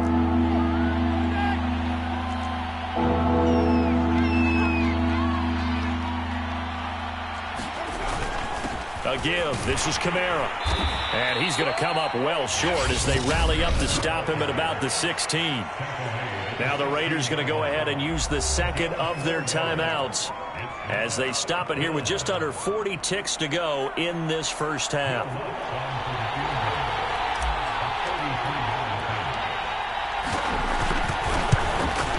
The kick by Lutz is good. And the lead moves to 10-zip.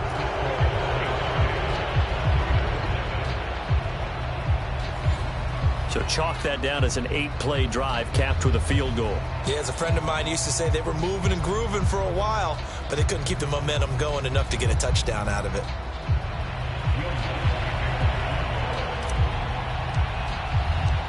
Following the made field goal, Lutz to kick it away. And that one will bounce out of the back of the end zone, so we will start here at the 25. The Raider offense going to head out now late in this first half. And with him down 2 scores, you wonder if they might try and put something together, even if it's just to get into field goal range. Just over 30 seconds to go in the half. They've got it 1st and 10.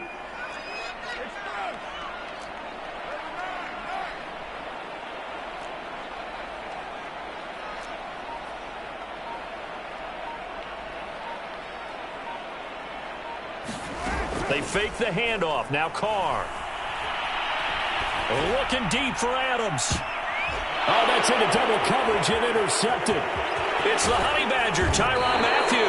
And he's able to get it back here to the 43-yard line.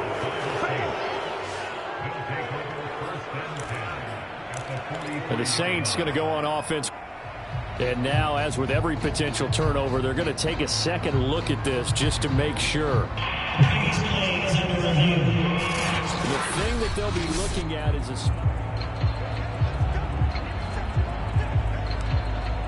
After review the play, the rule on the field is reversed. So that challenge, a successful one. A good starting spot for the Saints as they come up 1st and 10 at the 41-yard line. They start the drive on the ground. Kamara. And he's tackled a yard short of the marker. Good gain of 9 on 1st down. Now the Saints will use their 3rd and final timeout as the clock will stop with 21 seconds to go here in the first half.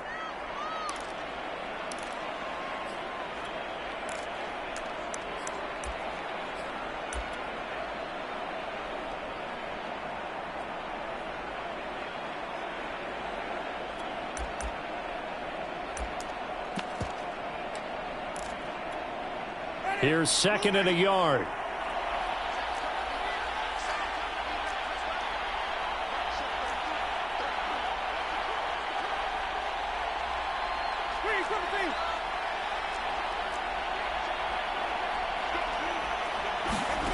Winston now from the 50. And down he goes. Brought down a Raider sack. Chandler Jones. He's the one that got home and takes him down for a loss of 9. So we have reached halftime with our score 10-0. As we send you to Orlando to check in with Jonathan Coachman and our EA Sports Halftime report. Coach, an abbreviated halftime show as we get rolling to quarter 3.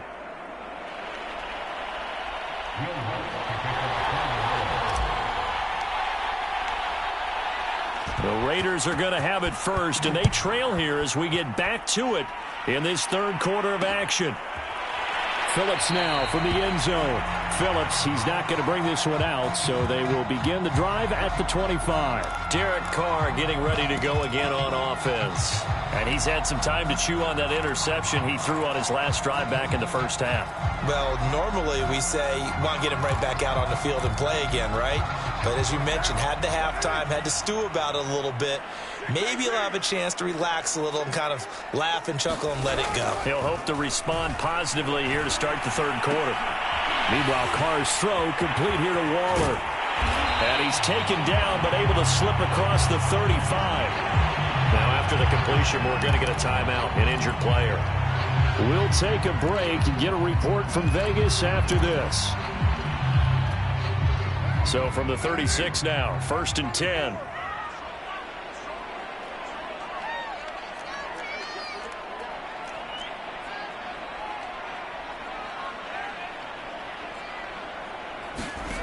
Shotgun now for Carr. Here's Johnson with a reception. And he's able to get this to the 40-yard line before he's out of bounds. You can see the time and effort and thought that they put into their passing game because it was evident right there. It looks like a simple pitch and catch, but you and I both know that they have planned for this and worked hard to make it happen. Still in search of their first touchdown of the game, but they're on the move. 1st and 10.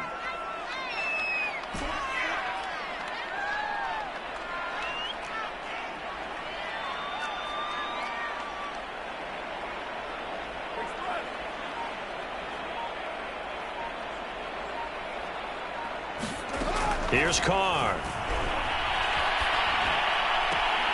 Got a man. It's Darren Waller. He's going to go out of bounds, but he takes this one down just shy of the 20. I don't know what they talked about at halftime. Whatever it was, it worked. They look like a different team here in the third quarter. Yeah, I doubt that there are very many trash cans that got kicked over, that type of a speech. I think what they did was they analyzed what worked in the first half, what didn't, and figured out a better game plan.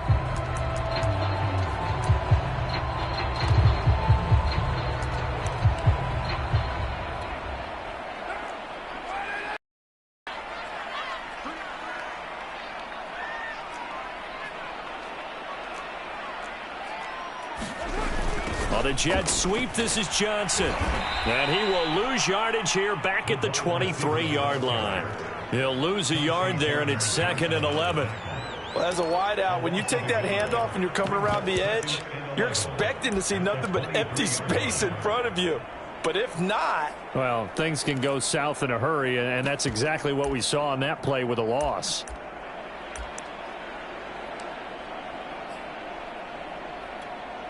Second and 11.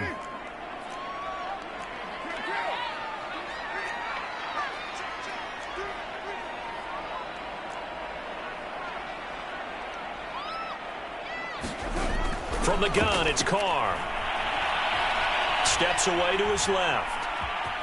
And out of bounds right around the 20. They'll wind up getting 4 there on his own, but it will leave him now with a 3rd down situation.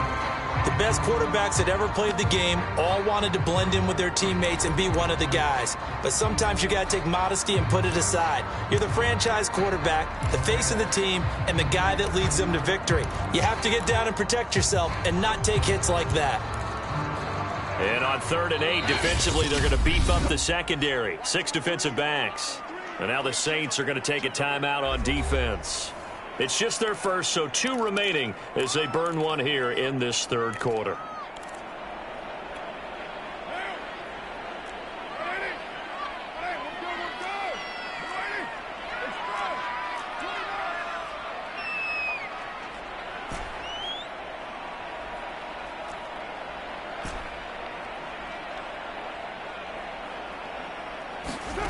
From the gun now on 3rd down, Carr. And that is caught. Touchdown, Raiders. Darren Waller there to make the grab. And the Raiders are back within a score.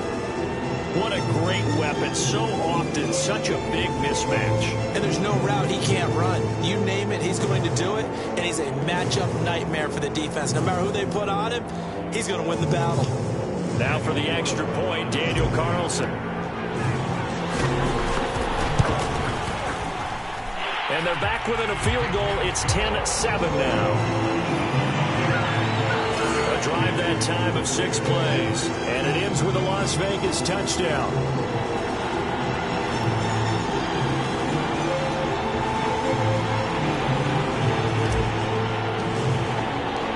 Set now to kick this one away, and off it goes. This fielded right at the goal line. And taken down just past the 20 at about the 21-yard line.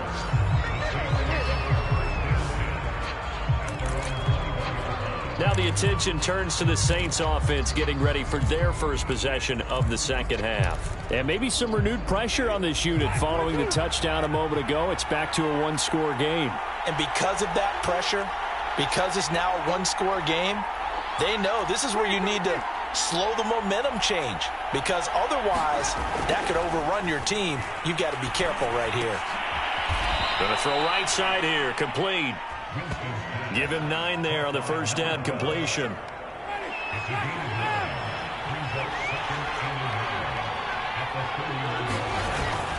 A 10th carry for Kamara.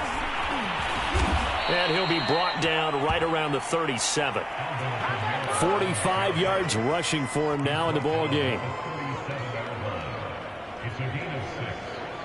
And the Saints first down.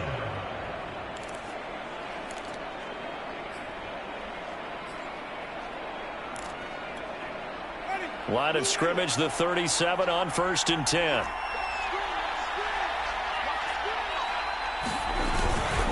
A handoff. It's Mark Ingram. And he'll work this forward for about 3 at 2nd down. He's tackled at the 40-yard line. A 3-yard pickup brings up 2nd and 7.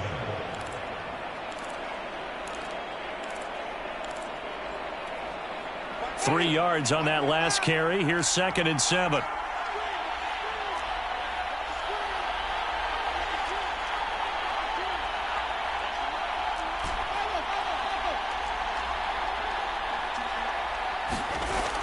He'll look to throw. And Winston lost the football. And the Raiders pick it up. And they're going to set up shop at the 27-yard line. So turnovers, Charles, you figure will be key in the second half, and that's a big giveaway there. Yeah, and as you and I both know, coaches are always preaching ball security, and none more often than right here in the second half of a tight football game. Now you've got to believe what the coaches are saying and take care of that football. Derek Carr and the Raiders set for their next possession. And he had the touchdown on the last drive, also 4 for 4. Very, very effective. What does he need to do to translate that forward into this drive? Not think that what he saw in coverages last time is exactly what he's going to get again. He's got to play ahead and start thinking to himself, okay, we just did that. What are they going to take away now? What do we go to as a counter? And continue to encourage his offensive line to continue to give him time. They were really good on the last drive.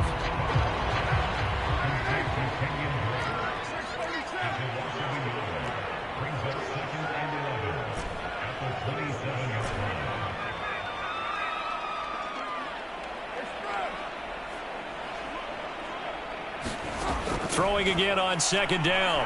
Carr. Renfro bringing it in over the middle. And taking it to the 15-yard line before he's brought down.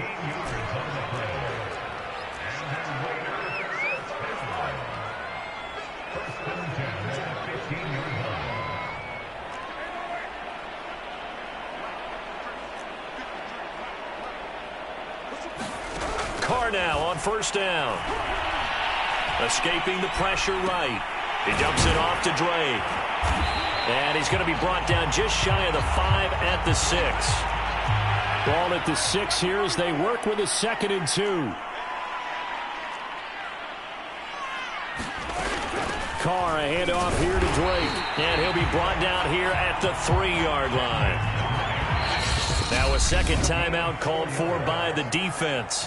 And that's going to leave them with just one timeout remaining still in the third quarter. We'll see if that comes back to haunt them. We'll be back.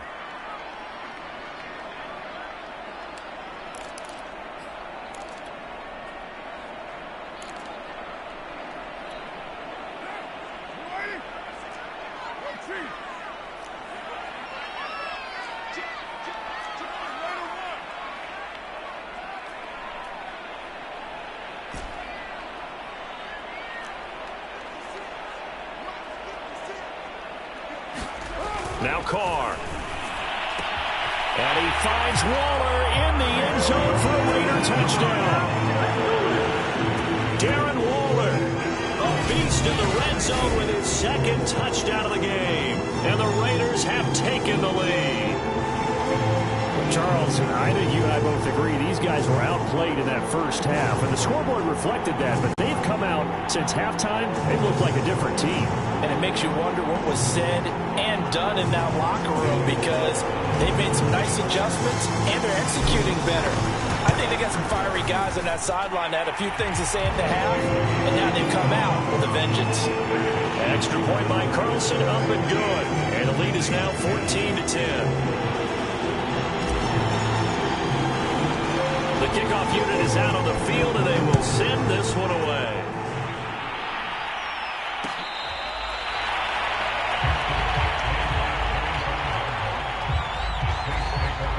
Set to take over once again. Out comes the Saints offense. And last time, not only the turnover, but that turned into 6 points. They got to make up for that here. We always hear about empty possessions, but some are worse than others. You can have an empty possession, punt the ball away, get yourself set to play defense, but when you turn it over, it changes momentum, and when they take it downfield and punch it in on you, that's a bad possession all the way around. Yeah, but you're hungry to get back out there, aren't you? You better be, because otherwise, it's going to be a long day for you. 3 yards on the pickup there, and it'll be second down. Brings up 2nd and 7 at the 28-yard line.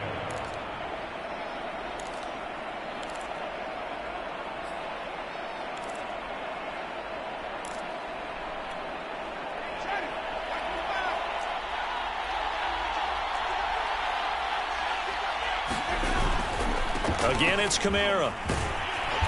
And he'll take this up near the 35, maybe the 34. It's a 5-yard gain, but they'll still be a yard short here with third down now looming.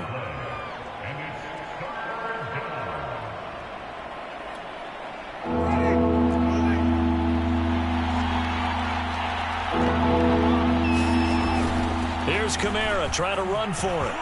Look at this, middle of the field, a breakaway. Past the 20. Touchdown, New Orleans. Alvin Kamara, 66 yards. And once again, the Saints are back out in front. Well, they were just hoping that run would pick up the first. They got the whole enchilada. And I'm so used to teams on third down, doesn't matter how far they need for a first down, throwing the ball. Instead, they run it, and as you said, picked up the first down, and then some, and then some. In fact, everything, all the way for a touchdown. Terrific play. Back now in Las Vegas. Welcome back, everybody. For the fourth quarter, we'll begin with a kickoff following the score on the final play of the third quarter.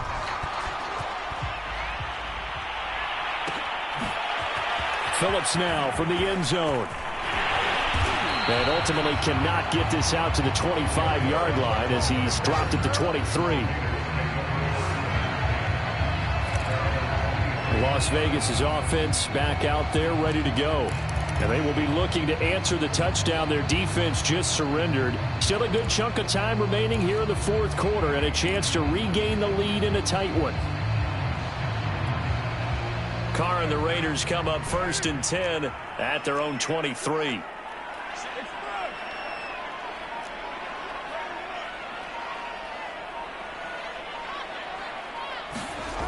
Throwing to start the drive. Carr flush to his right. And he'll just get rid of it. Personal foul. Roughing the passer for defense. Well, when you're leading in the fourth quarter, that's not the penalty you want. Not at all, and now your discipline comes into question. Having poise this stage of the game, you can't have those kind of plays.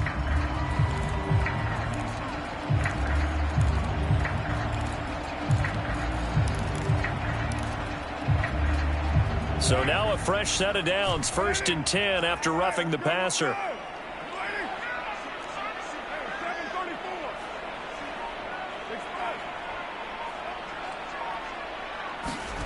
On play action, it's Carr. And able to rip off a big chunk of yardage before being... And here we are in the fourth quarter, partner, and watch them drive for what would be a go-ahead touchdown. And you and I both know this is where you need a quarterback who can keep his cool back there, not just for himself, but to keep the rest of the team relaxed too. So from the 39 now, they'll come up on a 1st and 10.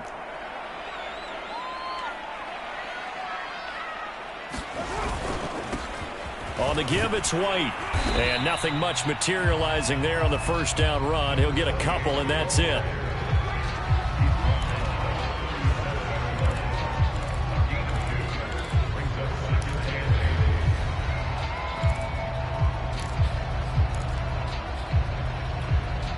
The last run good for 2. Here's 2nd and 8.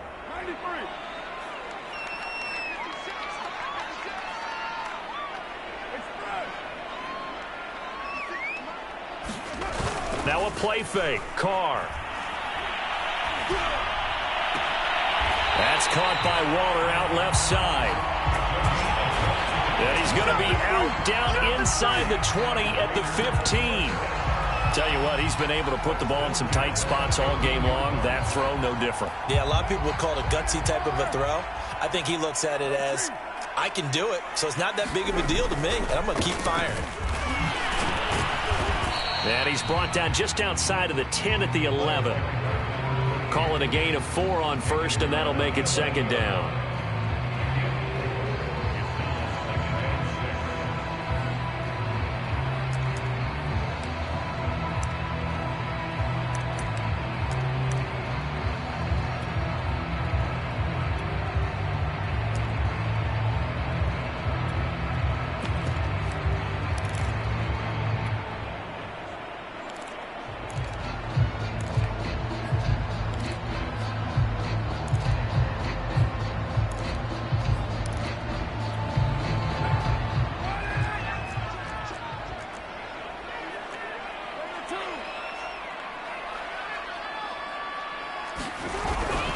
They go back to the ground, this time Jacobs.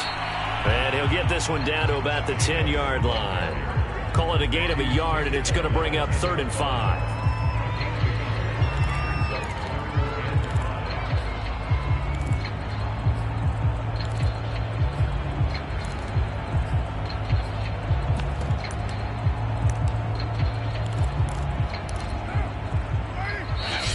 And play is stopped here. Timeout.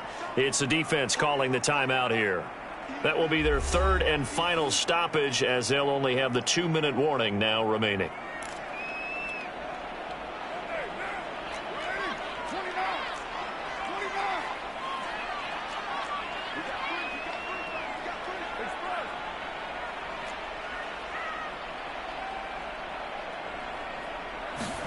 To throw, it's Carr.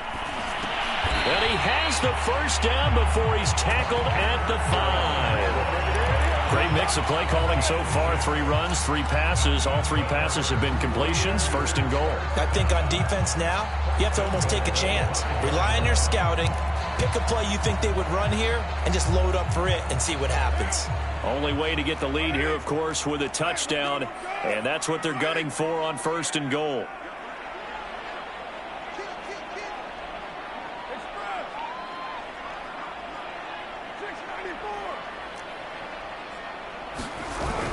Here's Jacobs. That's going to go as a loss of a yard, and it'll be 2nd down. Well, after the loss on 1st down, they're going to walk that line and understand they don't have to rush just yet, but time is still going to be a factor in their decision-making. Call your play. Make sure everyone knows what they're doing. You have to score a touchdown here. You've got to find a way to cash in.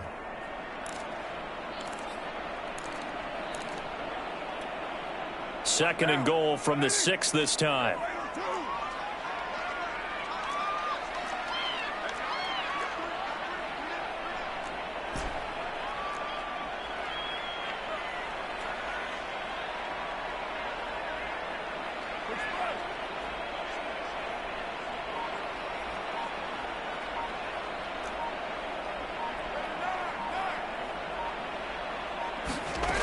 Carr now to throw.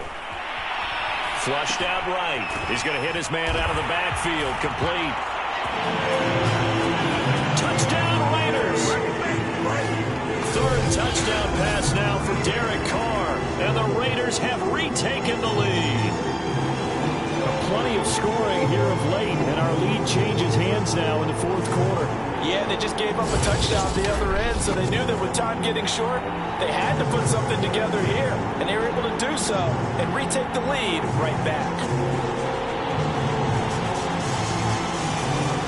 Carlson now to add the extra point.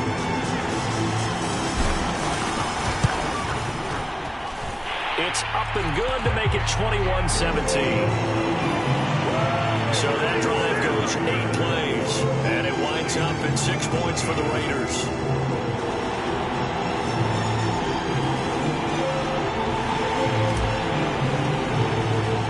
The kickoff team on the field now as they will send this one away.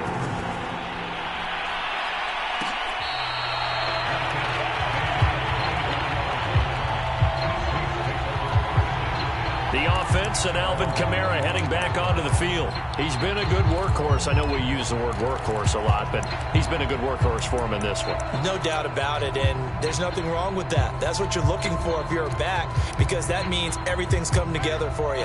Big guys up front have created space. You've run through it. You've probably gotten some help even from the wide receivers who want to catch passes as opposed to block, but they're helping out too. Yeah, everyone's pitching in. He's had a good game. Looking deep downfield. And that is incomplete. Took a shot there on 1st down, but he couldn't reel it in. This defense is continuing to contest every deep ball that is thrown downfield. And look, it doesn't matter whether you're playing man or zone. Eventually that becomes man on man, and you've got to trust yourself and go up at that moment of truth and make a play on the football. So the incompletion, and now it's 2nd and 10, again from the 25-yard line.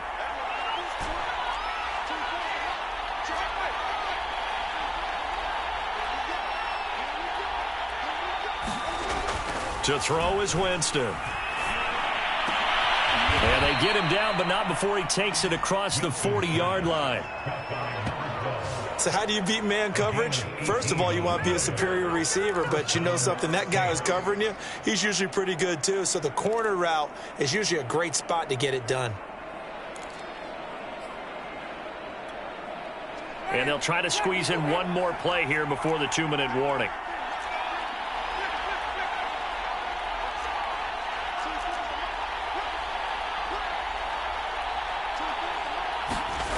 Jameis now on 1st down. And going deep for Hill. And incomplete on the deep ball.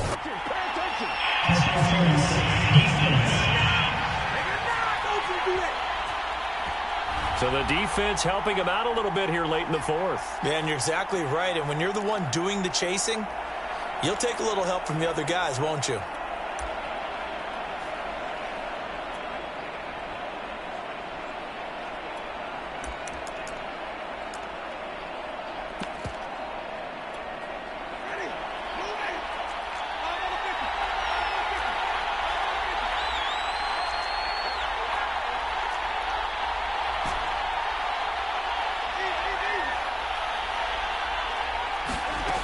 Winston to throw. And that is incomplete. Oh, that's certainly not the worst thing. It stops the clock and lets your offense catch its breath and lets us exhale a little bit. Now I expect them to call a couple plays in the huddle so they're ready if a tackle happens inbounds.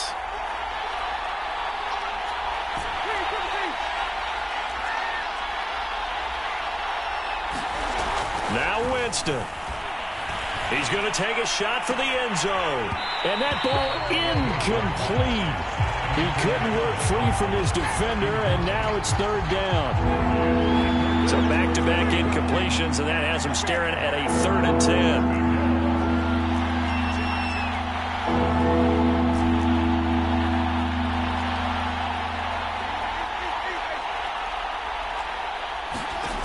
Winston.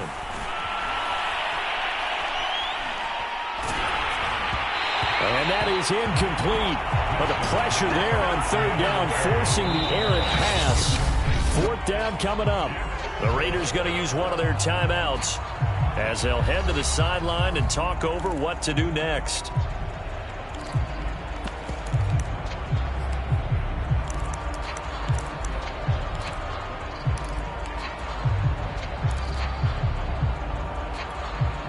Down 4 late. Got to go for it here on 4th down.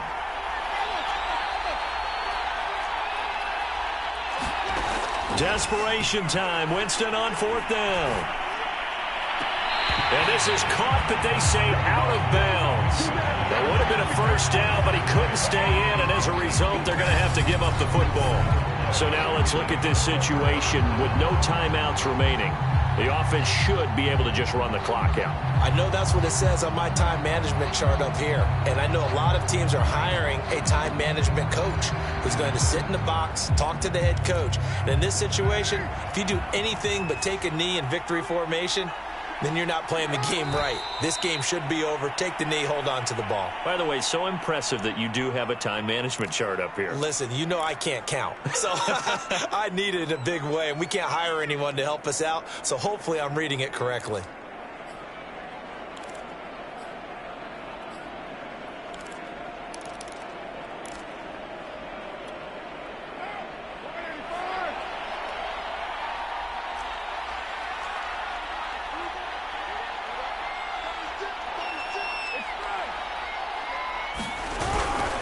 On 2nd down, they'll run with White. And able to stay on his feet past the 30 to about the 33-yard line. He gets them a little over half of what they needed. Now they're looking at a 3rd and 5. And now the question everyone's wondering, look at the clock, late 4th quarter. Do they put the ball in the air here on 3rd? I don't. I run the football, and I tell my offensive line, no leakage up front. I don't want my running back hit as I hand the ball off to him. I don't want any type of an issue. But if I am going to throw it, quick throw, out to the perimeter, maybe one of my best receivers running a quick slant or something like that.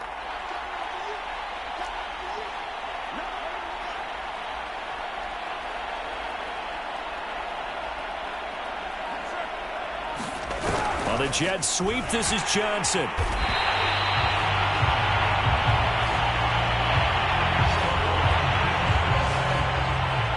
I think the reason this play is so successful is not just the blocking at the point of attack, but how about the speed at which he takes the handoff? He's in motion already, so he's not coming from a flat start like a running back often is. He's at a full run by the time he gets the football. They run on 1st down as they get about 3. 2nd and 7 forthcoming.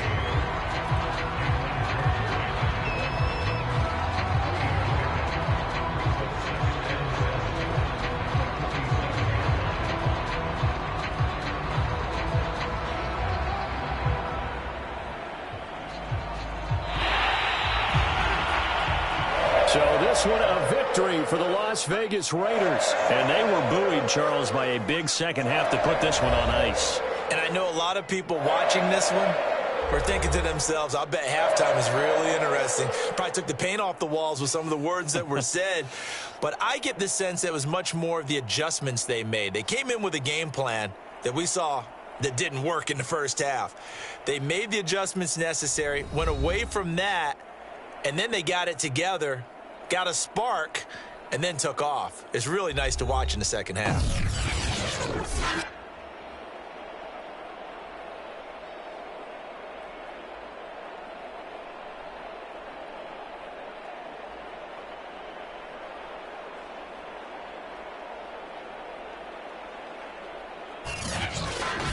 So that's a wrap for Charles Davis. I'm Brandon Gunn. And this has been a presentation of the NFL on EA Sports. For more, check us out at easports.com. Celebration time tonight.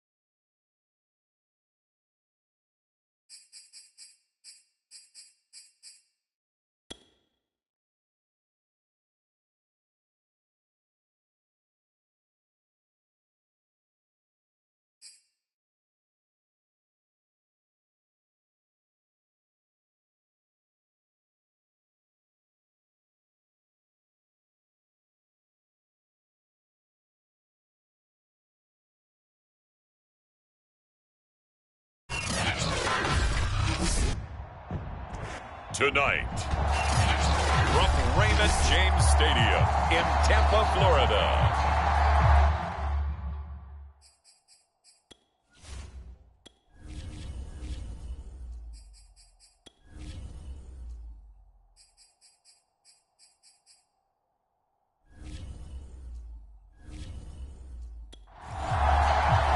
it's a special prime time edition of the NFL on EA Sports.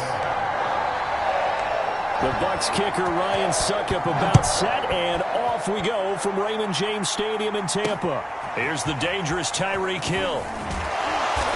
And a decent return out to the 27-yard line. The Dolphins take the field with Tua Tagovailoa, their quarterback from Alabama, at the helm. And for all the collegiate success he had, highest passer efficiency rating by a mile, he's a guy who's had his share of detractors at the professional level, but I do like his poise, I do like his moxie, and I love his accuracy.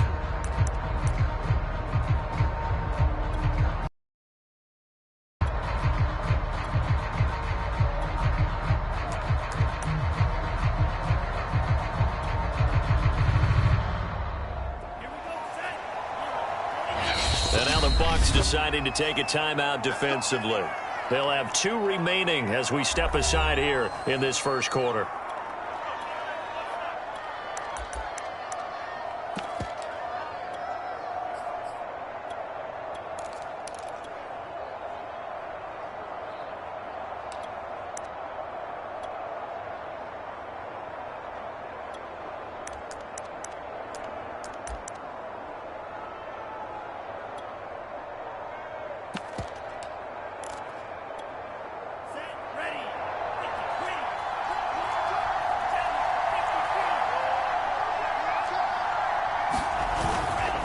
Here's Raheem Mostert, the local product from right here in Florida. And he'll work this forward for about 3 at second down.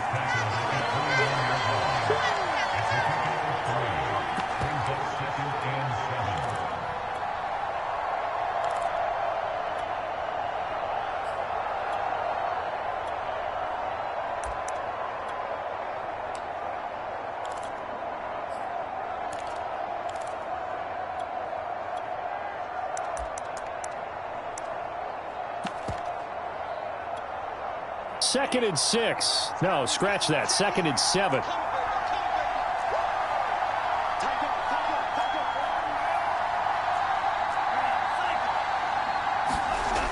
Here's Tua. Eluding the pressure right. And he will slide to a stop. He does have the first down. Let's go! Let's stop here! An 8-yard pickup.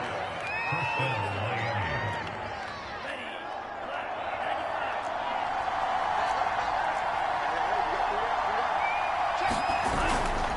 They hand it off to Mostert. And he'll be brought down just shy of the 45. It's a 6-yard pickup, and it gets him to second and 4. It's a pickup of 6. Brings up second and 4. At the 34-yard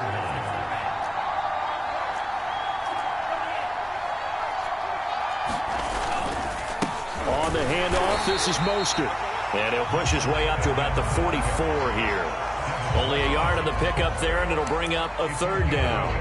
But when you go from second and 4 to third and 3, that just tells you who won that battle on the last play, huh? Yeah, first round went to the offense, second round the defense. Now the first carry for Chase Edmonds. And he won't be close to a first down as he runs into a wall right around the line of scrimmage. Now the Buccaneers go ahead and take another timeout. And that's their second charge timeout here in this first quarter. They're down to 1 remaining. And look at this. They're keeping the punter on the sideline. They're going to go for it here on the opening drive.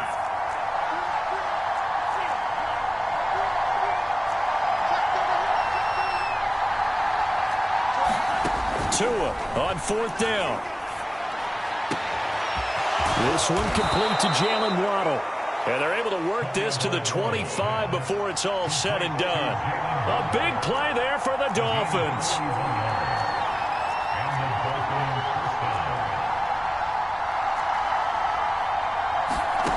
Setting to throw on first down is Tua. They'll get this to his tight end, Gesicki. And he's going to be taken down with a marker on the field.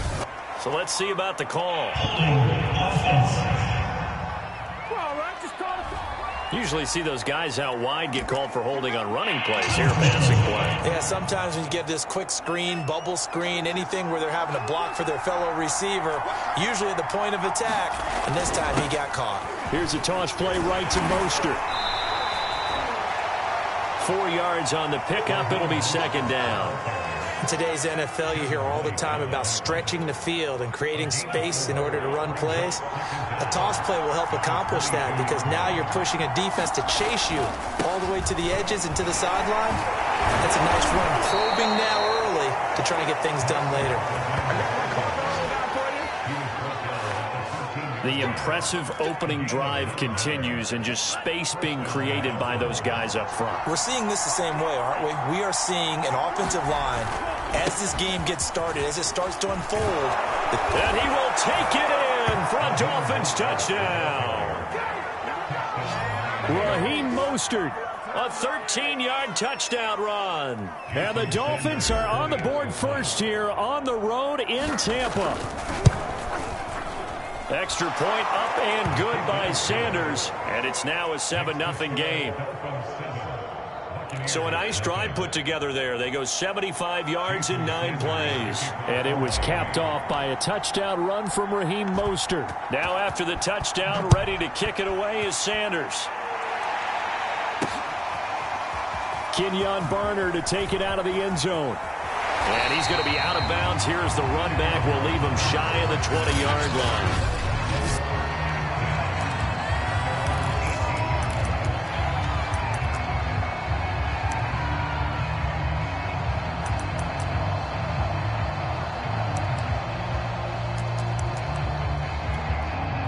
Brady going to bring the Bucs up with a 1st and 10 at their own 18. We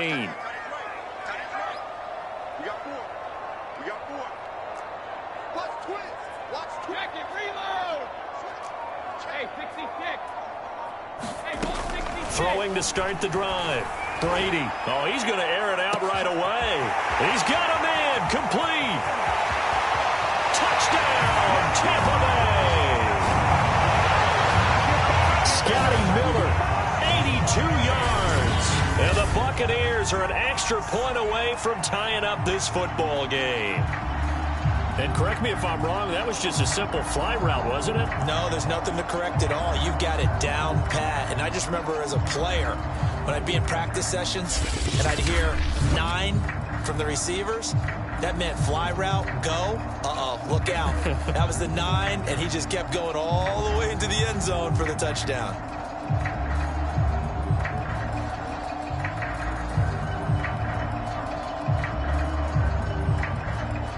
Ryan Suckup on for the point after.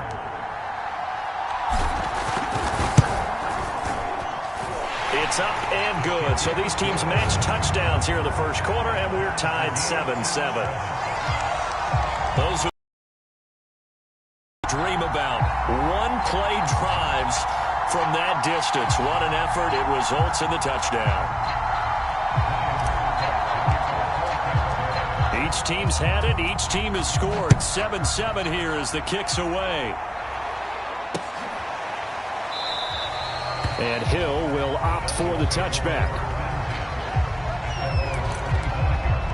So Miami coming out for their second drive. And they're hoping to redo their efforts in the last drive when they got into the end zone. And just think of what it's like now on the sideline. Because when you score a touchdown, you have to go over and look at the tablet and see what you did on the last drive. When you scored points, it's a whole lot better view than when you're trying to figure out how to fix things there. 42 yards on the ground for him so far.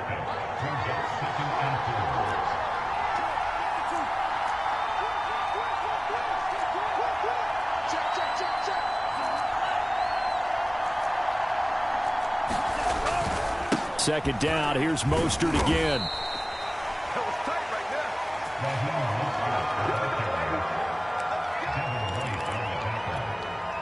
So from the 36 now, 1st and 10.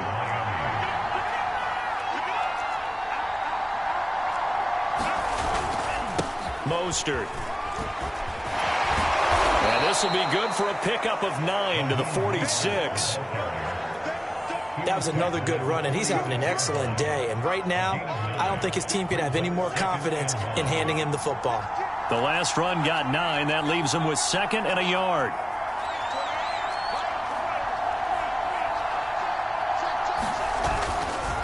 This is Mostert.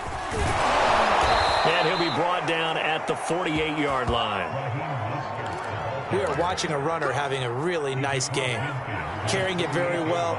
Vision is excellent, but boy, look at the help he's getting. Offensive line, I think they're pretty eager to block for him. Room here to run. And he almost made it, but just short. Finally out of bounds, right down around the goal line. It's a big play there for Miami. And it is still early, just the first quarter. But you start prorating the numbers, and we might be in for some history. I mean, that last run puts him over 100 yards already, and we've still got 3 quarters to go. It looks like a jumbo set with 3 tight ends here for 1st and goal. Tua going to run the sneak. And no signal, but I don't think he got the surge behind center. No, he's going to be kept out of the end zone. These 2 teams all tied after 1.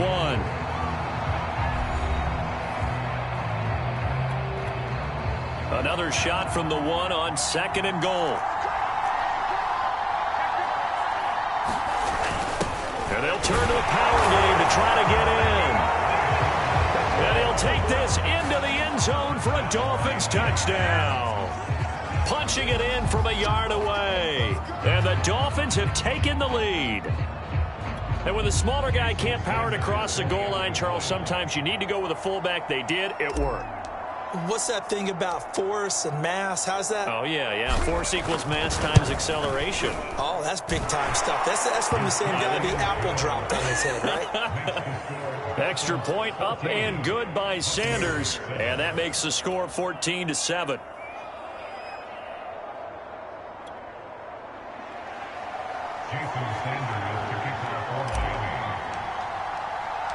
Now after the touchdown, ready to kick it away is Sanders. Returning from his end zone is Barner. And we will start at the 25 as Barner will not return it. Tampa Bay, they're getting ready to set up shop here for their 2nd drive. And following that long touchdown pass, a 1-play drive last time, let's see if the defense, you know they're ready. They don't want that to happen again. And you would have thought they would have been ready the last time. That's I mean, that's what you work on all the time. Make sure that no one gets behind you. That's the cardinal sin of defense, not giving up the long pass. They did. Let's see how they adjust.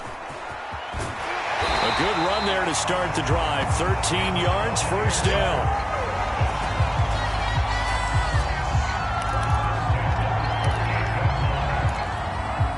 So here's a 1st and 10 at the 38.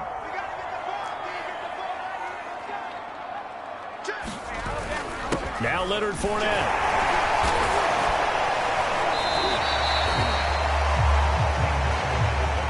There's so many definitions of a complete back.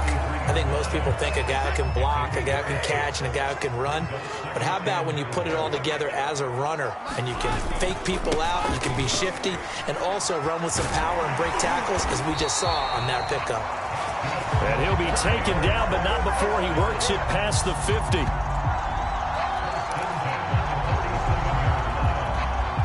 So a good run by Fournette. Now another 1st and 10. Go, go, go.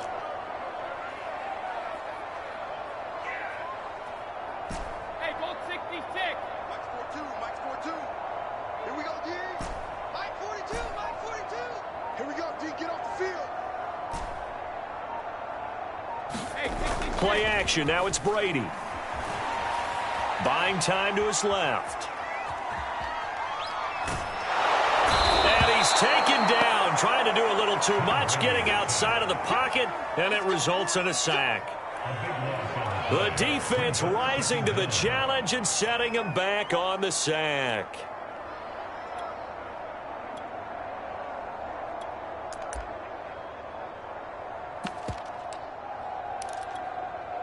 So after the sack, a scenario you certainly don't work on too often. 2nd and 24.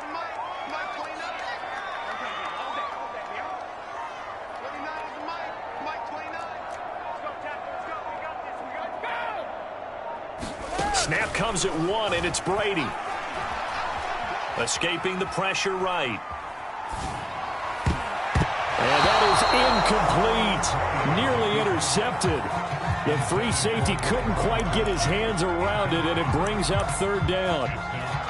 Pretty lucky to get the football back. Had his target out there waving the arms, saying I'm open, but maybe didn't see him quick enough. And I know the jokes are always about defensive backs' hands. What really actually happens, you don't get many opportunities. You get over anxious, and you start to think about taking it away and going the other way instead of focusing and catching the ball. Airing this one out for Evans. Rifles one, and that's going to be intercepted. Picked up by Xavier Howard. And some room to maneuver. And he will bring it back. It's a pick 6 and a Dolphins touchdown. Man, I've seen that play a couple of times already. Sanders on for the extra point.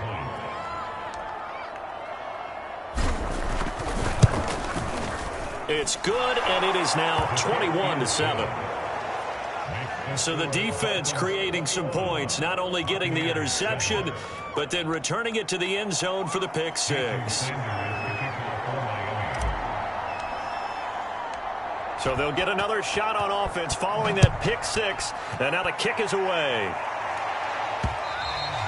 And that one will bounce out of the back of the end zone, so we will start here at the 25. And here we go again with Tom Brady and Tampa's offense. A lot of the problems have been on the other side of the ball. Is that frustrating for a quarterback who's been playing well? It is, but there's no way that the best ones let their teammates know that. They actually take it upon themselves and say, okay, I have to do even more, or I need to play better. Maybe even say I put my defense in a bad spot.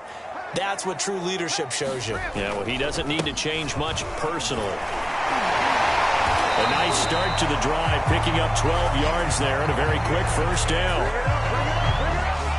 That run's successful in large part because they had a lot of extra help blocking up front. Yeah, you've got guys who can do that very, very well. In addition, they can catch the football. So sometimes when they line up with 3 tight ends, it's not necessarily to run it.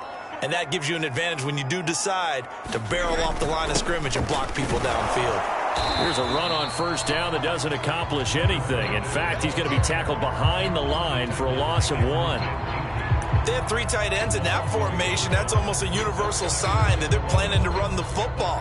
But how about the defense there? They met force with force and caused a stack up behind the line of scrimmage and threw him for a loss.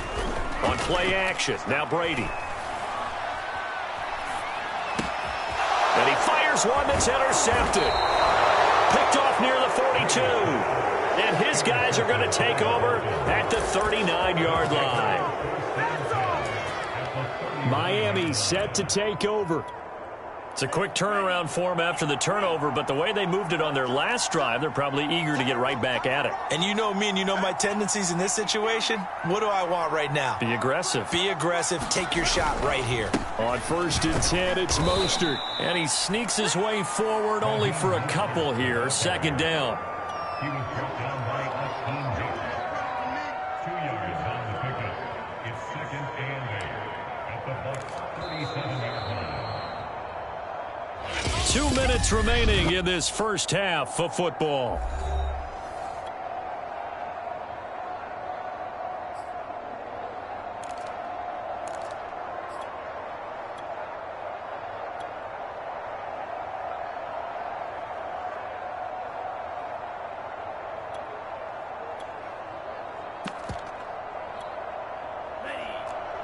We remind you in just a couple of minutes, we'll get you to Orlando and our good friend Jonathan Coachman. Coach will run through some of the numbers and the next-gen stats from this first half of football so far.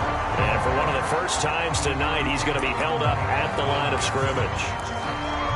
Officially no gain on the play, and they're left with a 3rd and 8. Now, they need to get to the 29 if they want to pick up a first here on 3rd down. Tagovailoa working out of the gun. Open man, it's Preston Williams. And he's going to be brought down short of the first at about the 31-yard line. The completion good for only 6, and that'll bring up 4th. So much about offense is what you call hidden yardage. You know, you throw the ball to someone, they catch it, and then they can make a big play. You know, they create a play, run after catch. They did a really nice job there of limiting that and keeping him from a first down. Yeah, stopped him in his tracks.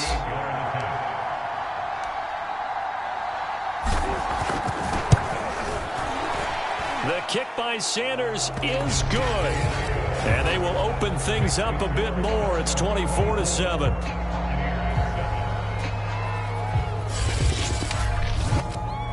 So they recovered the fumble, but ultimately could not take advantage of the short field. Definitely a lost opportunity right there. I mean, they were in prime position to put 6 on the board. Ended up settling for 3.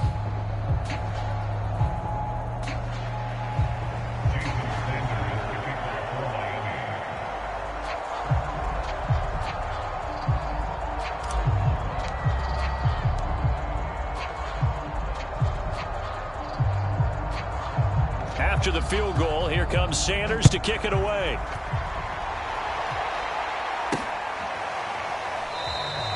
No return here for Barner. It's a touchback. They'll start at the 25.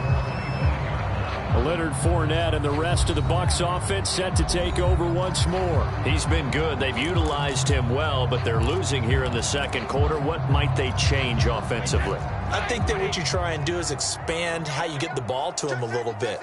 Get him out in open space, maybe swing the ball to him. What's that they used to call it in the West Coast offense, the long handoff? Yeah. Serve as your running play that way, as well as continue to feed him the football. Some of these runs now may pop bigger later in the game because of the effects of running it. Sometimes people, after a while, they don't want to tackle him anymore, or they get tired, or they get out of position, or he runs through tackles. Continue to feed him the ball. He's having that kind of game. Yeah, might they get him the ball in some space in some different ways here. To throw again on second down. Brady. And the Dolphins rush gets home. Down he goes.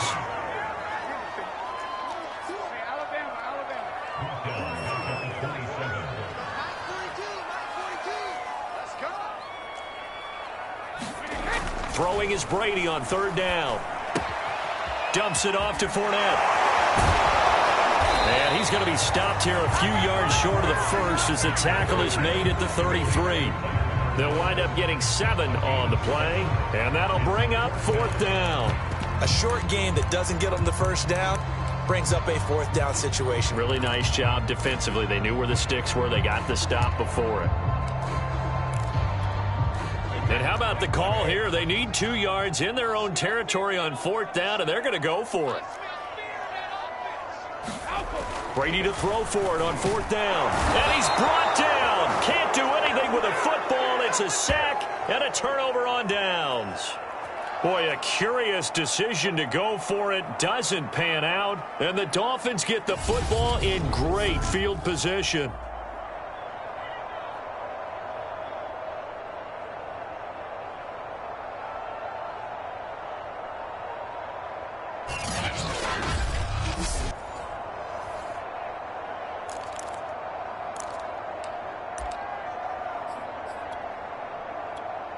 So with 2 ticks left here in the half, on is the field goal unit. He hit his first. Now this from 43. Sanders' kick is good, and that will do it for this first half. So we've reached halftime here, and it's the visiting Dolphins taking a lead to the locker room. As we send you a stone's throw away across I-4 to Orlando. There standing by is Jonathan Coachman, ready with our EA Sports Halftime Report. Coach? Okay, right, Brandon. Thanks very much. And welcome in, everyone, to this slimmed-down version of the EA Sports Halftime Report.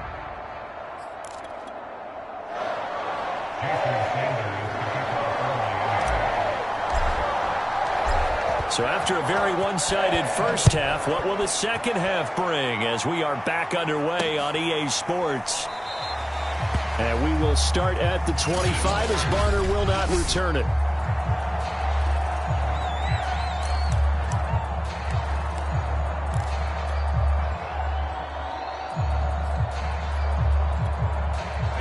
The Tampa offense ready to get their drive started. And you have to think, Charles, down 3 scores already. They need to play an almost perfect second half to have a solid chance. And that absolutely starts with finding some way to put together a touchdown drive here. They need to be smart, fast, efficient, get the ball to the end zone, and do it again multiple times in order to have a chance to win this game. A good run got 7 on first. Here's 2nd and 3. They'll run it again with Fournette. Oh, he's got a little daylight. And he finally is out of bounds, but he's down inside the 20-yard line.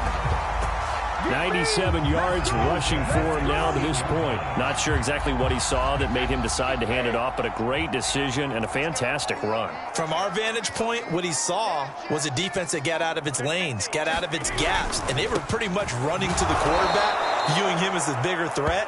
And look at that wide open space, and he rumbled for big-time yardage. Now a stoppage here as it looks like we've got a Dolphin shaken up on the play. After the loss, they'll come up 2nd and 13. We'll check on his status when we get back.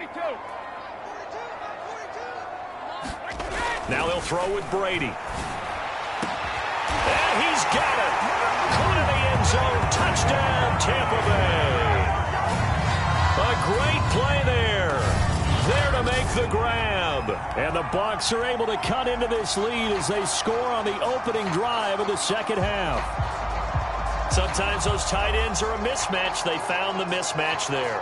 And that's exactly why you want to draw up those types of plays, because coverage is just going to go to the natural guys, the guys that make the big plays on the outside. But if you work your tight end into it, that's a tough one for it. It worked out for 6. Extra point up and good by Succop. And that cuts this lead down to 13.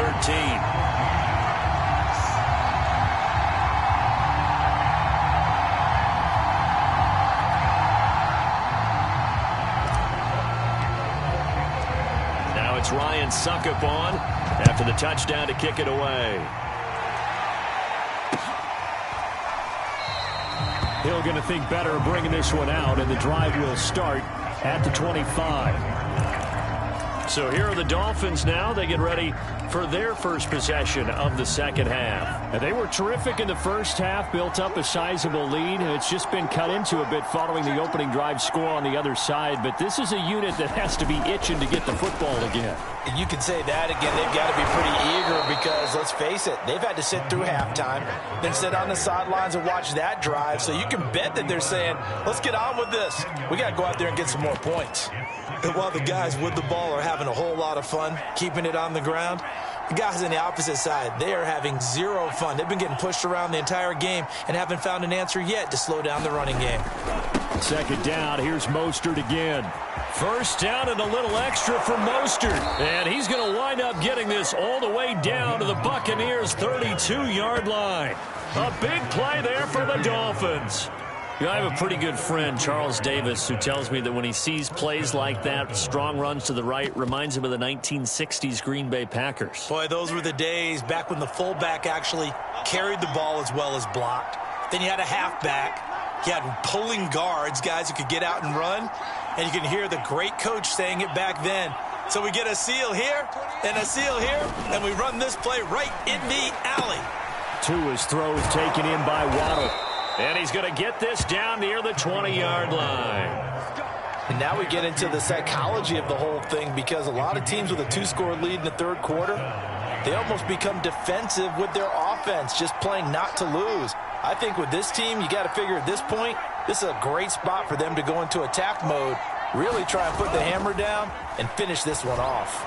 Going to throw deep for the end zone. That is caught by Waddle. Touchdown, Miami. Jalen Waddle there to make the grab. And the Dolphins are able to grow their lead. The fly route works for the TD grab. And you know what the receivers love to say? If we get even with the defender, we're leaving. And that's exactly what he did, all the way into the end zone. And then he was on the business end catching it once he got over the stripe.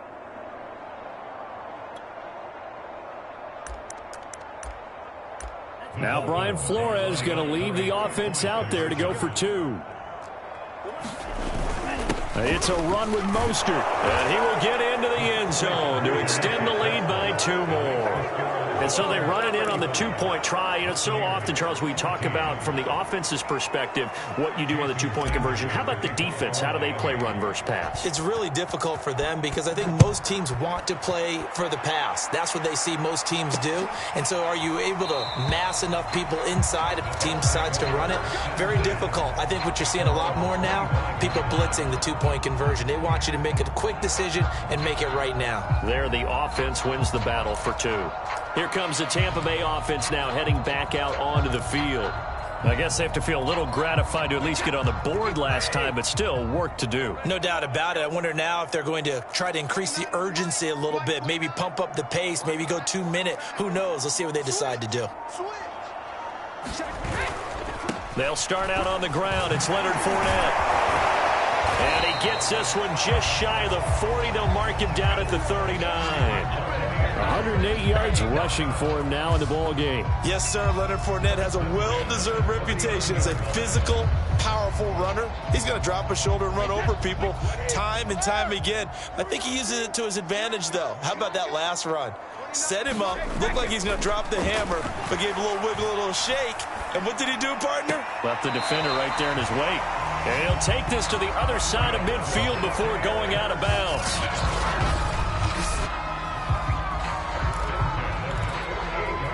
Back-to-back good plays have him on the move on first down. To throw is Brady. And he'll be hit as he releases it, and that'll fall incomplete.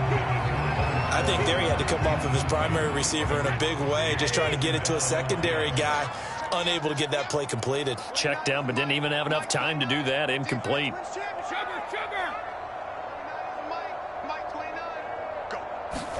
To throw once more on 2nd and 10. Brady. High throw, but the catch is made. And he's got another first down as he's brought down at the Dolphins' 24-yard line.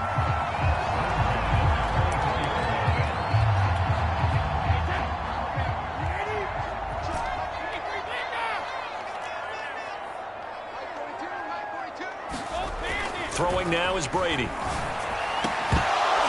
And that is incomplete. He couldn't hold on through the contact. Brings up 2nd down. The 2nd and 10 now as we roll along in the 3rd quarter from Tampa. Again, it's Brady. Flush to his right. Nothing open downfield, so he'll throw it away.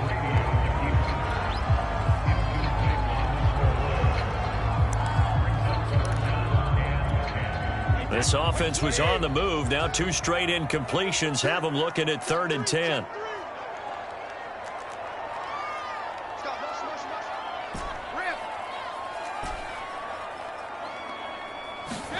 Brady. Flushed out right. And he hauls it in for the Buccaneer touchdown. Scotty Miller, 2 catches, 2 touchdowns here so far. And the Bucs are able to close the gap just a bit. He has his 2 scores, but still a sizable deficit in this game. Do you have him in fantasy football this week? Unfortunately, no. It's too bad, right? That would have been big points, but he is really trying to rally his team as best he can. Things are not going as well the rest of the way for them. That's why they're down with this deficit. He might need to score a couple more times to give them a chance. Extra point put through by Suckup, and the lead will be cut down to 14. Now it's Ryan Suckup on after the touchdown to kick it away.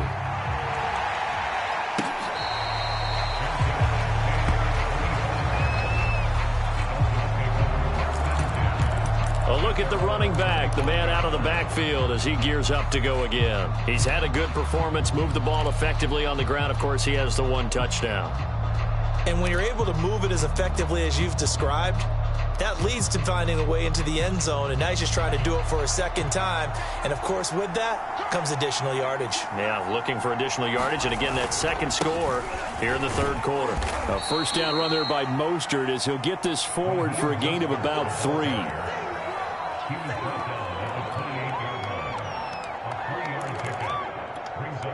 The last run got 3. Now here's 2nd and 7. Let's go, defense. Let's get off the field, defense. Once again, it's Mostert. First down and a little extra for Mostert. And he's going to get it down to the 14-yard line. Man, 216 yards on the ground for him so far. So you got the lead here in the second half. Obviously, you love big runs like that at any time. Here, you really like them. And how about the confidence that's being exhibited by that offense now? They don't care what you're lining up doing on the defensive side. They want the big fella to carry the football and carry it often. A real field flipper there as all of a sudden they've got a first down in the red zone.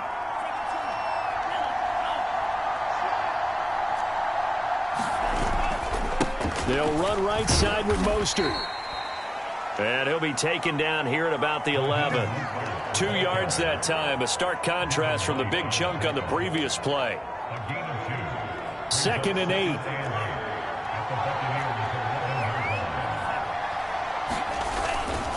Now a give to Edmonds. And he's brought down.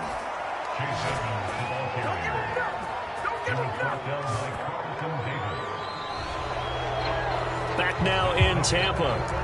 1 quarter remains here in this Thursday night matchup. We'll return with more after this break.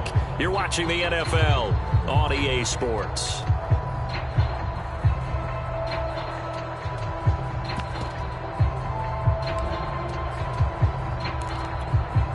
A good chance now to put this game on ice. This is 1st and goal. And they'll let the fullback try and take him home. And he will take it in for a Dolphins touchdown.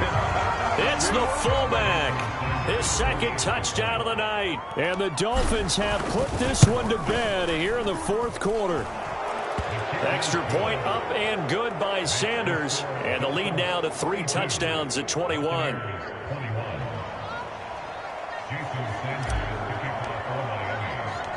Now after the touchdown, ready to kick it away is Sanders. Returning from his end zone is Barner. And he'll be out of bounds here just past the 20-yard line.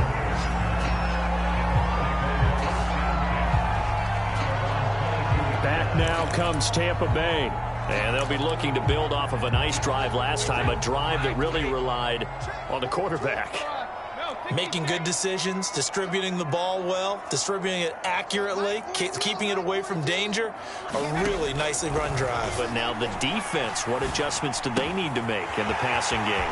Pass rush, pass rush, pass rush. Whether it's the guys up front or maybe you bring additional guys, but you've got to disrupt the timing of them throwing the football. We'll see if they can disrupt it here. So from the 36 now, 1st and 10.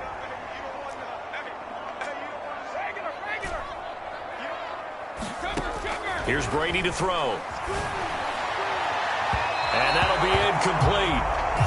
We do have a penalty flag down, however. Let's see what that's about. So a costly penalty yardage-wise as that'll move the football down to the spot of the foul. And what the officials are looking for in these situations, whether you're playing the man or the ball. And if you're playing the man, you get a lot less leeway in terms of what's going to happen at the end of the play. But if you're looking for the football, it's less likely to draw the flag.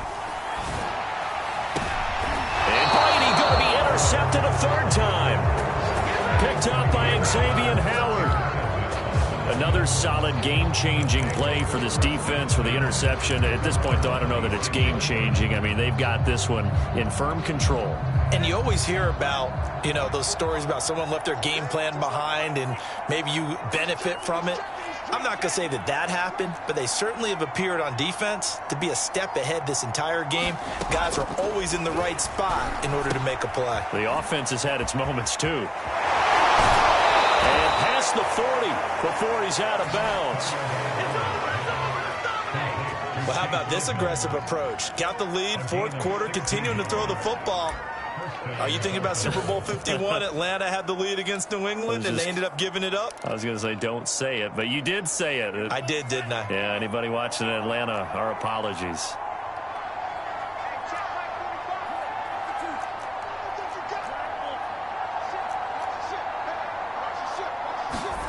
Here's Tagovailoa on 1st and 10. Oh, the Buccaneer pressure too much. Down he goes. Got to imagine the pass rush will be equally intense here on 2nd down following the sack. It's 2nd and 18. From the gun, it's Tua.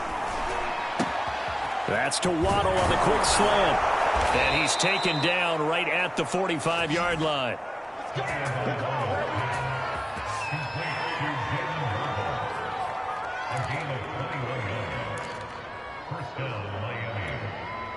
So on the other side of the field now, it's 1st and 10 as they've got things rolling on this drive.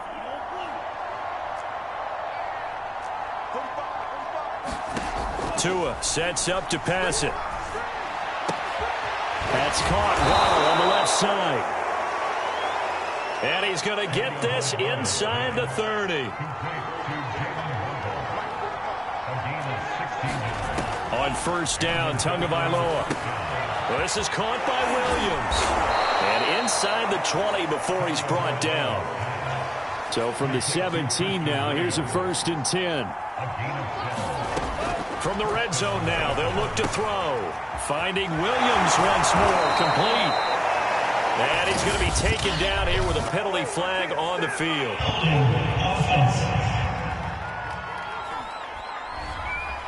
So apparently some grabbing of the jersey there on the O-line. Yeah, just look in the interior, and that's where the penalty occurred. They're backed up here with a 1st and 20 now after the holding penalty.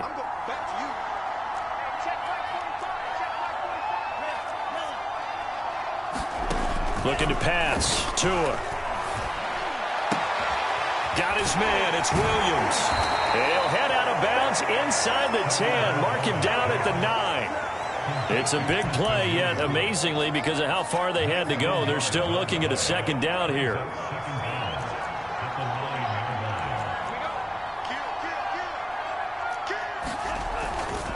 They'll try and run some clock here as they keep it on the ground. And he'll be brought down right on the edge of the goal line at about the 1-yard line.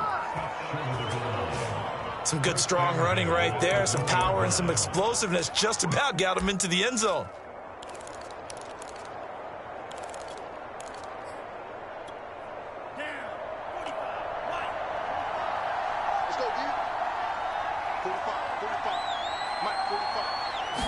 Now Tua going to try and sneak it. And no signal, but I don't think he got the surge behind center. No, he's going to be kept out of the end zone.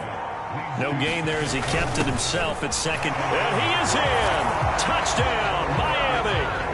Taking it in from a yard out. And the Dolphins are able to extend that advantage. Is it okay if I break one of our rules, partner, which is to never call a game over until it's over? Because this certainly feels like it's over after that drive. Yeah, that was spirit-crushing, wasn't it? And now you just kind of felt the air go out of the balloon. Yeah, they were fighting so hard to stay in there, and they knew they had to stop them on that drive. But when they were unable to, I think you're exactly right. You could see them sag on their sideline, and I think this one might just be over. Jason Sanders to kick off for Miami.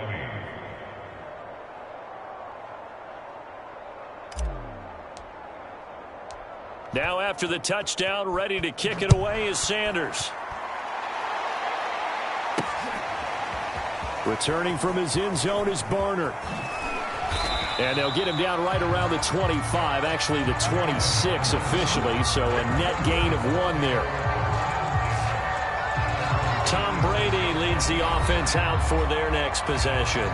And that interception that ended their previous drive likely also ended any shot they had at victory. Yeah, long road back from here, no doubt about that one. But let's face it, if you're going to go out there and compete, you want to try and end on a strong note, don't you? Absolutely. It won't end in a victory, like you said, but they can maybe take something positive out of this one. A leap, and he's got it. He got it. And he finally goes down at the 23-yard line. So it's Buccaneer football as we welcome you back. So barely time to catch our breath. Here's 1st and 10 just outside the red zone. Now Brady. Finding Miller once more, complete. And he's down inside the 5 at the 4 before he's out of bounds. Boy, how about the speed with which this offense can get down the field? It's taking them no time at all to get down here. And now they're set up with a 1st and goal. Now Brady sliding out of the pocket. And he's going to go down. Sacked back at the 13-yard line. It'll go as nearly a loss of 10 on 1st and goal. So a disaster there. It goes as a 9-yard loss on the sack. 2nd down and goal. Brady eluding the pressure right. And he just chucked that one out of bounds, out of everyone's reach. Maybe a wise call not to take a sack in this part of the field. It brings up 3rd down. 3rd and goal, trying to make that scoreboard at least a little more respectable.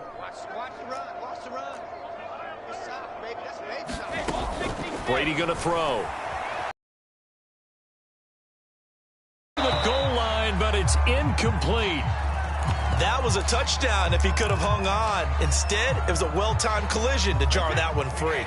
The field goal doesn't help. They're going to go for the 6 here on 4th and goal. Check it, reload. Mike 42. Mike 42. Check. Mike 42. You better be afraid of me. You better be afraid of me. Mike 42. Now Brady got to have this one. And that will be caught, but out of the end zone since the field judge it's ruled incomplete. They can't hook up here on the 4th down pass attempt, and the Dolphins defense is able to hold. And now it appears that the referee's been buzzed.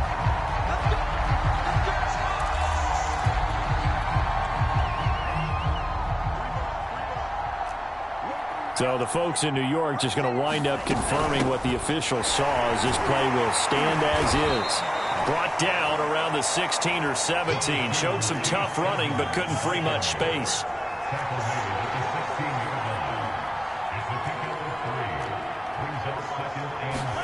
That one looks like he'll throw here. They'll find Williams on the slant. And he's taken down, but not before he gets this across the 25-yard line. They'll run on 1st down, Edmonds. And they get him down, but not before he takes it across the 40-yard line. Now the Dolphins going to burn the first of their timeouts.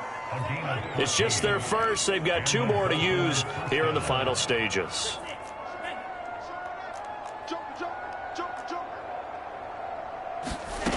Throwing now is Tagovailoa. That'll be incomplete as the clock will stop with 14 seconds remaining. The incompletion there stops the clock. Any surprise they're throwing here late? Ordinarily, yes, because you would think enough is enough. They've got plenty of lead, but I've seen this a bunch of times as well. The defense is going to crowd the line of scrimmage. If you just hand it off inside, you're getting your running back popped a lot as well. Sometimes the defense dictates it. If they're going to crowd it, you may have no other choice but to throw it downfield. And with inside of 10 seconds, 8 to be precise, we get whistles and a timeout on the field. So from the 39 now, they'll come up on a 1st and 10.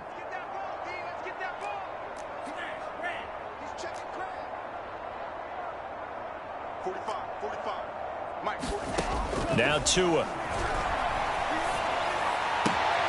This will be caught. It's Waddle. And he'll be out of bounds about a half to a full yard shy of the 5.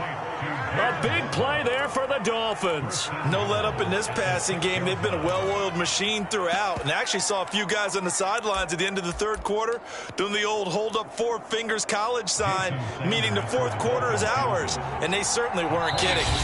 And now we'll get a timeout here. They're able to stop it with 1 second to go in this game.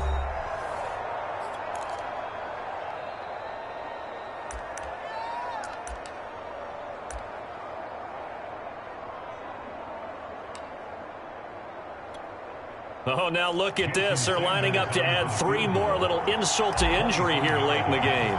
From the left hash, a chip shot here.